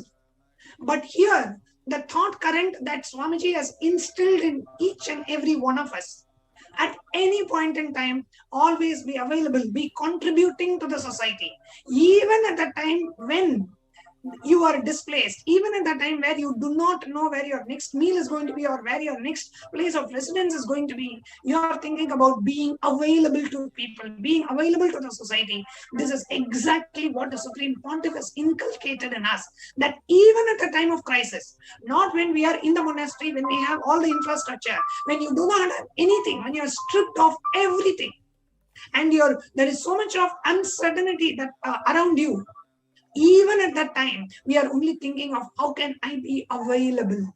How can I be contributing? this is what No, I Ma. want to share. It brings even in that moment of crisis. Yes, ma'am. Yes, ma'am. Ma Nyanatma Swami, at that time, Ma Achala and I were just on the streets, not knowing where to go, no home, and waiting for some miracle call to come to us. Like I was telling you, we were, at that temple, and then there was that one caretaker of the temple lying down. Okay, it was his resting time. Okay, so we just told him, Ayya, can you let us out? Because they had once again locked the gate. So once we knew our cell phones were charged enough, we said, Ayya, can you please let us out? You know what he did? He was lying down. If I think back in those scenes, I feel he was actually just Paramashiva lying down there. He doesn't even know who we are. He took his key from his trouser pocket without even turning and looking at us. He just threw the key, slid the key on the floor. He was lying down on the floor. He slid the key on the floor and said, here, take the key.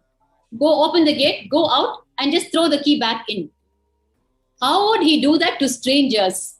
It was like, a leela in front of our eyes, even in those dire circumstances.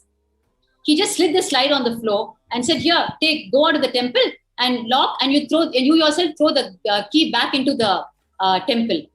So, Matra and I just looked at each other. When you were sharing this, what reminds me? See, even though the Supreme Pontiff of Hinduism was himself had to, somehow we have to keep the physical body of Supreme Pontiff of Hinduism safe and alive, and at that time, and so much of attack and assassination attempts going on, every moment, Swamiji makes us feel he is there with us. Yes. I don't know how to, that if you're watching us live, and I have experienced it, 1,000 times in my life, I don't know, thousands of times, and I'm sure Bhaktika Swami also. It is not that, yes, we were stranded, but we were not. Yes, we were displaced, yet we were not. That is how Swamiji held us internally. If we could act differently at that time, if we could not collapse and cry and think of, having suicidal thoughts and going into depression and drugs and whatnot, if we could be stable mentally, psychologically, if we were able to even think and be a part of this whole grand mission, it is because of the inner software that Swamiji has installed in each and every one of us. And never once any of us felt stranded. Never once any of us felt Swamiji was not there with us. In some way, Swamiji will tell us and will make us experience that miracle. Will make us experience that I'm there for you. When you were sharing this, Bhaktika Swami, that was what the click that I'm getting. He just makes us feel at every moment, whether that woman coming out of the temple and taking you in, or this man giving the key, or this huge, this panel of sockets, that exactly what you needed. Everything is a way that Swamiji is telling you, you both are not alone. I am there with you. Absolutely. Nyanatma Swami, I'm reliving what I'm telling, and you're able to see it from, so many different perspectives. I'm just telling you life as it happened, and you're able to, bring out so many perspectives from it, right? At no point in time, we felt, it was just completely utter insecurity, right? You don't know, you don't have a home. You don't have a home, you're a woman, you're a sannyasi. So, even at that time, like you were saying, the concern was where and what is happening to Swamiji, and how do we continue, right? So what we did, we took the key from the floor, okay? And then we went out and we locked and threw it inside and we moved. Our cell phones were charged. We started moving. And we started choosing roads which were not so crowded. It was so different because you're used to going for an evening walk. Even evening walk, you know where you're going and where you're going to come back to. And you know the timing. It's a half-an-hour walk. That walk, those couple of walks I had with Ma Achala, I will never forget. Because in those walks, we didn't know where we were going, and we didn't know whether we would return, and we didn't know which road to take. It is just a life at the peak of insecurity for us, that's all. So we went and we started walking around, and at that time, there was not much strategizing to do. We suddenly broke off into memories with Swamiji. Ma Achala started sharing so many things that Swamiji has told her directly. And I started sharing so many things that I've heard directly from Swamiji. And we just started recalling just disconnected, isolated incidents, exchanges with Bhagwan. And we just continued to walk. And both of us we're from publications department, like you know. So then we were discussing. So I was telling Achala, Ma Achala, we don't know where Bhagwan is. We don't know what has happened to him. But Bhagwan has spoken thousands of hours. He has spoken at least 12,000 hours at that point in time. And you and I are in charge of publications.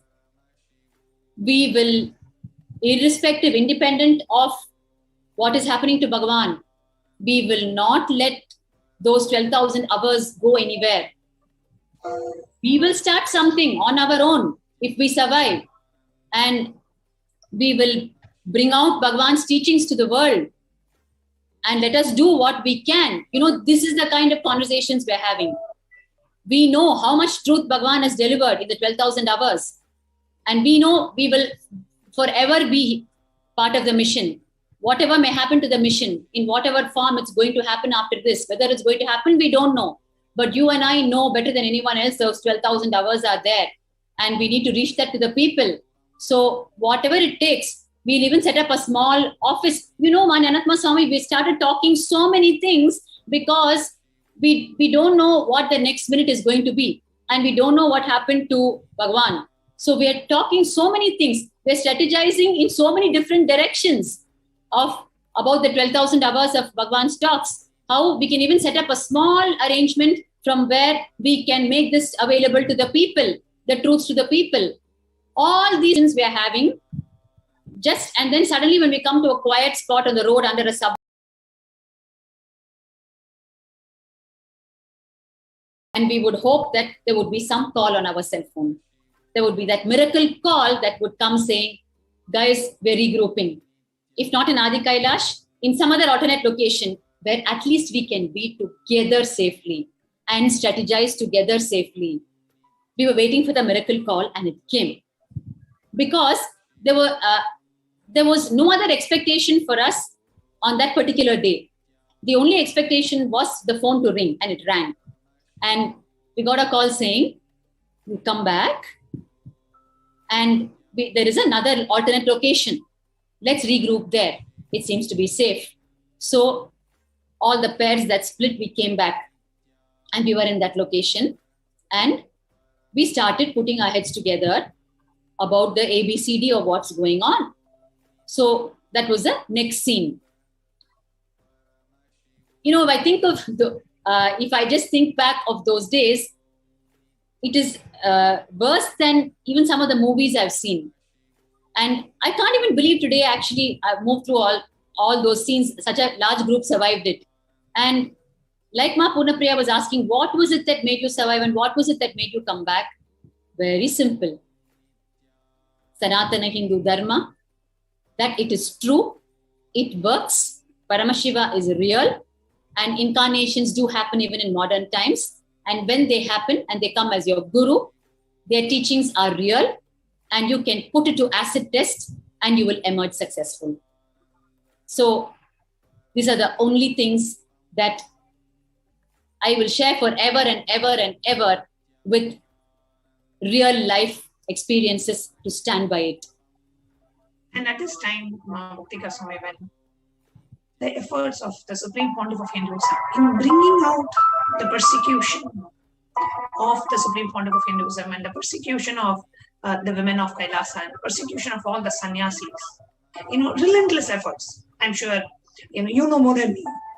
the number of media houses that we have knocked at, and the number of police stations we have gone through, number of courts that we have gone, and the human rights avenues that we have approached, so many things over the last 10 plus years of this relentless persecution.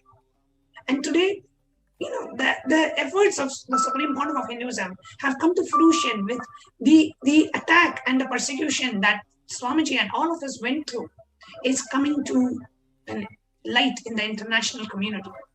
So how does you, as a monastic member of the Sovereign Order of Kailasa and somebody who has been in the center of this whole persecution and been through it before, during, and after, how does it feel when we realize that the efforts of the Supreme Pontiff of Hinduism in bringing this to limelight has finally come to fruition? Like I told, something which cannot even be described, the hard work of Swamiji, right? Simple hard work, which can never be described enough. The result of that, the culmination of that, happens every minute. His effort is in building individuals and reaching the masses, both at the same time. Building individuals means making individuals live enlightenment. And from whatever sharing I've done the past half an hour, I cannot find a more classic example than that as a direct testimony of the fruition of Bhagwan's untiring efforts. Because if two female sannyasis can survive what happened in 2010 and survive that life on the streets and be available today to share this with people, then nothing can be greater testimony to that.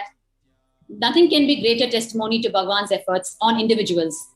And Bhagwan's reach to the masses in the infinite dimensions. There are people living today because of Bhagwan. They have been given life when the entire medical fraternity has washed its hands off. Thousands of cancers have survived. Why? Our own Sri Nithya Sevananda.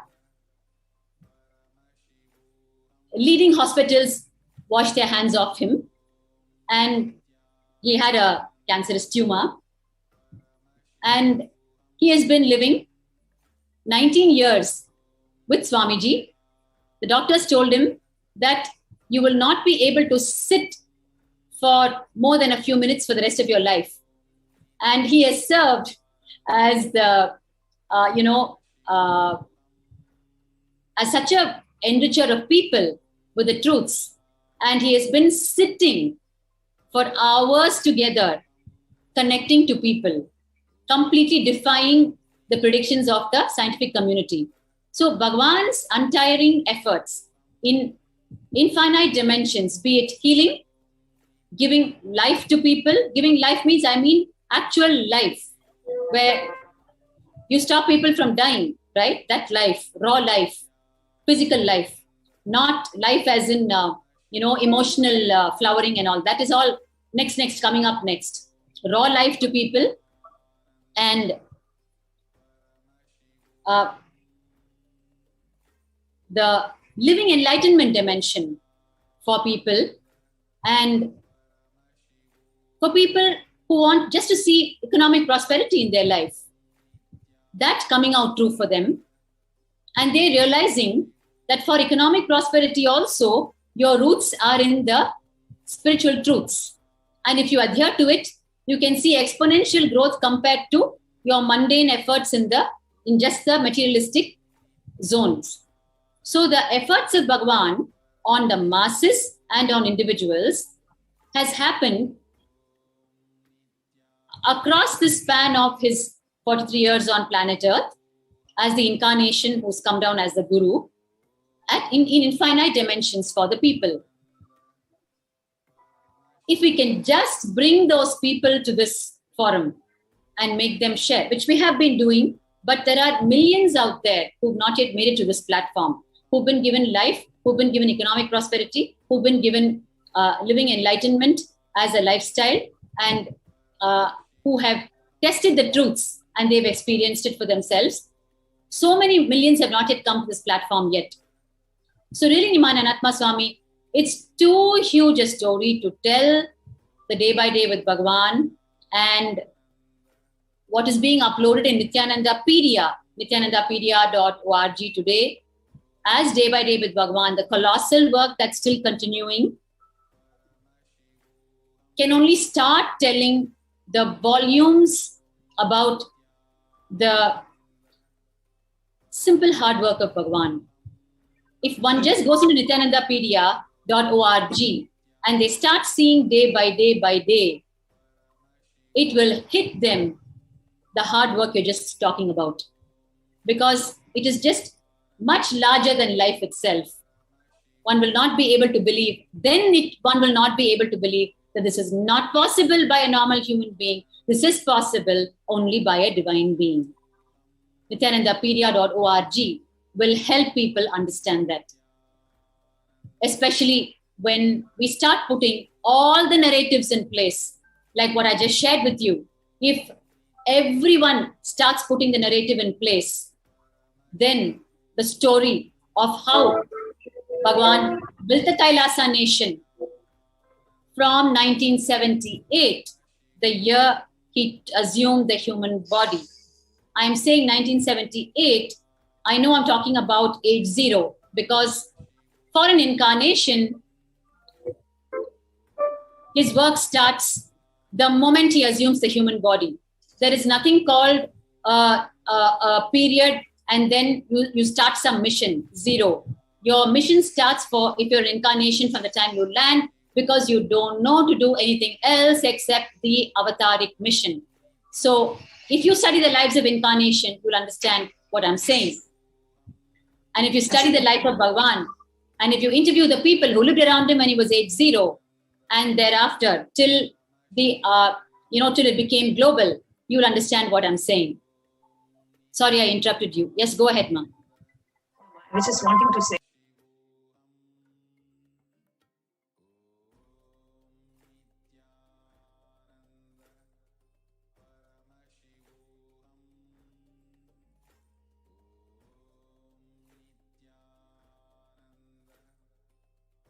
were forcibly displaced.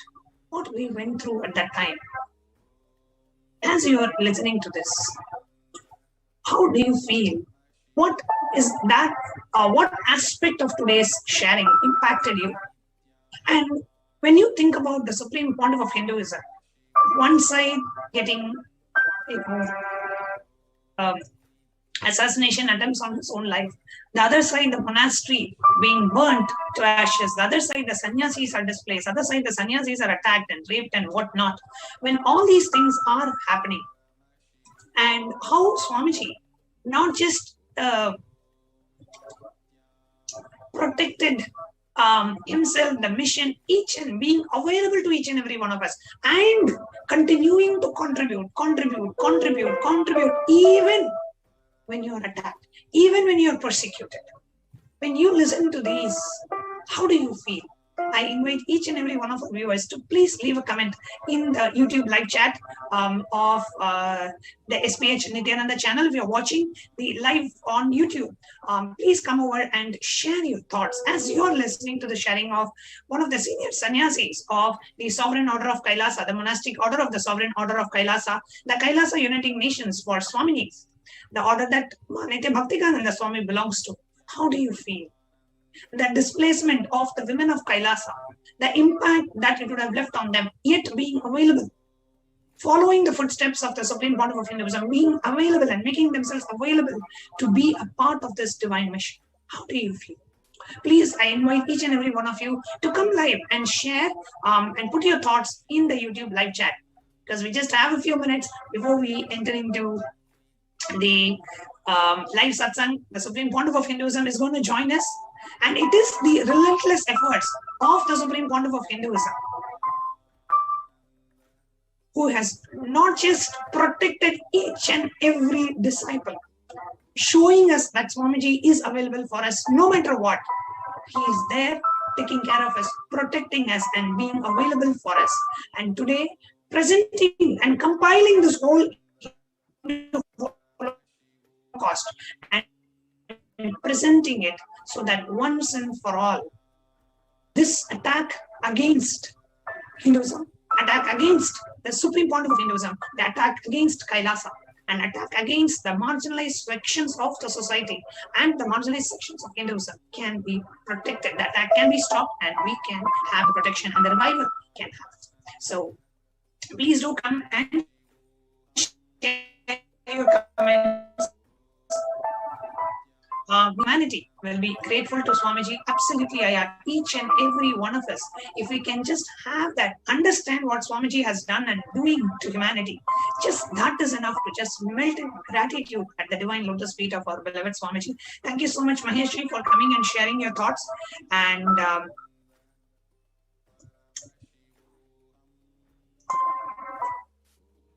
today, it is our responsibility as Hindus to share this news widely. So if you're watching us live, please use the hashtag UN recognizes the persecution of HDH Nithyananda and Kailasa and share this news virally with everyone.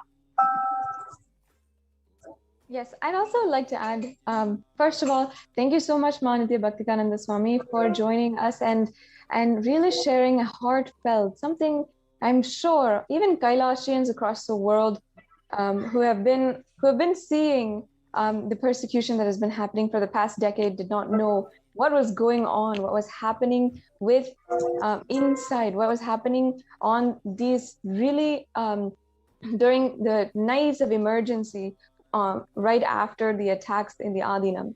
I'd like to add, of course, that it was what we're hearing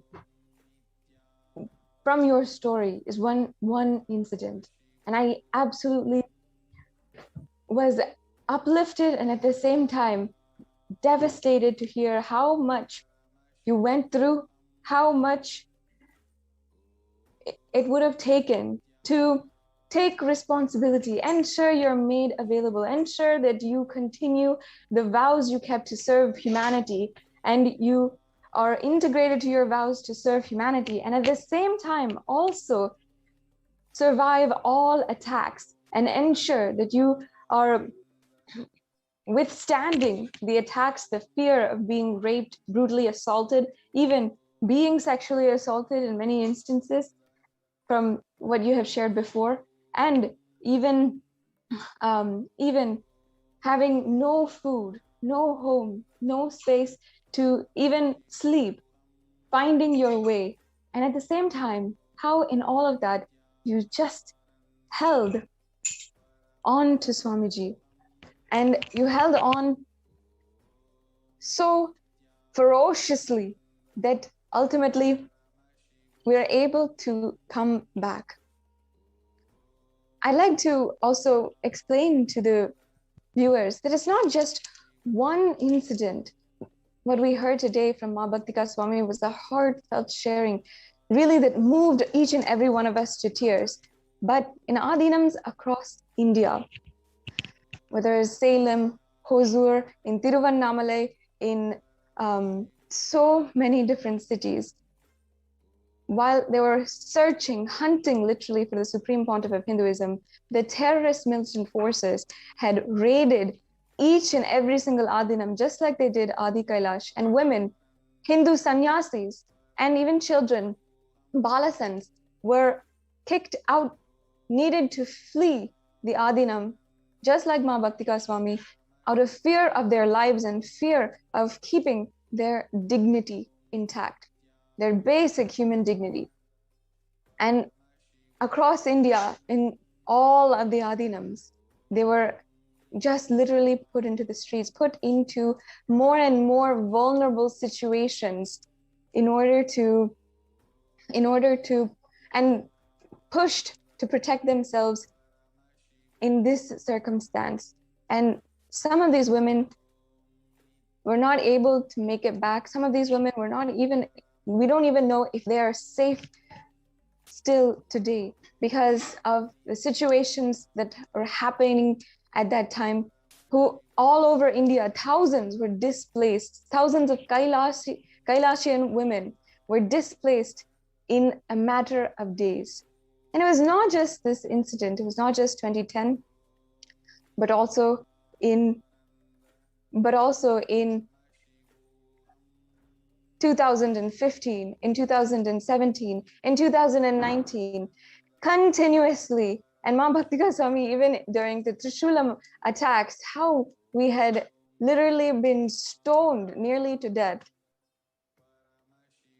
And the entire Adinam destroyed, literally not even able to live in that Adinam, not needing to survive. And somehow we are able to get help to fix the property and fix the whole thing. Perhaps even Ma Bhaktika Swami, if you can share just a little bit for the viewers about the subsequent attacks that have been happening, where women have been displaced, where you yourself have seen in Pavlakundru and also in Trishulam, and even perhaps in YSJP, and how each and every time the women and children of the ASMT, when the terrorists attack and they raid the Adinams, they look out for, first of all, to kill the Supreme Pontiff of Hinduism, and also to do their way, entirely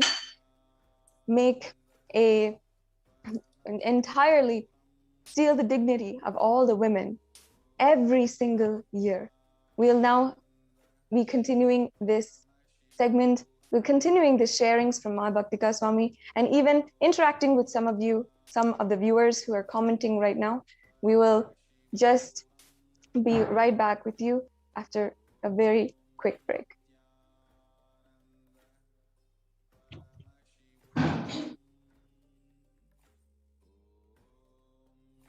Nithyananda Paramashivoham. Om Nithyananda Paramashivoham. Om Nithyananda Paramashivoham. Om Nithyananda Paramashivoham.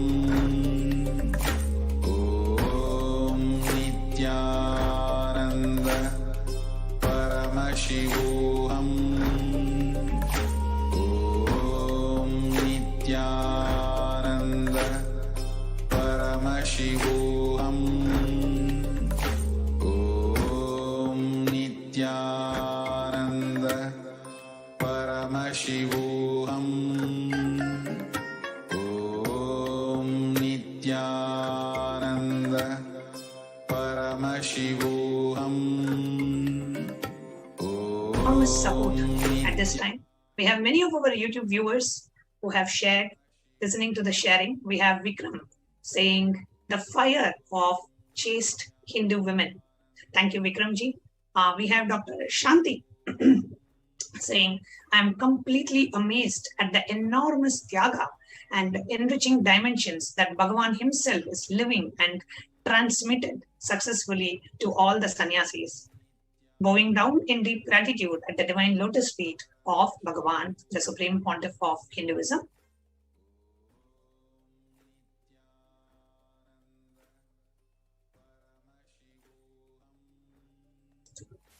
We have Vikram U who's saying, I'm currently now in Adi Kailash COVID care, eating the royal food, which is a blessing of you mothers.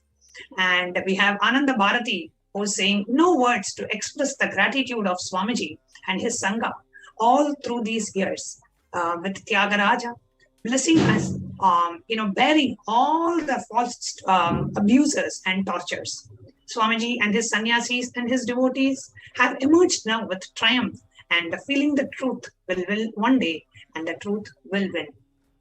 I bow down to all the female sannyasis and the devotees who stood strong for the truth and Hinduism, along with Paramashiva, encountering so much persecution, that too all baseless persecution.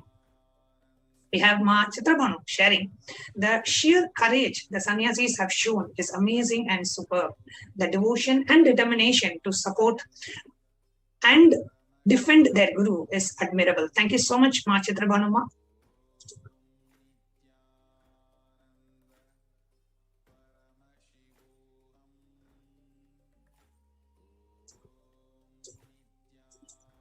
We have Anne-Marie Casa saying, I just feel like living as highly, as strongly, as deeply as you did, and follow Swamiji till the end. Beautiful. Thank you, everyone. And there are so many more comments that are flooding YouTube and Facebook, but just in the interest of time, it's time for us to get ready to receive the darshan of the Supreme Pontiff of Hinduism. Thank you, everyone, for supporting us. Thank you, everyone, for standing by Kailasa. Thank you, everyone, for offering your deepest gratitude at the feet of the Supreme Pontiff of Hinduism. Thank you for being there and supporting the Supreme Pontiff of Hinduism and Kailasa. And if I can just share one thing before we enter into the meditation, share this news virally.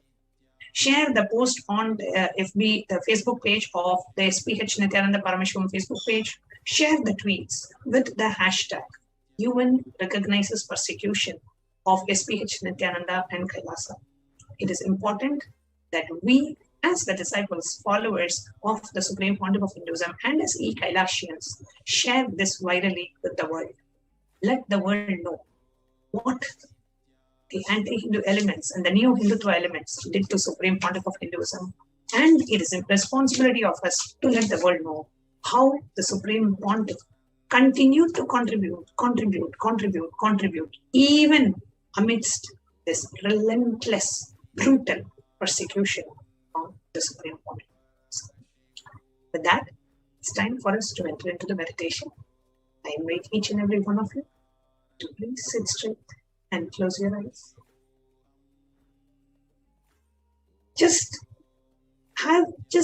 look in and think about all that Supreme Pontiff has done to each and every one of us.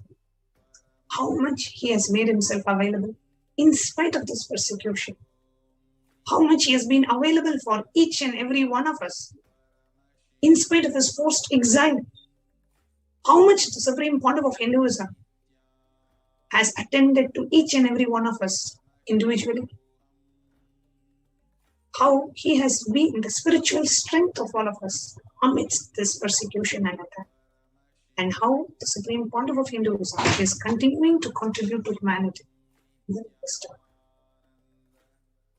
Just remember all the contributions of the Supreme Pontiff of Hinduism. And remember your deep feeling connection, your beloved Guru. As we get ready for yet another darshan and satsang. Visualizing Swamiji in your Ananda Ganga. Intensely chant the Mahavakya. Om Nithyananda Paramashivoham. Intensely connect with the Supreme Pontiff of Hinduism. Let your whole body just melt, remembering and experiencing the gratitude for the Supreme Pontiff of Hinduism. Let every cell in your body feel the gratitude. Offer the gratitude. Let every cell in the body offer the gratitude to the Supreme Pontiff of Hinduism, who is standing to revive Kailasa, who is standing strong to revive the enlightened civilizational nation and the territorial nation Kailasa, so that we are never displaced, so that we as Hindus never need to be displaced again. Intensely chant the Mahavakya, offering your deepest gratitude at the divine lotus feet of our beloved Swamiji. Om Nithyananda Paramashivam. Intensely chant the Mahavakya. Om Nithyananda. Let your heart melt, let your eyes fall, let your being completely soak in the space of gratitude, devotion, surrender. Intensely chant the Mahavakya. Let your whole being reverberate with the chant of the Maha. Om Nithyananda.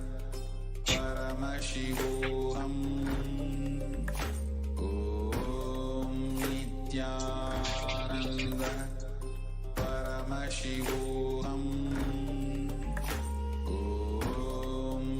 Continue to chant the Maha Mantra.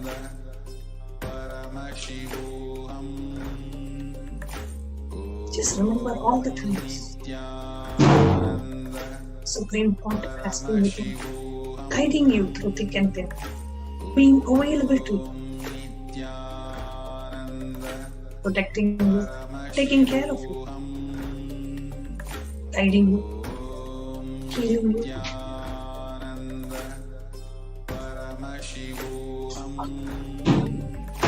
Just remember each and every moment. Paramashivoham. Om Nithyananda Paramashivoham. Om Nithyananda Paramashivoham. Please chant Maha Mantra. Om Nithyananda Paramashivoham. Om Nithyananda Paramashivoham. Om Nithyananda Paramashivoham.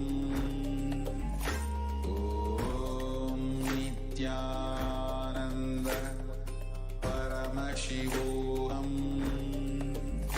Om Nithyananda Paramashivoham. Om Nithyananda Paramashivoham.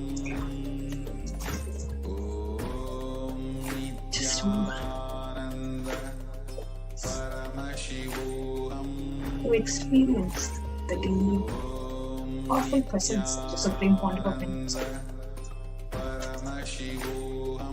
Remember how blessed we feel having Supreme Pontiff of Hinduism in our lives, taking care of us, protecting us. Just having the Supreme Pontiff of Hinduism as our Guru, the biggest treasure, the biggest jackpot, the biggest lottery that we have in our life. Paramashivoham. Om Nithyananda. Om Nithyananda Paramashivoham. Om Nithyananda Paramashivoham. Om Nithyananda Paramashivoham. Om Nithyananda Paramashivoham. Om Nithyananda Paramashivoham. Om Nithyananda Paramashivoham. Om Nithyananda Paramashivoham. Om Nithyananda Paramashivoham. Om Nithyananda Paramashivoham. Om Nithyananda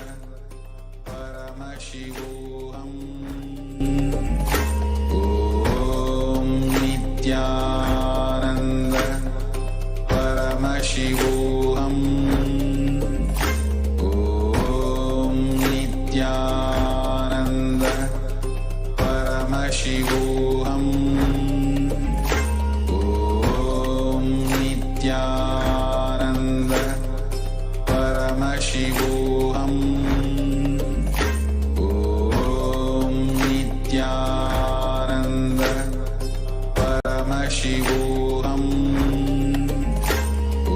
Om Nithyananda Paramashivoham. Om Nithyananda Paramashivoham.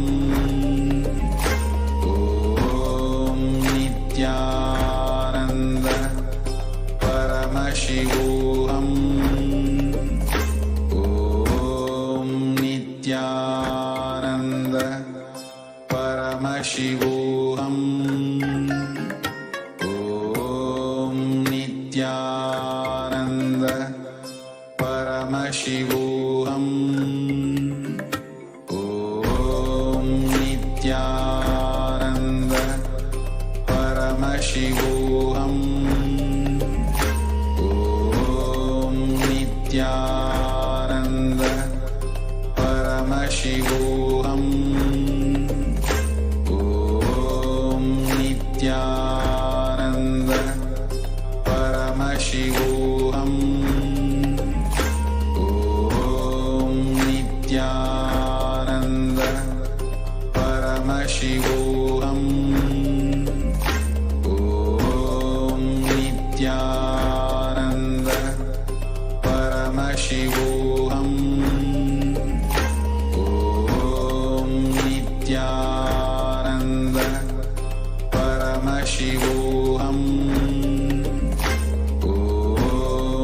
Nithyananda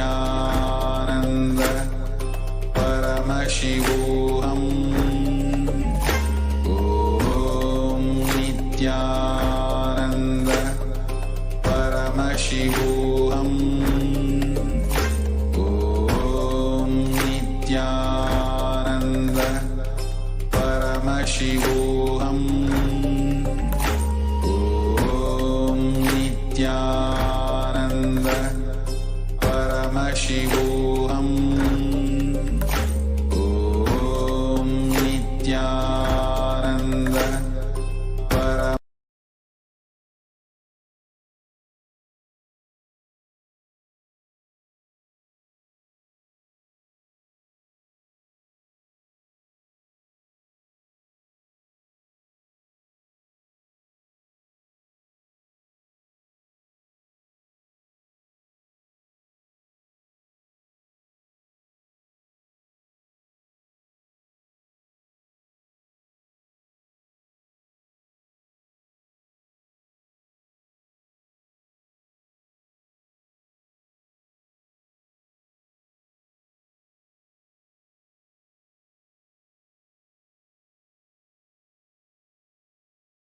Connecting with the divine with your eyes closed is meditation. Connecting with the divine with your eyes open is darshan. Come, let us all now move from meditation to darshan. Slowly, very slowly, please open your eyes.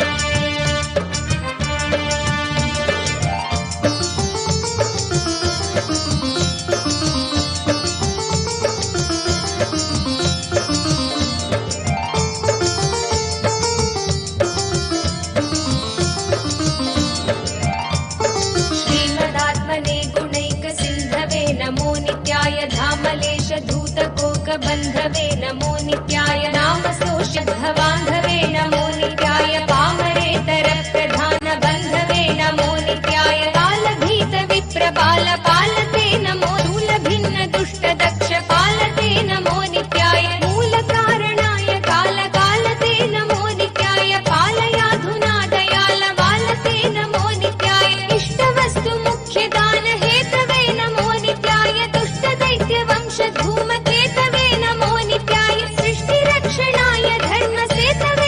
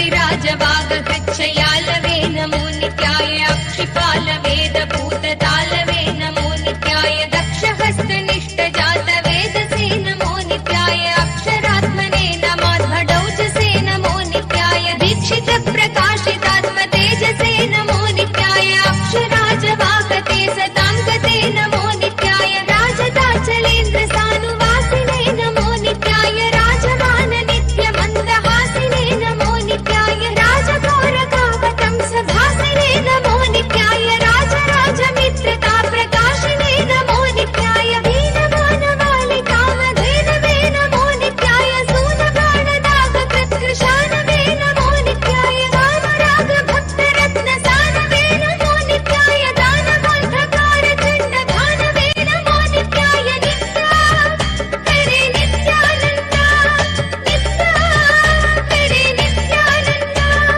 नित्या हरे नित्यानन्दा नित्या हरे नित्यानन्दा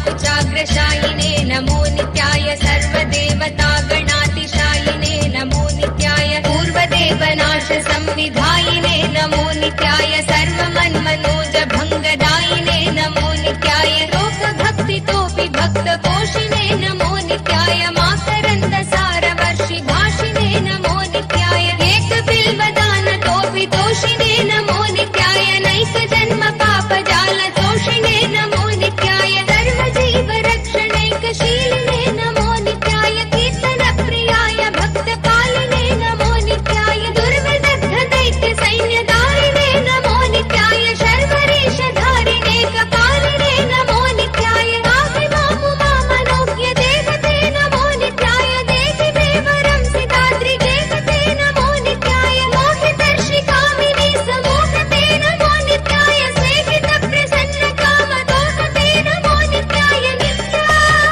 हरे नित्यानन्दा नित्या हरे नित्यानन्दा नित्या हरे नित्यानन्दा नित्या हरे नित्यानन्दा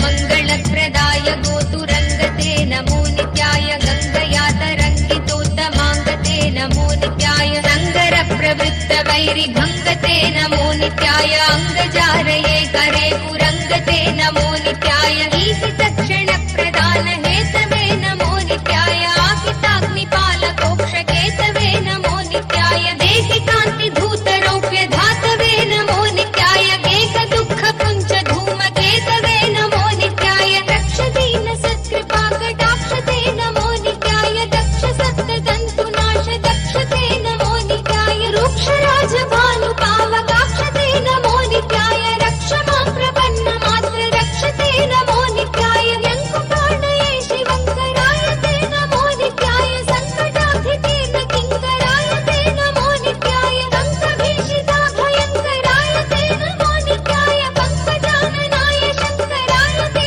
नमो नित्याय नित्या हरे नित्यानन्दा नित्या हरे नित्यानन्दा नित्या हरे नित्यानन्दा नित्या हरे नित्यानन्दा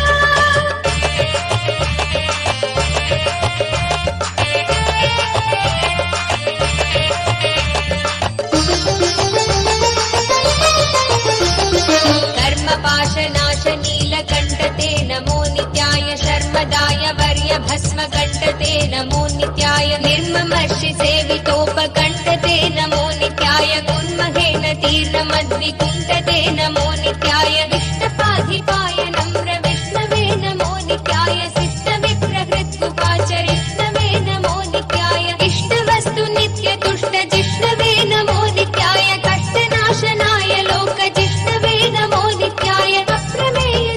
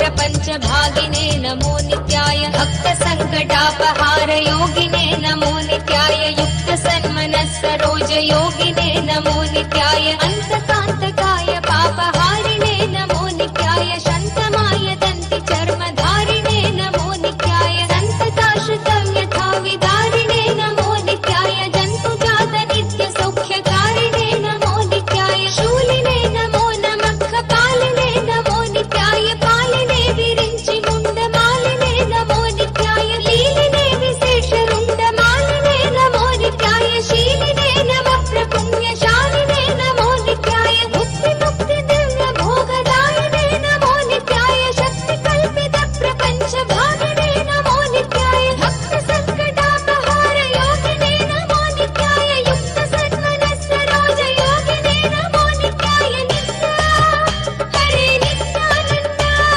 नित्या हरे नित्यानन्द नित्या हरे नित्यानन्द नित्या हरे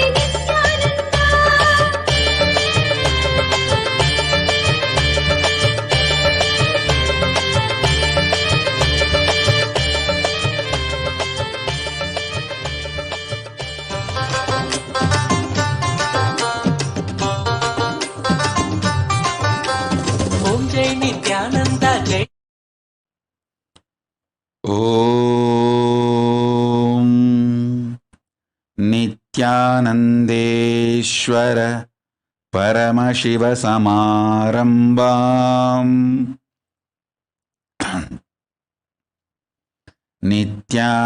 नित्यानन्देश्वरि पराशक्तिमध्यमाम् अस्मदाचार्यपर्यन्ताम् वन्दे गुरुपरम्पराम्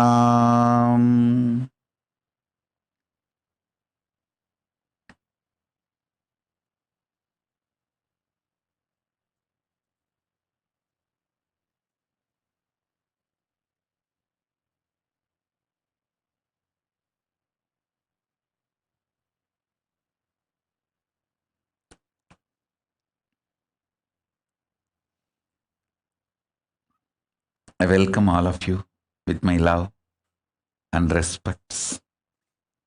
I welcome all the devotees, disciples, Samajis, Satsangis, Shri Mahants, Mahants, Tanidar, Kotari, visitors, viewers, everyone sitting with us all over the world.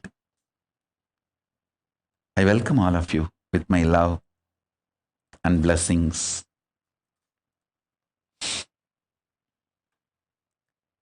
Paramashiva's message directly from Kailasa. Listen, listen intensely. Divya Sarira, the body, indestructible, effulgence, which is inside all of us. Please understand, this Divya Sarira is the core component of all of us. There is no person who does not have Divya Sarira. Everyone has a Divya Sarira. How much ever you think you are good or bad, you think you are God or demon, whatever you think, you have a Divya Sarira. That Divya Sarira strengthened, energized, inspired by sattvic food to the body, sattvic food to the mind, sattvic food to the consciousness. Enjoy these three in your life continuously. Don't worry about what should be negated. See, focusing on what need to be negated makes you very depressed, even feeling deprived.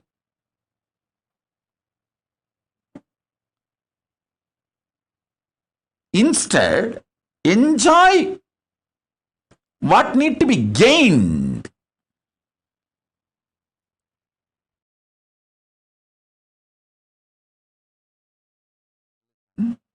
Listen.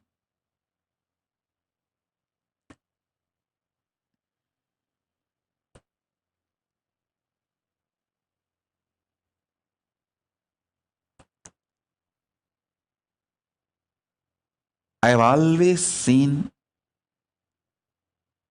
in this 40 years of my Chaturmasya, please understand, it has become almost 40 years now, coming Chaturmasya. This Guru Purnima is my 40th Chaturmasya.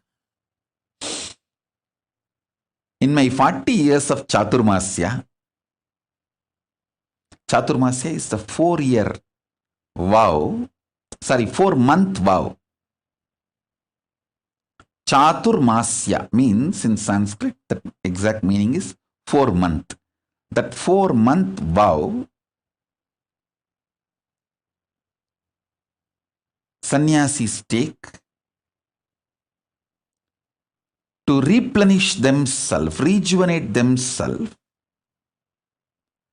with this sattvic energy, feeding the body with intense sattvic food, feeding the mind with intense sattvic food. Mind has a beautiful sattvic food. Feeding the consciousness with intense sattvic energy.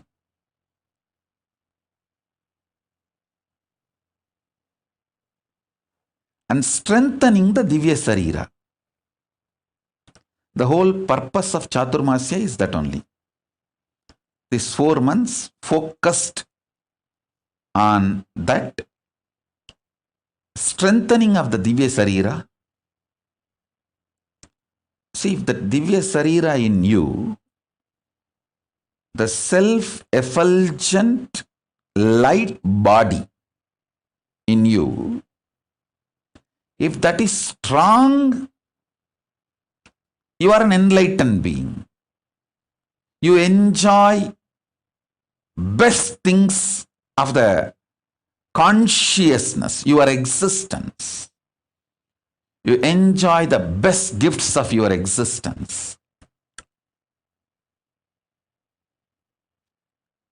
If that self-effulgent Divya Sarira gets more and more covered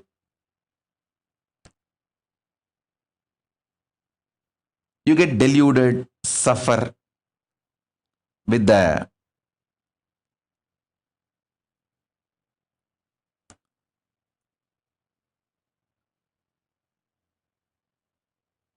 external world, delusions, delusion, whatnot, whatever.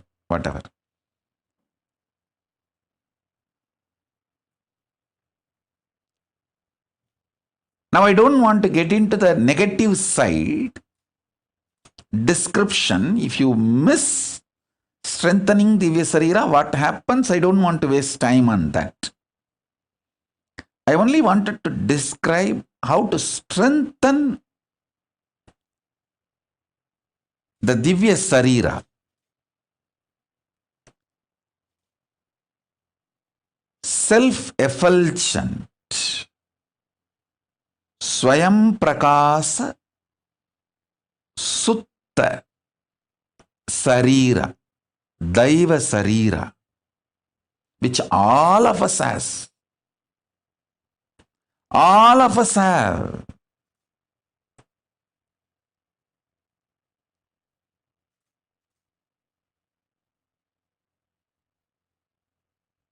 The methodologies to strengthen the Divya Sarira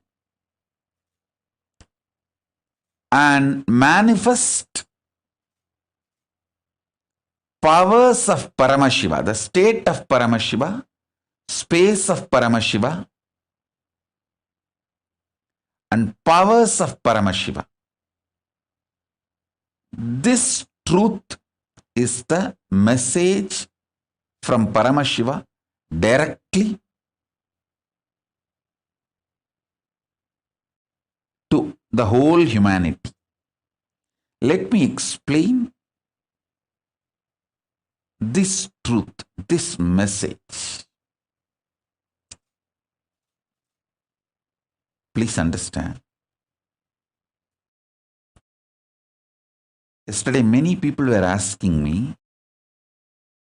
Swamiji, in the pre-satsang, your sannyasis and sannyasinis and whole Kailasa and Sangha is explaining all the persecution you went through and so much of material evidences, facts are presented by them. What they are talking in the pre-satsang yesterday or last few days, and when you come for satsang, what you are speaking means what I am speaking and what they are presenting, both are not even connected. Many people are questioning me. Listen, please understand. They are talking about what unconscious human beings have done to us. I am talking about what Kailasa is giving it to all of you. Please be very clear. My work, my responsibility, my focus for which I happened is to bring the greatest gifts from Mahakailasa, as I said, the ground zero, where decisions are made, where the consciousness is making decisions about the existence. I am straight coming from that space. Straight I am from that space now. So I am sharing what Mahakailasa, Paramashiva wants to share with you all.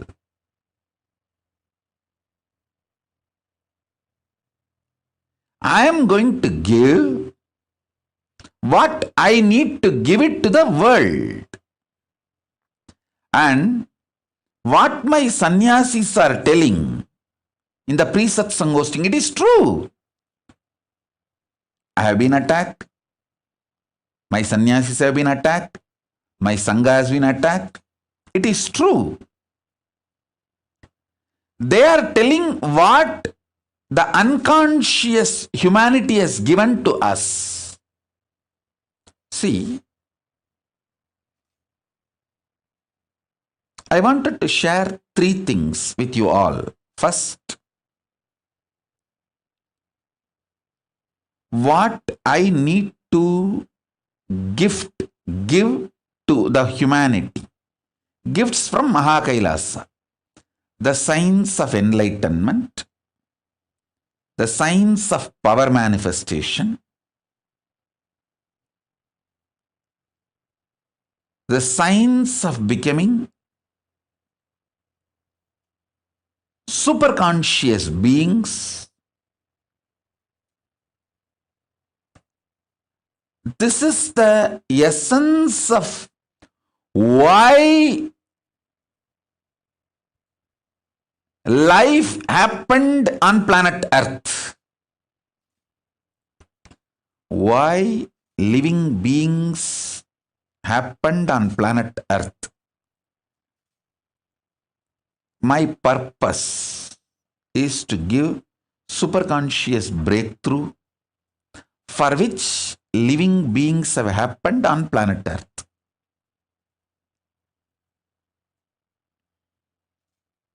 So all the gifts, I have so much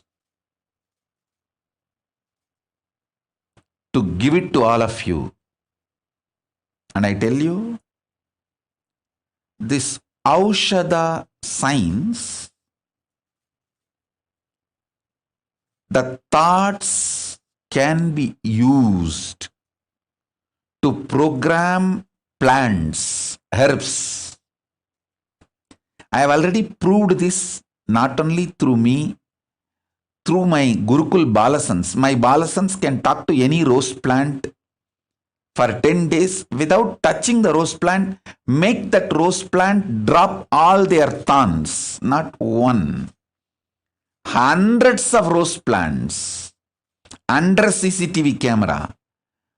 All my kids do is they go and sit and talk to those plants, relate with those plants, give them the love, feeling secured, energy and consciousness. Those plants just drop the thorns. I have proved this science multiple times, thousands of times, through many of my balasans, in many of my ashrams, and still I can prove, I can demonstrate even now. So this is the science. And now I want to tell you the next level. Any disease, the cure needed for the disease is a conscious energy which need to be inserted into your body, can be programmed into any herb, and that herb can be given to you, you will be healed. It's a science.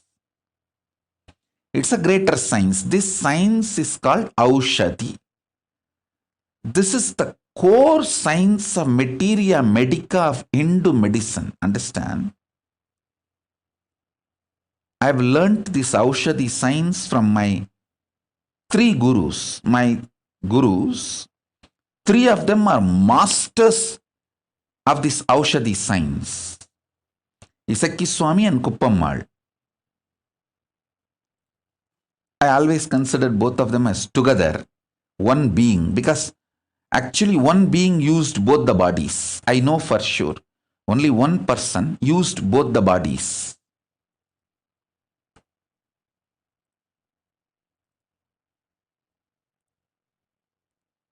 And Raghupati Yogi.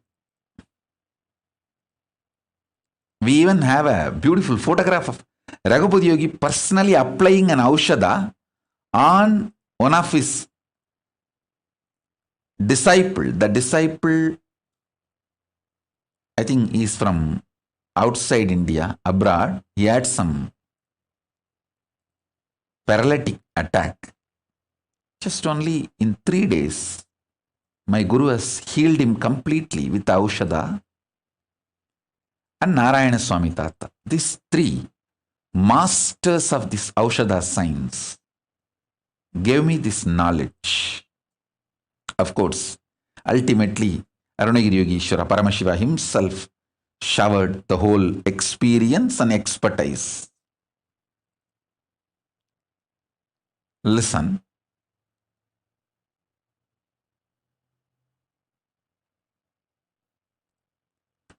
Herbs can be programmed. Plants can be programmed. Consciously programmed. This is the Hindu materia medica science. If somebody learns this science, it is 100 times more than getting any MBBS, MD or anything. Unfortunately, Hindus neither understood nor recognized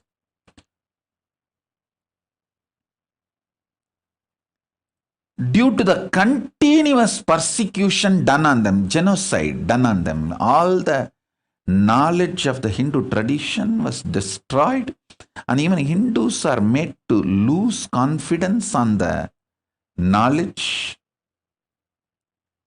And after a few generations of brainwashing, even Hindus feel all these are false, and they attack the Hindu gurus who are trying to revive all these great truths. It's like some part of your own body destroying your body, like autoimmune disorder. Hindus have been infected by the anti-Hindu elements with the autoimmune disorder. Part of your own body destroys your body, like HIV virus, this AIDS. That kind of a mental setup has been infused, consciousness has been infused into Hindus. And unfortunately, due to this hundreds of years of persecution and making sure all this knowledge not available to common Hindus,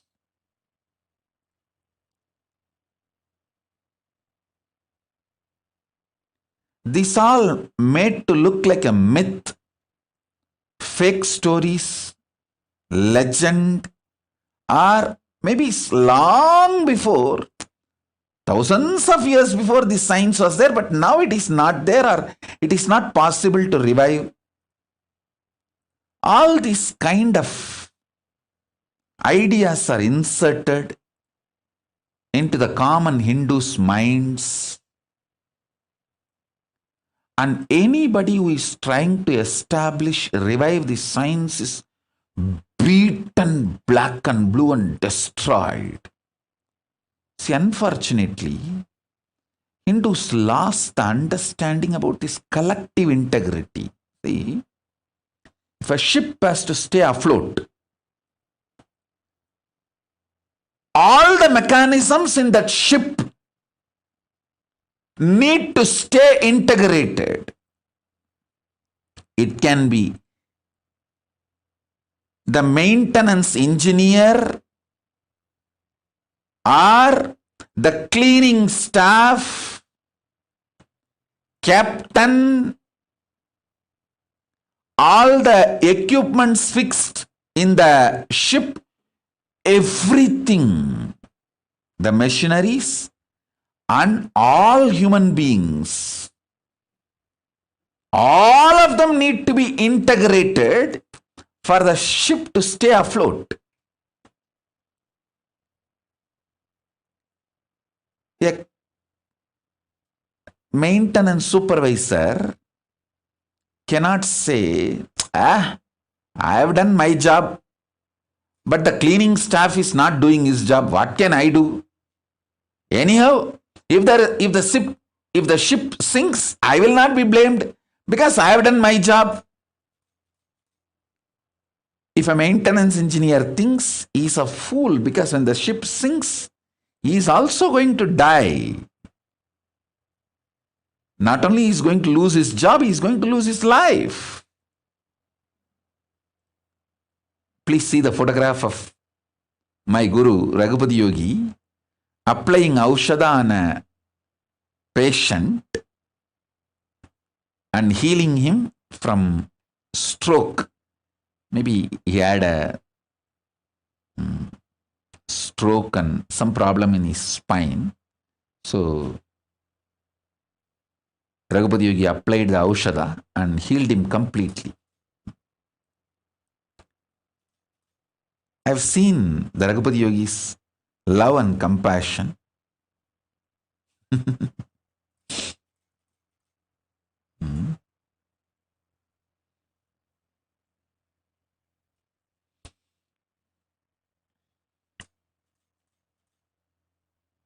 Now listen, let me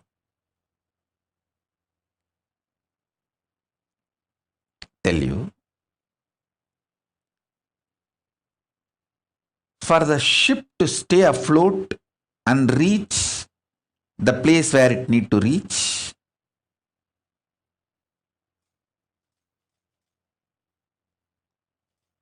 everyone in the ship need to be integrated. It's called collective integrity. A maintenance engineer cannot think, oh, I have done my job, but the fuel manager is not doing his job, or the cleaning person is not doing his job. So if the ship sinks, I will not be blamed. I will not be questioned. I am safe. Let whatever happens to others or whatever others do or don't do, what is there for me? That level of integrity will not work for the ship to stay afloat. This is exactly done by the Hindus. In the modern day, everyone says, oh, I have tried my best, I have done my best. But others are not doing, what can I do? I have seen this as a typical mold. Same narrative.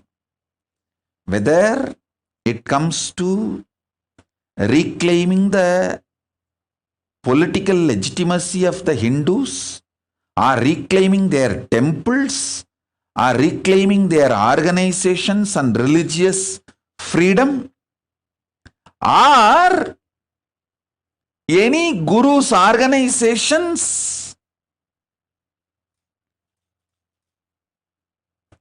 running.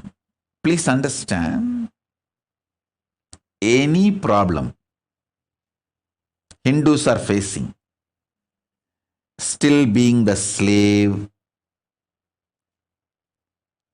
Please be very clear. Any Hindu not living under the Hindu constitution is a slave. This is a definition. How the Muslims are very clear. If you are not living under the Islamic law, Islamic constitution, you are a slave. So be very clear. Hindus should understand, if you are not living under Hindu constitution and Hindu law, if you are not living somewhere, please listen. Let me put it very clearly. If you are living in a place where Veda Agamas are the constitution and Manusmriti is the jurisprudence, you can freely declare, you can openly declare, you are a free Hindu. You are a Hindu with freedom to practice Hinduism. Anyone living anywhere where the Veda Agamas are not constitution and Manusmriti is not jurisprudence, you are a slave. At least realize it. Wake up to the truth, reality. What you should do, all that I don't know. I'll at least tell the truth. At least wake up to the truth. Be very clear about it. So whether you ask the Hindus, why are you living a slavery life? Why you don't have a religious freedom? Why your temples are not under you, it's under the government? Why your temple wealth is not used for running gurukuls, the Hindu schools? Why your temple wealth is not being used to develop and spread Hindu medicines? The most funny thing, many of the so-called Hindu ashrams and Hindu organizations run Christian medical institutions. They are not realizing we have a great Hindu medical science, because the Hindu medical science is neither given legal legitimacy nor given social legitimacy. It's always under constant threat. Even though the Hindu medicinal system is its depth and breadth, everything is far more than any other medical system in the world.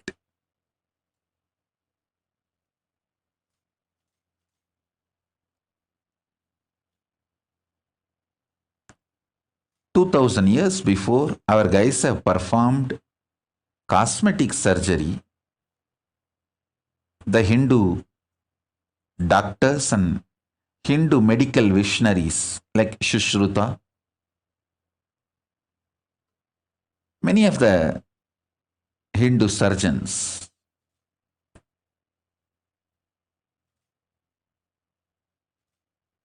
if we have developed our science and retained what we developed, today the Hindu medicine would have been the most powerful, and Hindu medicine is always about the healing and cure. It has nothing to do with monetizing. See, the Hindu medicine is kept in pure form without economical agendas and political agendas. By being kept with the Brahmanas, neither the economical agendas of the Vaishyas can interfere, nor the political agendas of the Kshatriyas can interfere with the Hindu medicinal system. The whole knowledge was vested with the Brahmanas. And please, all of you understand, when I talk about the Varna, it is based on the quality of a person, not by birth.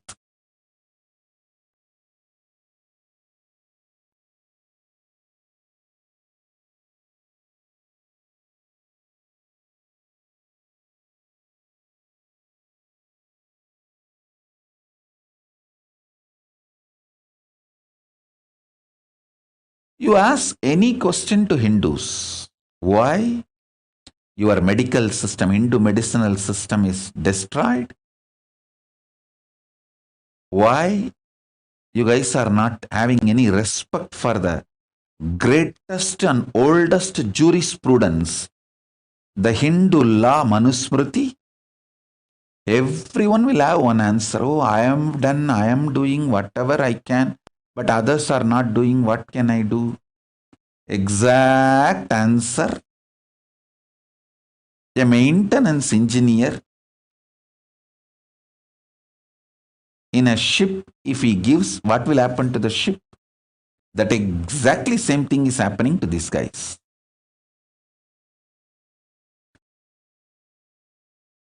We need Hindus to start thinking with a collective integrity.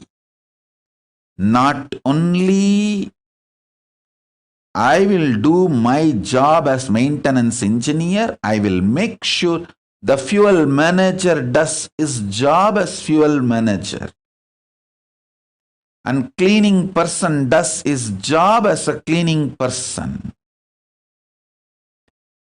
We need that kind of an ecosystem for Hinduism to be revived. I decided very clearly that can be done only in a place where we have political legitimacy and political sovereignty. With the grace of Paramashiva, I got a place. Maybe small, but I got a place with a political legitimacy and political sovereignty for Hinduism. Hindu nation, Kailasa. Only in this place, this collective integrity ecosystem can be built. A maintenance engineer spends 60% of his working time for his job and the other 40% to integrate with other teams and make sure the other teams are also in integrity so the ship stays afloat.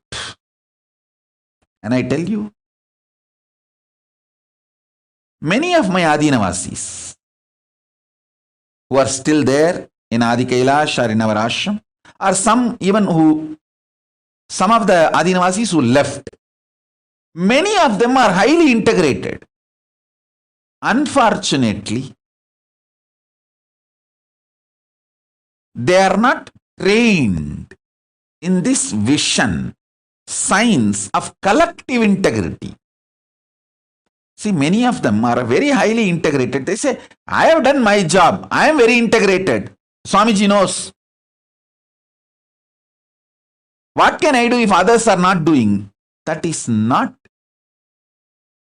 going to bring the result. If a maintenance engineer, even if he is highly integrated and he doesn't care about the fuel manager properly adding fuel to the ship engines, the ship is going to sink. And you may not, maintenance engineer may not be blamed, but he is going to lose his job and life.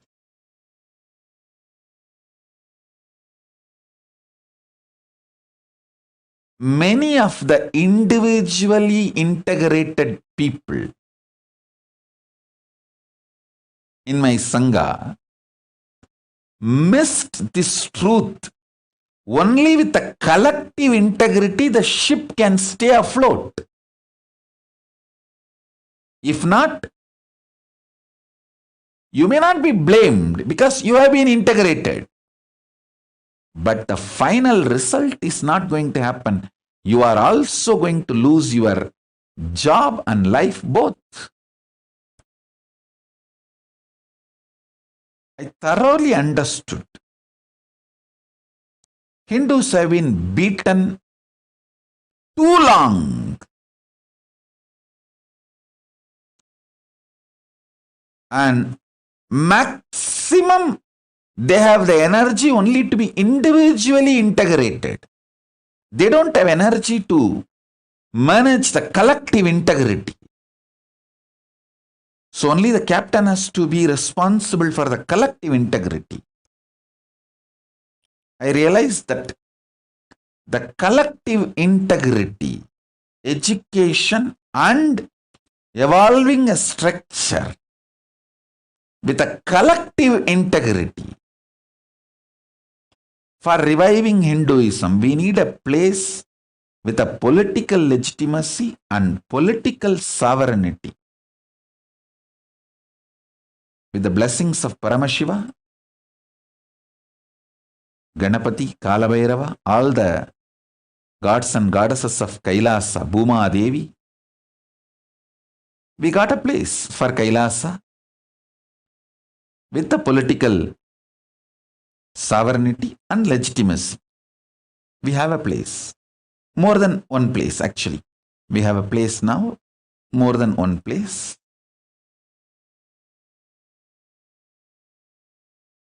I tell you,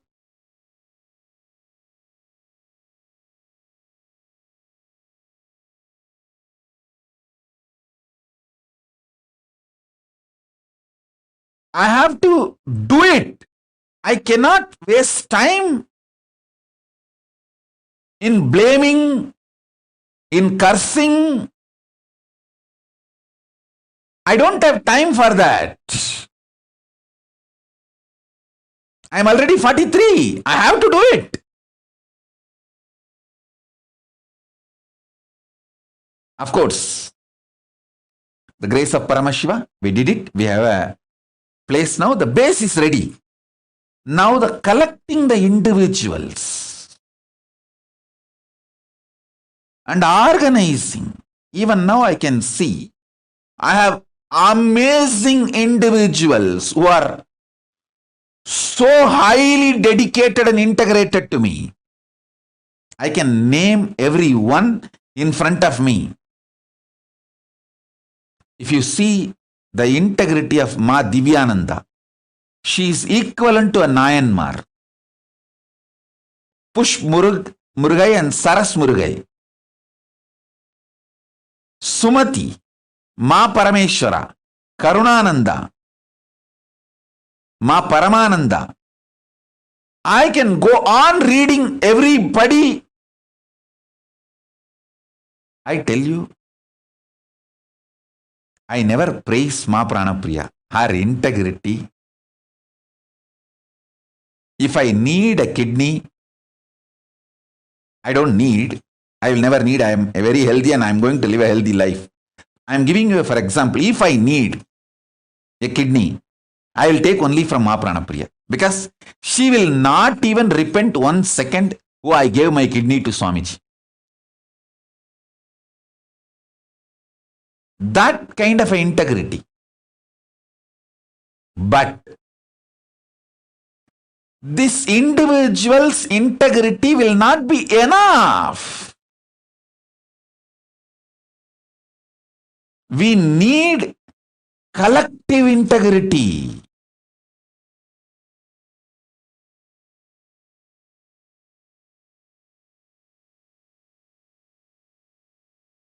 There are so many people who gave their life to me, not just their wealth. They will even give a body organ to me if I need.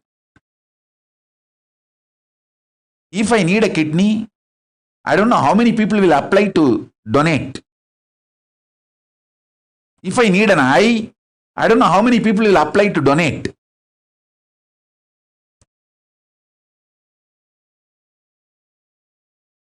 I have such highly integrated, dedicated, devoted people. But unfortunately, none of them understand that it is a collective integrity which is needed to make Kailasa successful.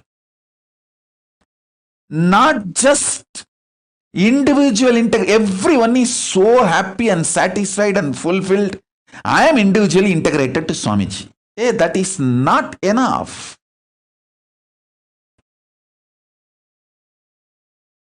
I am telling you, na.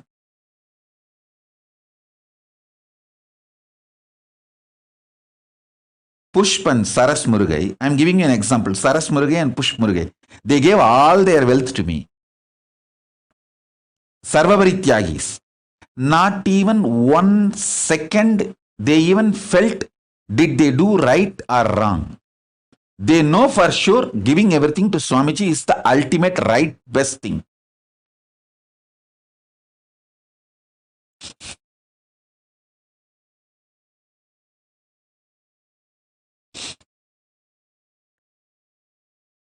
As I told, if I take a kidney from Ma Pranapriya for me,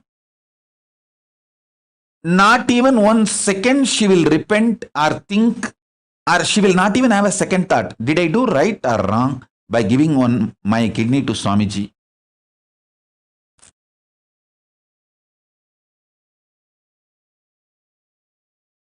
Never ever she will have a second thought. I have such highly integrated people. You see, these few names I uttered because they are in front of my eyes. And I have long list the names I have not uttered.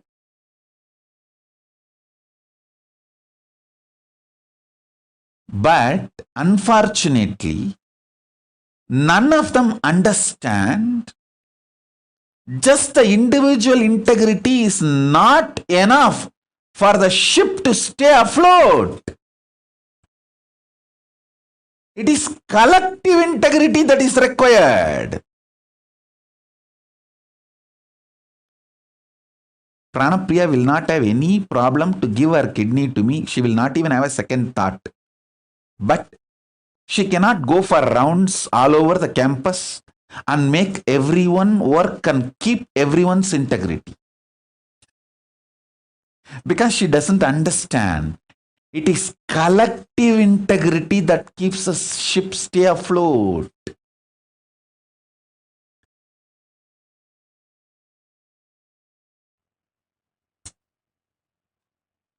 Same way Saras Murugai. She will work 24/7 for me.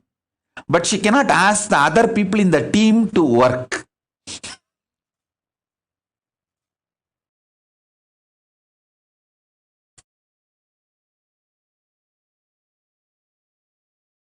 I tell you, this is one of the biggest curse Hindus are suffering. Everyone feels, oh, I am integrated, I will do what I need to do. Others are not doing, what can I do? It is captain's responsibility in making collective integrity happen, everyone to be integrated, not mine. Sometimes people in the ship, one side maintenance team enjoys the other side maintenance team failing, thinking, oh, see how we are victorious now, they are failing, and that side of the ship, such big holes are happening. Hey, if the water comes in and the ship sinks, all of you are going to die. Why don't you understand?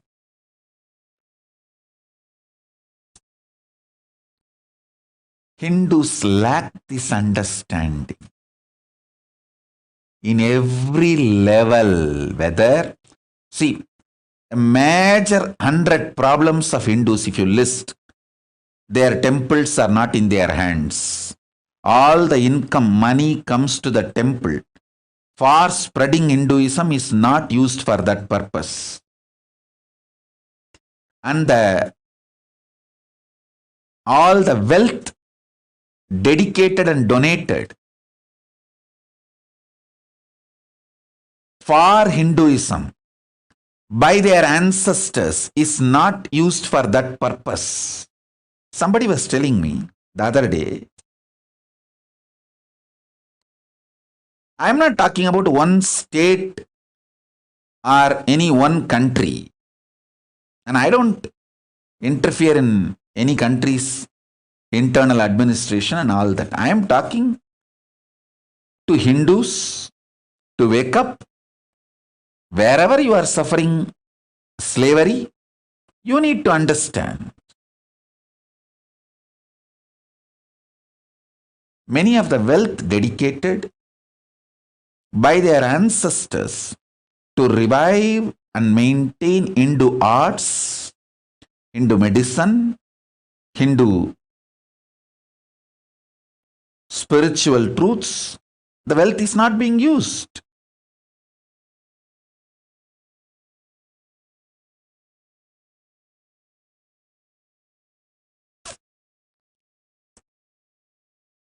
Whether it's a political slavery, or the persecution Hindus suffering, or not having the religious freedom to own their religious worship places in their control, not having the freedom to practice their religion as they want, as the agamas, their religious scriptures describe, not able to maintain and hold their religious organizations or religious wealth under them.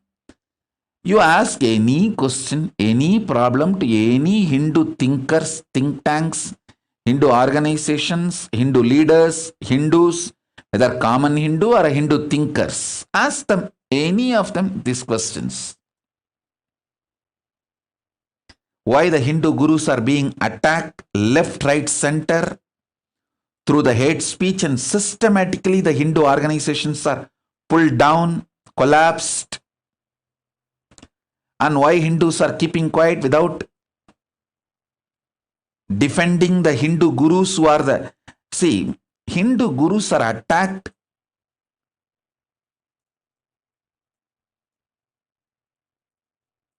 to destroy Hinduism. Please understand, the anti-Hindu elements, their goal, their aim is Hinduism. Because the Hindu gurus are defending Hinduism and promoting Hinduism, they are being attacked. And Hindus are not waking up to this truth. You ask any of these questions, this top 100 questions, top 100 problems. You list top 100 problems of the Hindus. Getting bullied in the cyberspace. So much of cyber bullying. All the major social media organizations are anti-Hindu. Racist. So much cyberbullying, racist attacks on Hindus. They don't have their temples under their control. Their gurus are being attacked Left, right, center, every day one guru is pulled down with false accusations, false cases, lawfare, hate speech, very systematically. List all these 100 problems and ask these questions. Everyone will say, oh, I am doing whatever I can. But others are not doing. What can we do? We need Hindu leaders who understand collective integrity truth. It is collective integrity which is going to keep the ship stay afloat.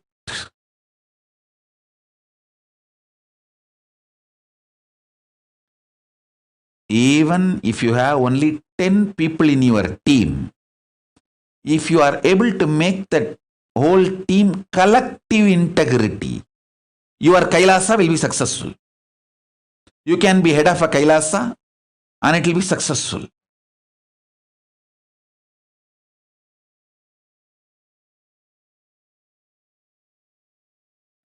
I tell you,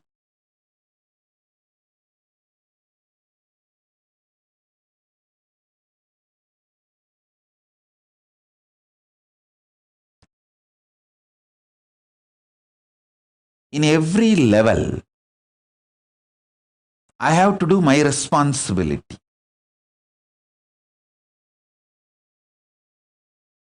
In my responsibility, things to do list, foremost, first priority is to bring all the great superconscious gifts from Kailasa and share it with you all.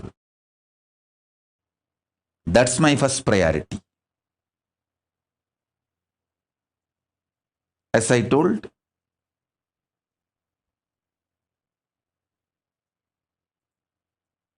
strengthening your Divya Sarira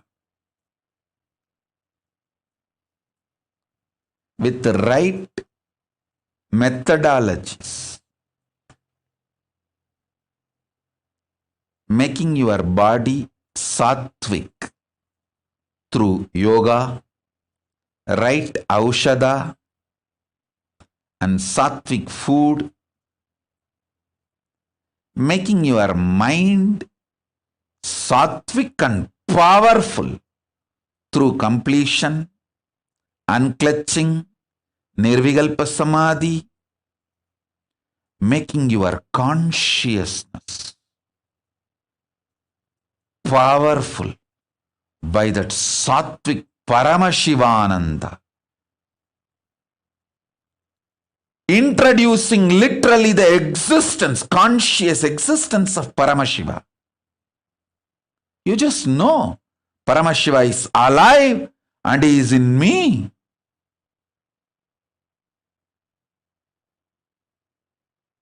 He is sitting alive, blissful, with his broad swarupa.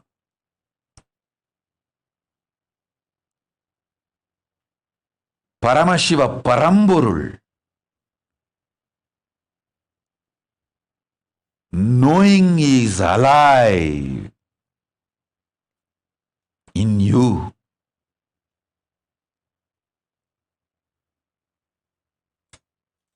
Makes your consciousness sattvic.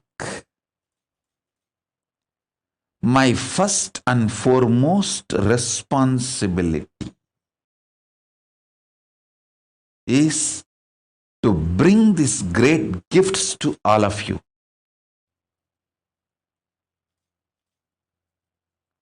And to bring these gifts to all of you and share it with all of you, making all of you enlightened and enjoy. This is my first and foremost responsibility, and this is my first priority.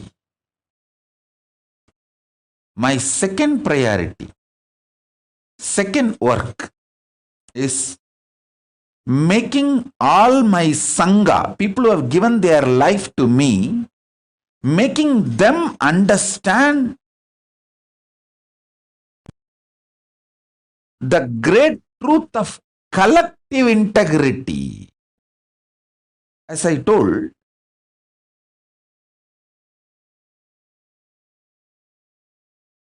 I have the best people, most dedicated.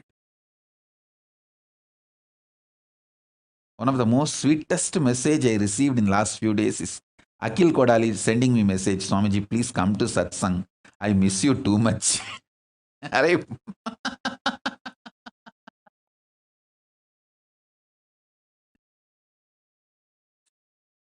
could not control my laughter. Actually, this message from Akhil Kodali has put such a wide smile on my face. Hey, this fellow having so much romance and love.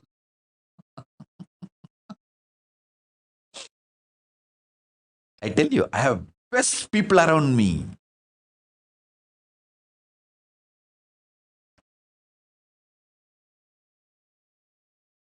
Akhil will give anything he has for me, will not even think he has given that to me. He will literally feel he is enjoying that through me. That kind of a love. I have such highly integrated people. But unfortunately, all of them need to understand the importance of collective integrity. It is only the collective integrity which will keep the ship afloat, successful. Write 108 times collective integrity, collective integrity, collective integrity, collective integrity. Not selective integrity or individual integrity alone. Individual integrity is okay, good. But it is collective integrity. Only that can keep the ship afloat and successful.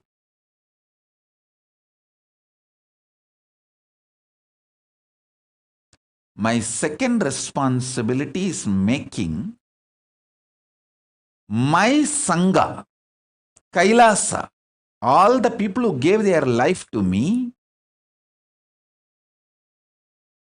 who gave their individual integrity to me, making them realize collective integrity's importance.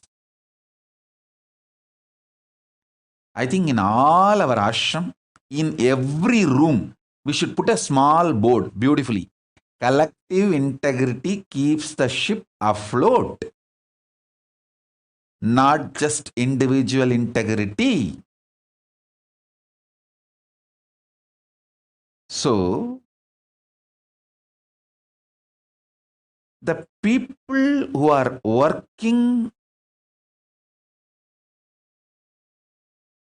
in accounts department, distributing money, and the people who are working in Goshala and keeping the Goshala clean and cows healthy, happy, and the people who are doing the agriculture and growing the herbs, and people who are doing puja in the temple, everyone need to have integrity to keep the ship afloat. The collective integrity only will keep the ship afloat. Making the people who declared their integrity to me, making them realize the importance of collective integrity. I have some people highly dedicated, like Sri Shantapriyananda. He will be absolutely obedient to Guru Vak. Anything I say, he will simply obey. But complete loose, cranky. He cannot even talk to others. Make a simple coordination.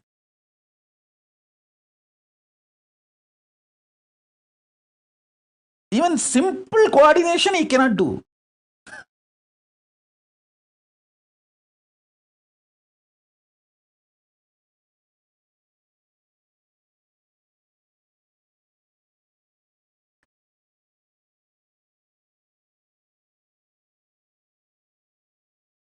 Sri Shantapriyananda, write 108 times.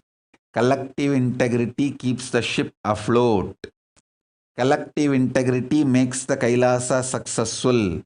Collective integrity only will make my life successful.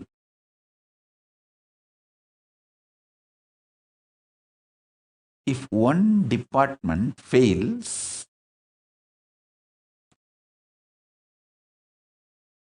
then be very clear, everyone is going to not only lose the job, lose the life, because the ship is going to sink.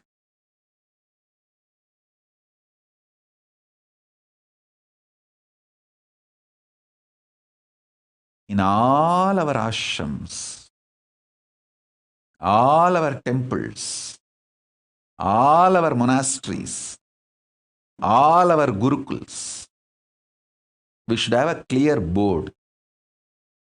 Almost like every hall, every room, even the devotee's house where you are literally living like an extended Kailasa, you should put a board. It is collective integrity that makes your life and Kailasa successful. People who can make collective integrity successful are the leaders. Working with others, whatever need to be done, making it happen.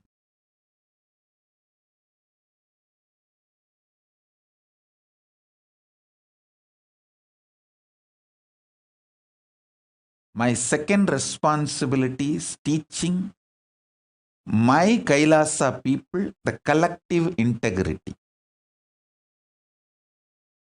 Third, my third work is making Hindus aware how they are being cheated, exploited, destroyed, hit, persecuted.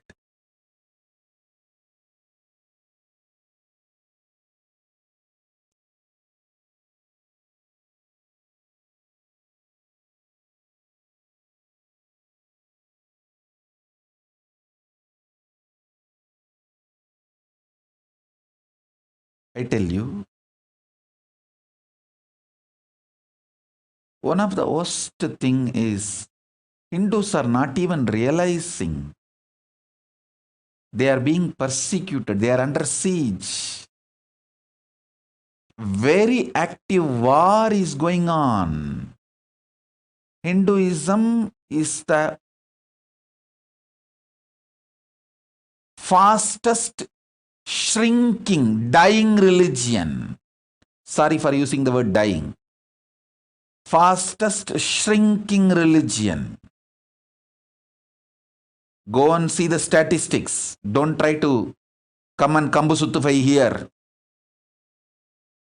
Go and see the statistics.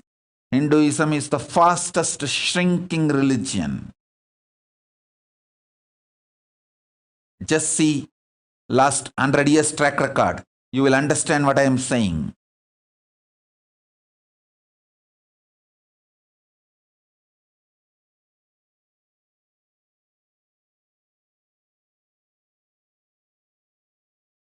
These three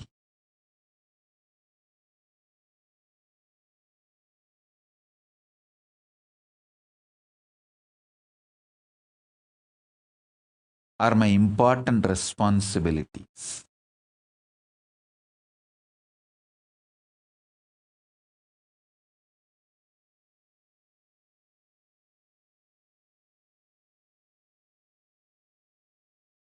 Let me do my first responsibility.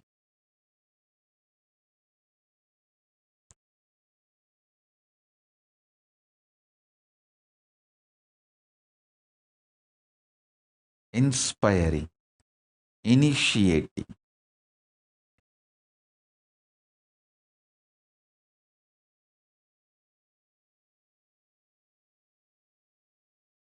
Making all of you understand in every level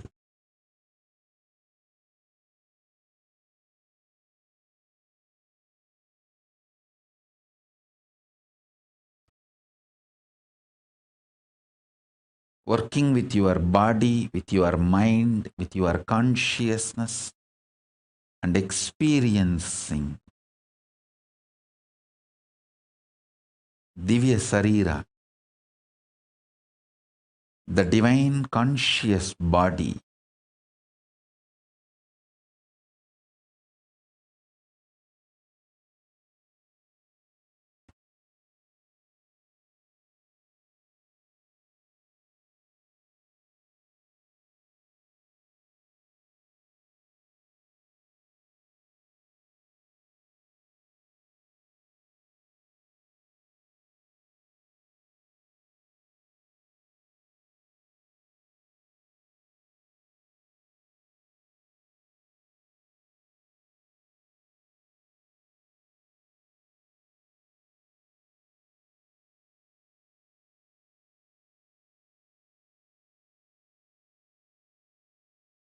Understand these few principles.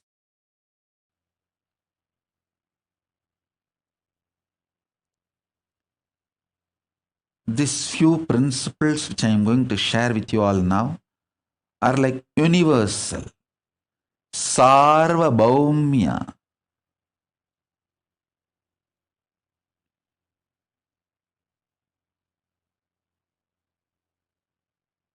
Vrataha. These are like universal vows, universal principles.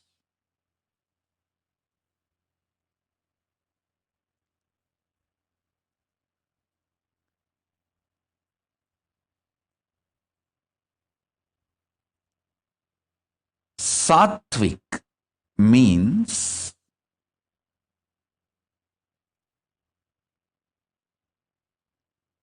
anything which awakens the qualities of consciousness in you, like extreme love, fulfillment. I tell you, when I manifest from Samadhi, the kind of the love and joy, excitement, intensity I feel, actually this withdrawing from the society, I am enjoying like anything. I am basically a loner. Enjoys is aloneness. I don't feel intimidated or disturbed by the crowd. Thousands coming. No, I don't feel disturbed. It's not that I hate people, no. But I enjoy my space, just being with me in Samadhi.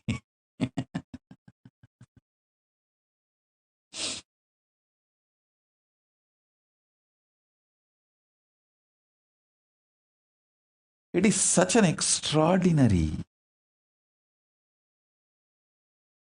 living joy,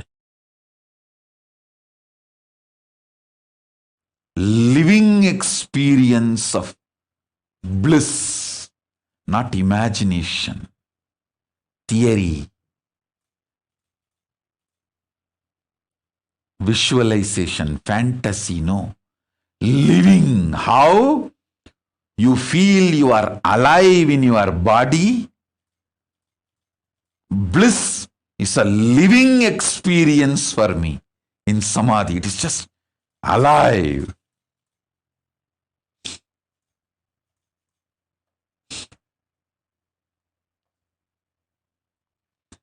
Anything infuses that bliss, alive, as living experience in you is sattva.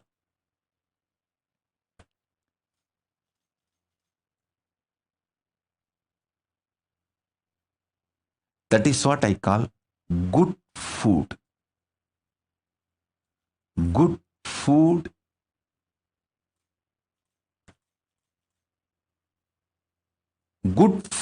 is sattva. Sattva is the good food.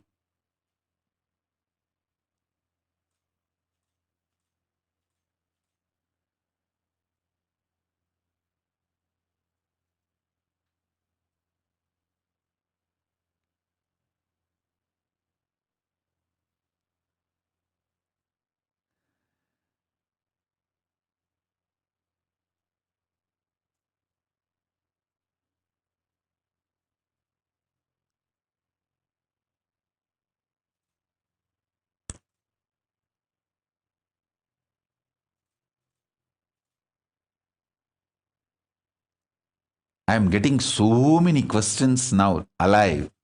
The live questions.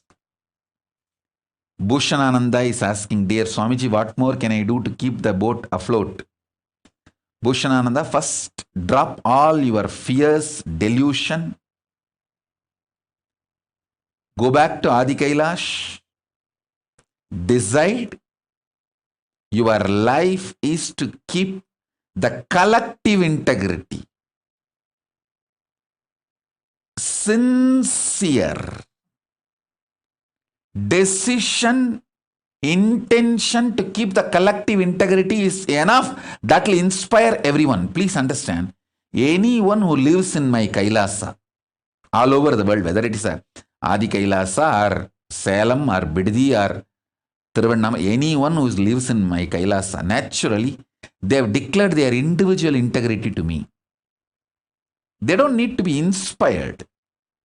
They need to see others are also working for collective integrity. So let me also work for collective integrity. That's all. We just need few examples who are sincerely working for collective integrity. Then everyone will simply decide, yes, collective integrity is my life. Collective integrity is my life. Collective integrity keeps the boat afloat, keeps the ship afloat. They just need few examples who are sincere to work for collective integrity. Bhushanananda, go to Adi Kailasa, be an example. Through your sincerity, show that you want everyone to come to collective integrity, constantly holding the space, talking to everyone, reaching out to everyone, inspiring everyone, educating everyone about the collective integrity and how only collective integrity is going to make the ship afloat. Individual integrity alone is not enough to keep the ship afloat. You realizing and making everyone realize, that will only make the ship afloat. Bhushanananda, I know you are integrated to me individually, but you need to work for collective integrity. That is what is the real leader. Leader is a person who works for collective integrity, not just individually integrated. As I said, I have many people who will just be happily ready to donate their kidney for me, but cannot go around and inspire others, ask others, work with others, and make others also integrated and make the collective integrity.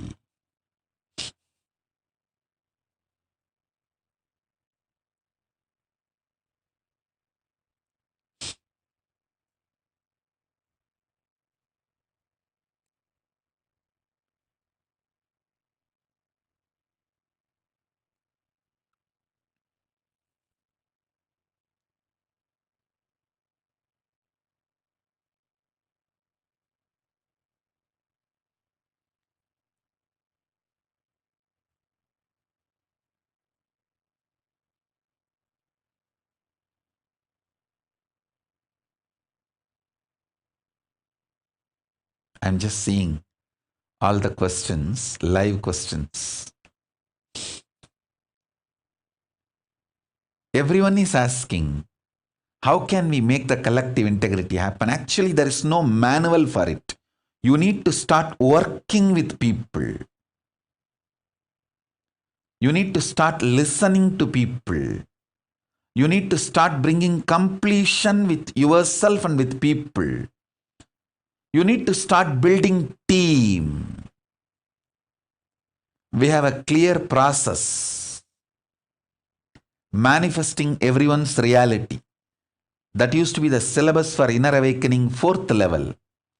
We had Inner Awakening level 1, level 2, level 3, level 4, where everyone's vision, ambition is shared and everyone tries to help to make everyone's vision into reality. So that should become the ecosystem, the collective integrity should become the ecosystem of every Kailasa.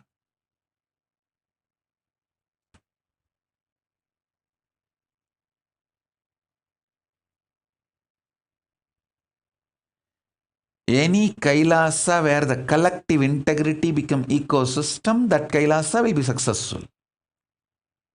That's all.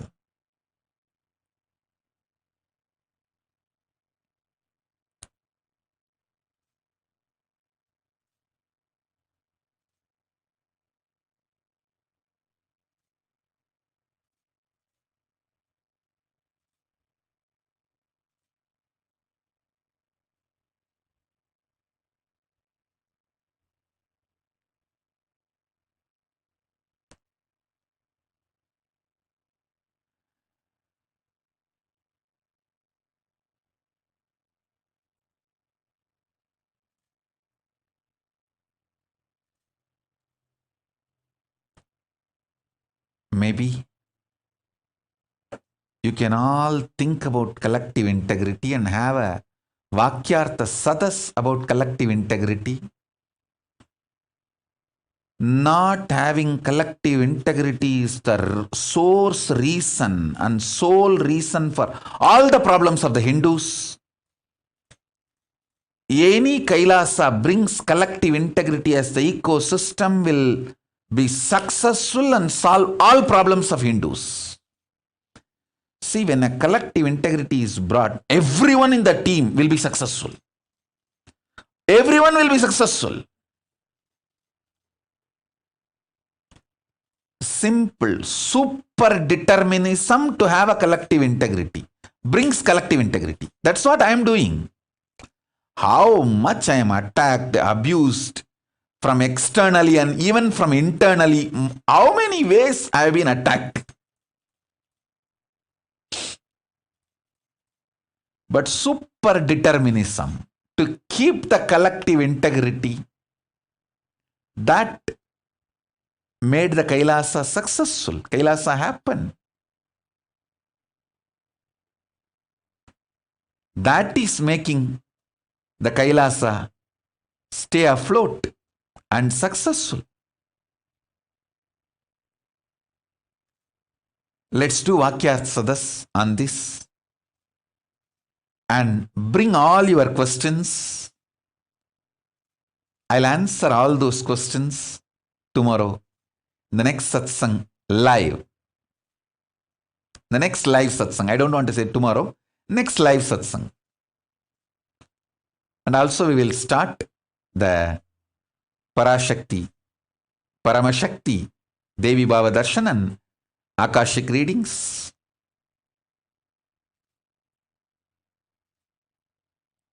Soon. So with this, I bless you all. Let's all work on this collective integrity. Let's all radiate with collective integrity also. Integrity, authenticity, responsibility, enriching, causing, living Paramadvaitam, the Shuddhadvaita Saivam, the state, space, powers, being, superconsciousness, and Kailasa of Paramashiva Paramashivoham. Om Nithyananda Paramashivoham. The eternal bliss, Nithyananda. Thank you. Be blissful.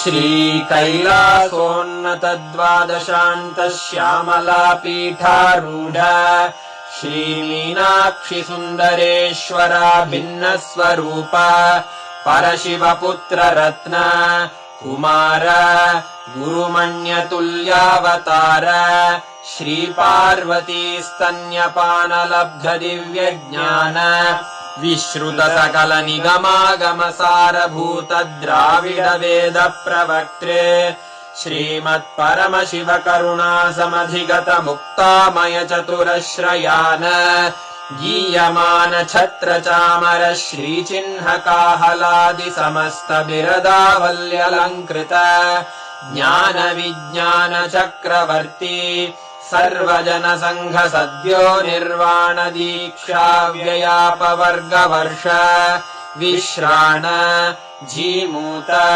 परमत कलभ Kesari शैव सिद्धान्त स्थापनाचार्य श्रीराजाधिराज पाण्ड्य महाराज गुरु क्षपण शाक्यादि महान्धकार निवारण ज्ञान भानु वीक्षणानर्हार्हध्वजोच्छेदन पूर्वक श्रीमद्वृषभध्वज स्थापक शैव समय कर्त्रे सर्वज्ञ पीठारूढ श्री जगद्गुरु श्री ज्ञान संबंध देशिक स्वामी वागीश सुंदर माणिक्य वाचक स्वामिनाम् अवतार भूत श्री ज्ञान संबंध स्वामी पुनरुद्धृत श्यामला पीठ सर्वज्ञ पीठ त्रिनवत्युत्तर द्विशततम गुरु महासन्निधान अरुणगिरि योगीश्वर परंपरागत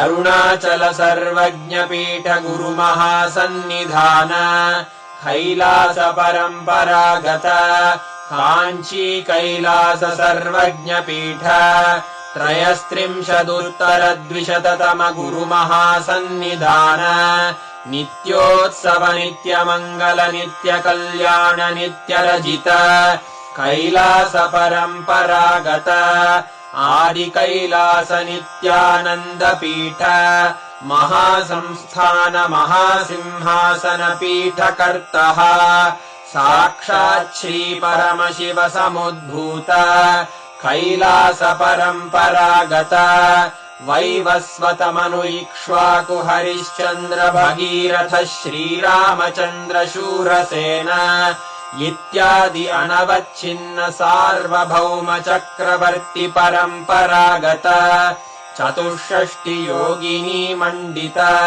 चतुष्षष्टि संप्रदाय प्रवर्तक मनुधर्म शासन सूर्यवंश प्राप्त सर्वज्ञ पीठ सुरांगी साम्राज्य मूर्धाभिषिक्त चूडामणे साक्षात् श्री परमशिव समुद्भूत कपिल महागुरु पुनरुद्धृत महानिर्वाणि पीठ अष्टोत्तर सहस्र श्री महामंडलेश्वर साक्षात् श्री परमशिव सिंहासनाभिषिक्त समस्त गणनायक श्री महागणपति समारंभ अनवच्छिन्न पीठाधीश्वर गुरुपरम्परा प्राप्त अटलपीठ अष्टोत्तरसहस्र श्री अटलपीठाधीश्वर धर्ममुक्तिस्वर्गपुरस्वर्णपीठ त्रयोविंश गुरुमहासन्निधान कैलास परम्परागत आदिपीठ सर्वज्ञपीठ जगद्गुरो श्रीकैलास पुनरुद्धारक श्रीकैलास परमाचार्य श्रीमत्परमहंस परिव्राजकाचार्य वर्य सच्चिदानन्द प्रणव स्वरूप श्रोत्रिय ब्रह्मनिष्ठ श्रीमज्जगद्गुरु श्रील श्री भगवत् श्री नित्यानंद परमशिव श्री ज्ञान संबंध देशिक परमाचार्य स्वामिन् अत्रागत्य परिपाल्य च अस्मान् विज्ञान वितरणेन विजयी भव जय जय।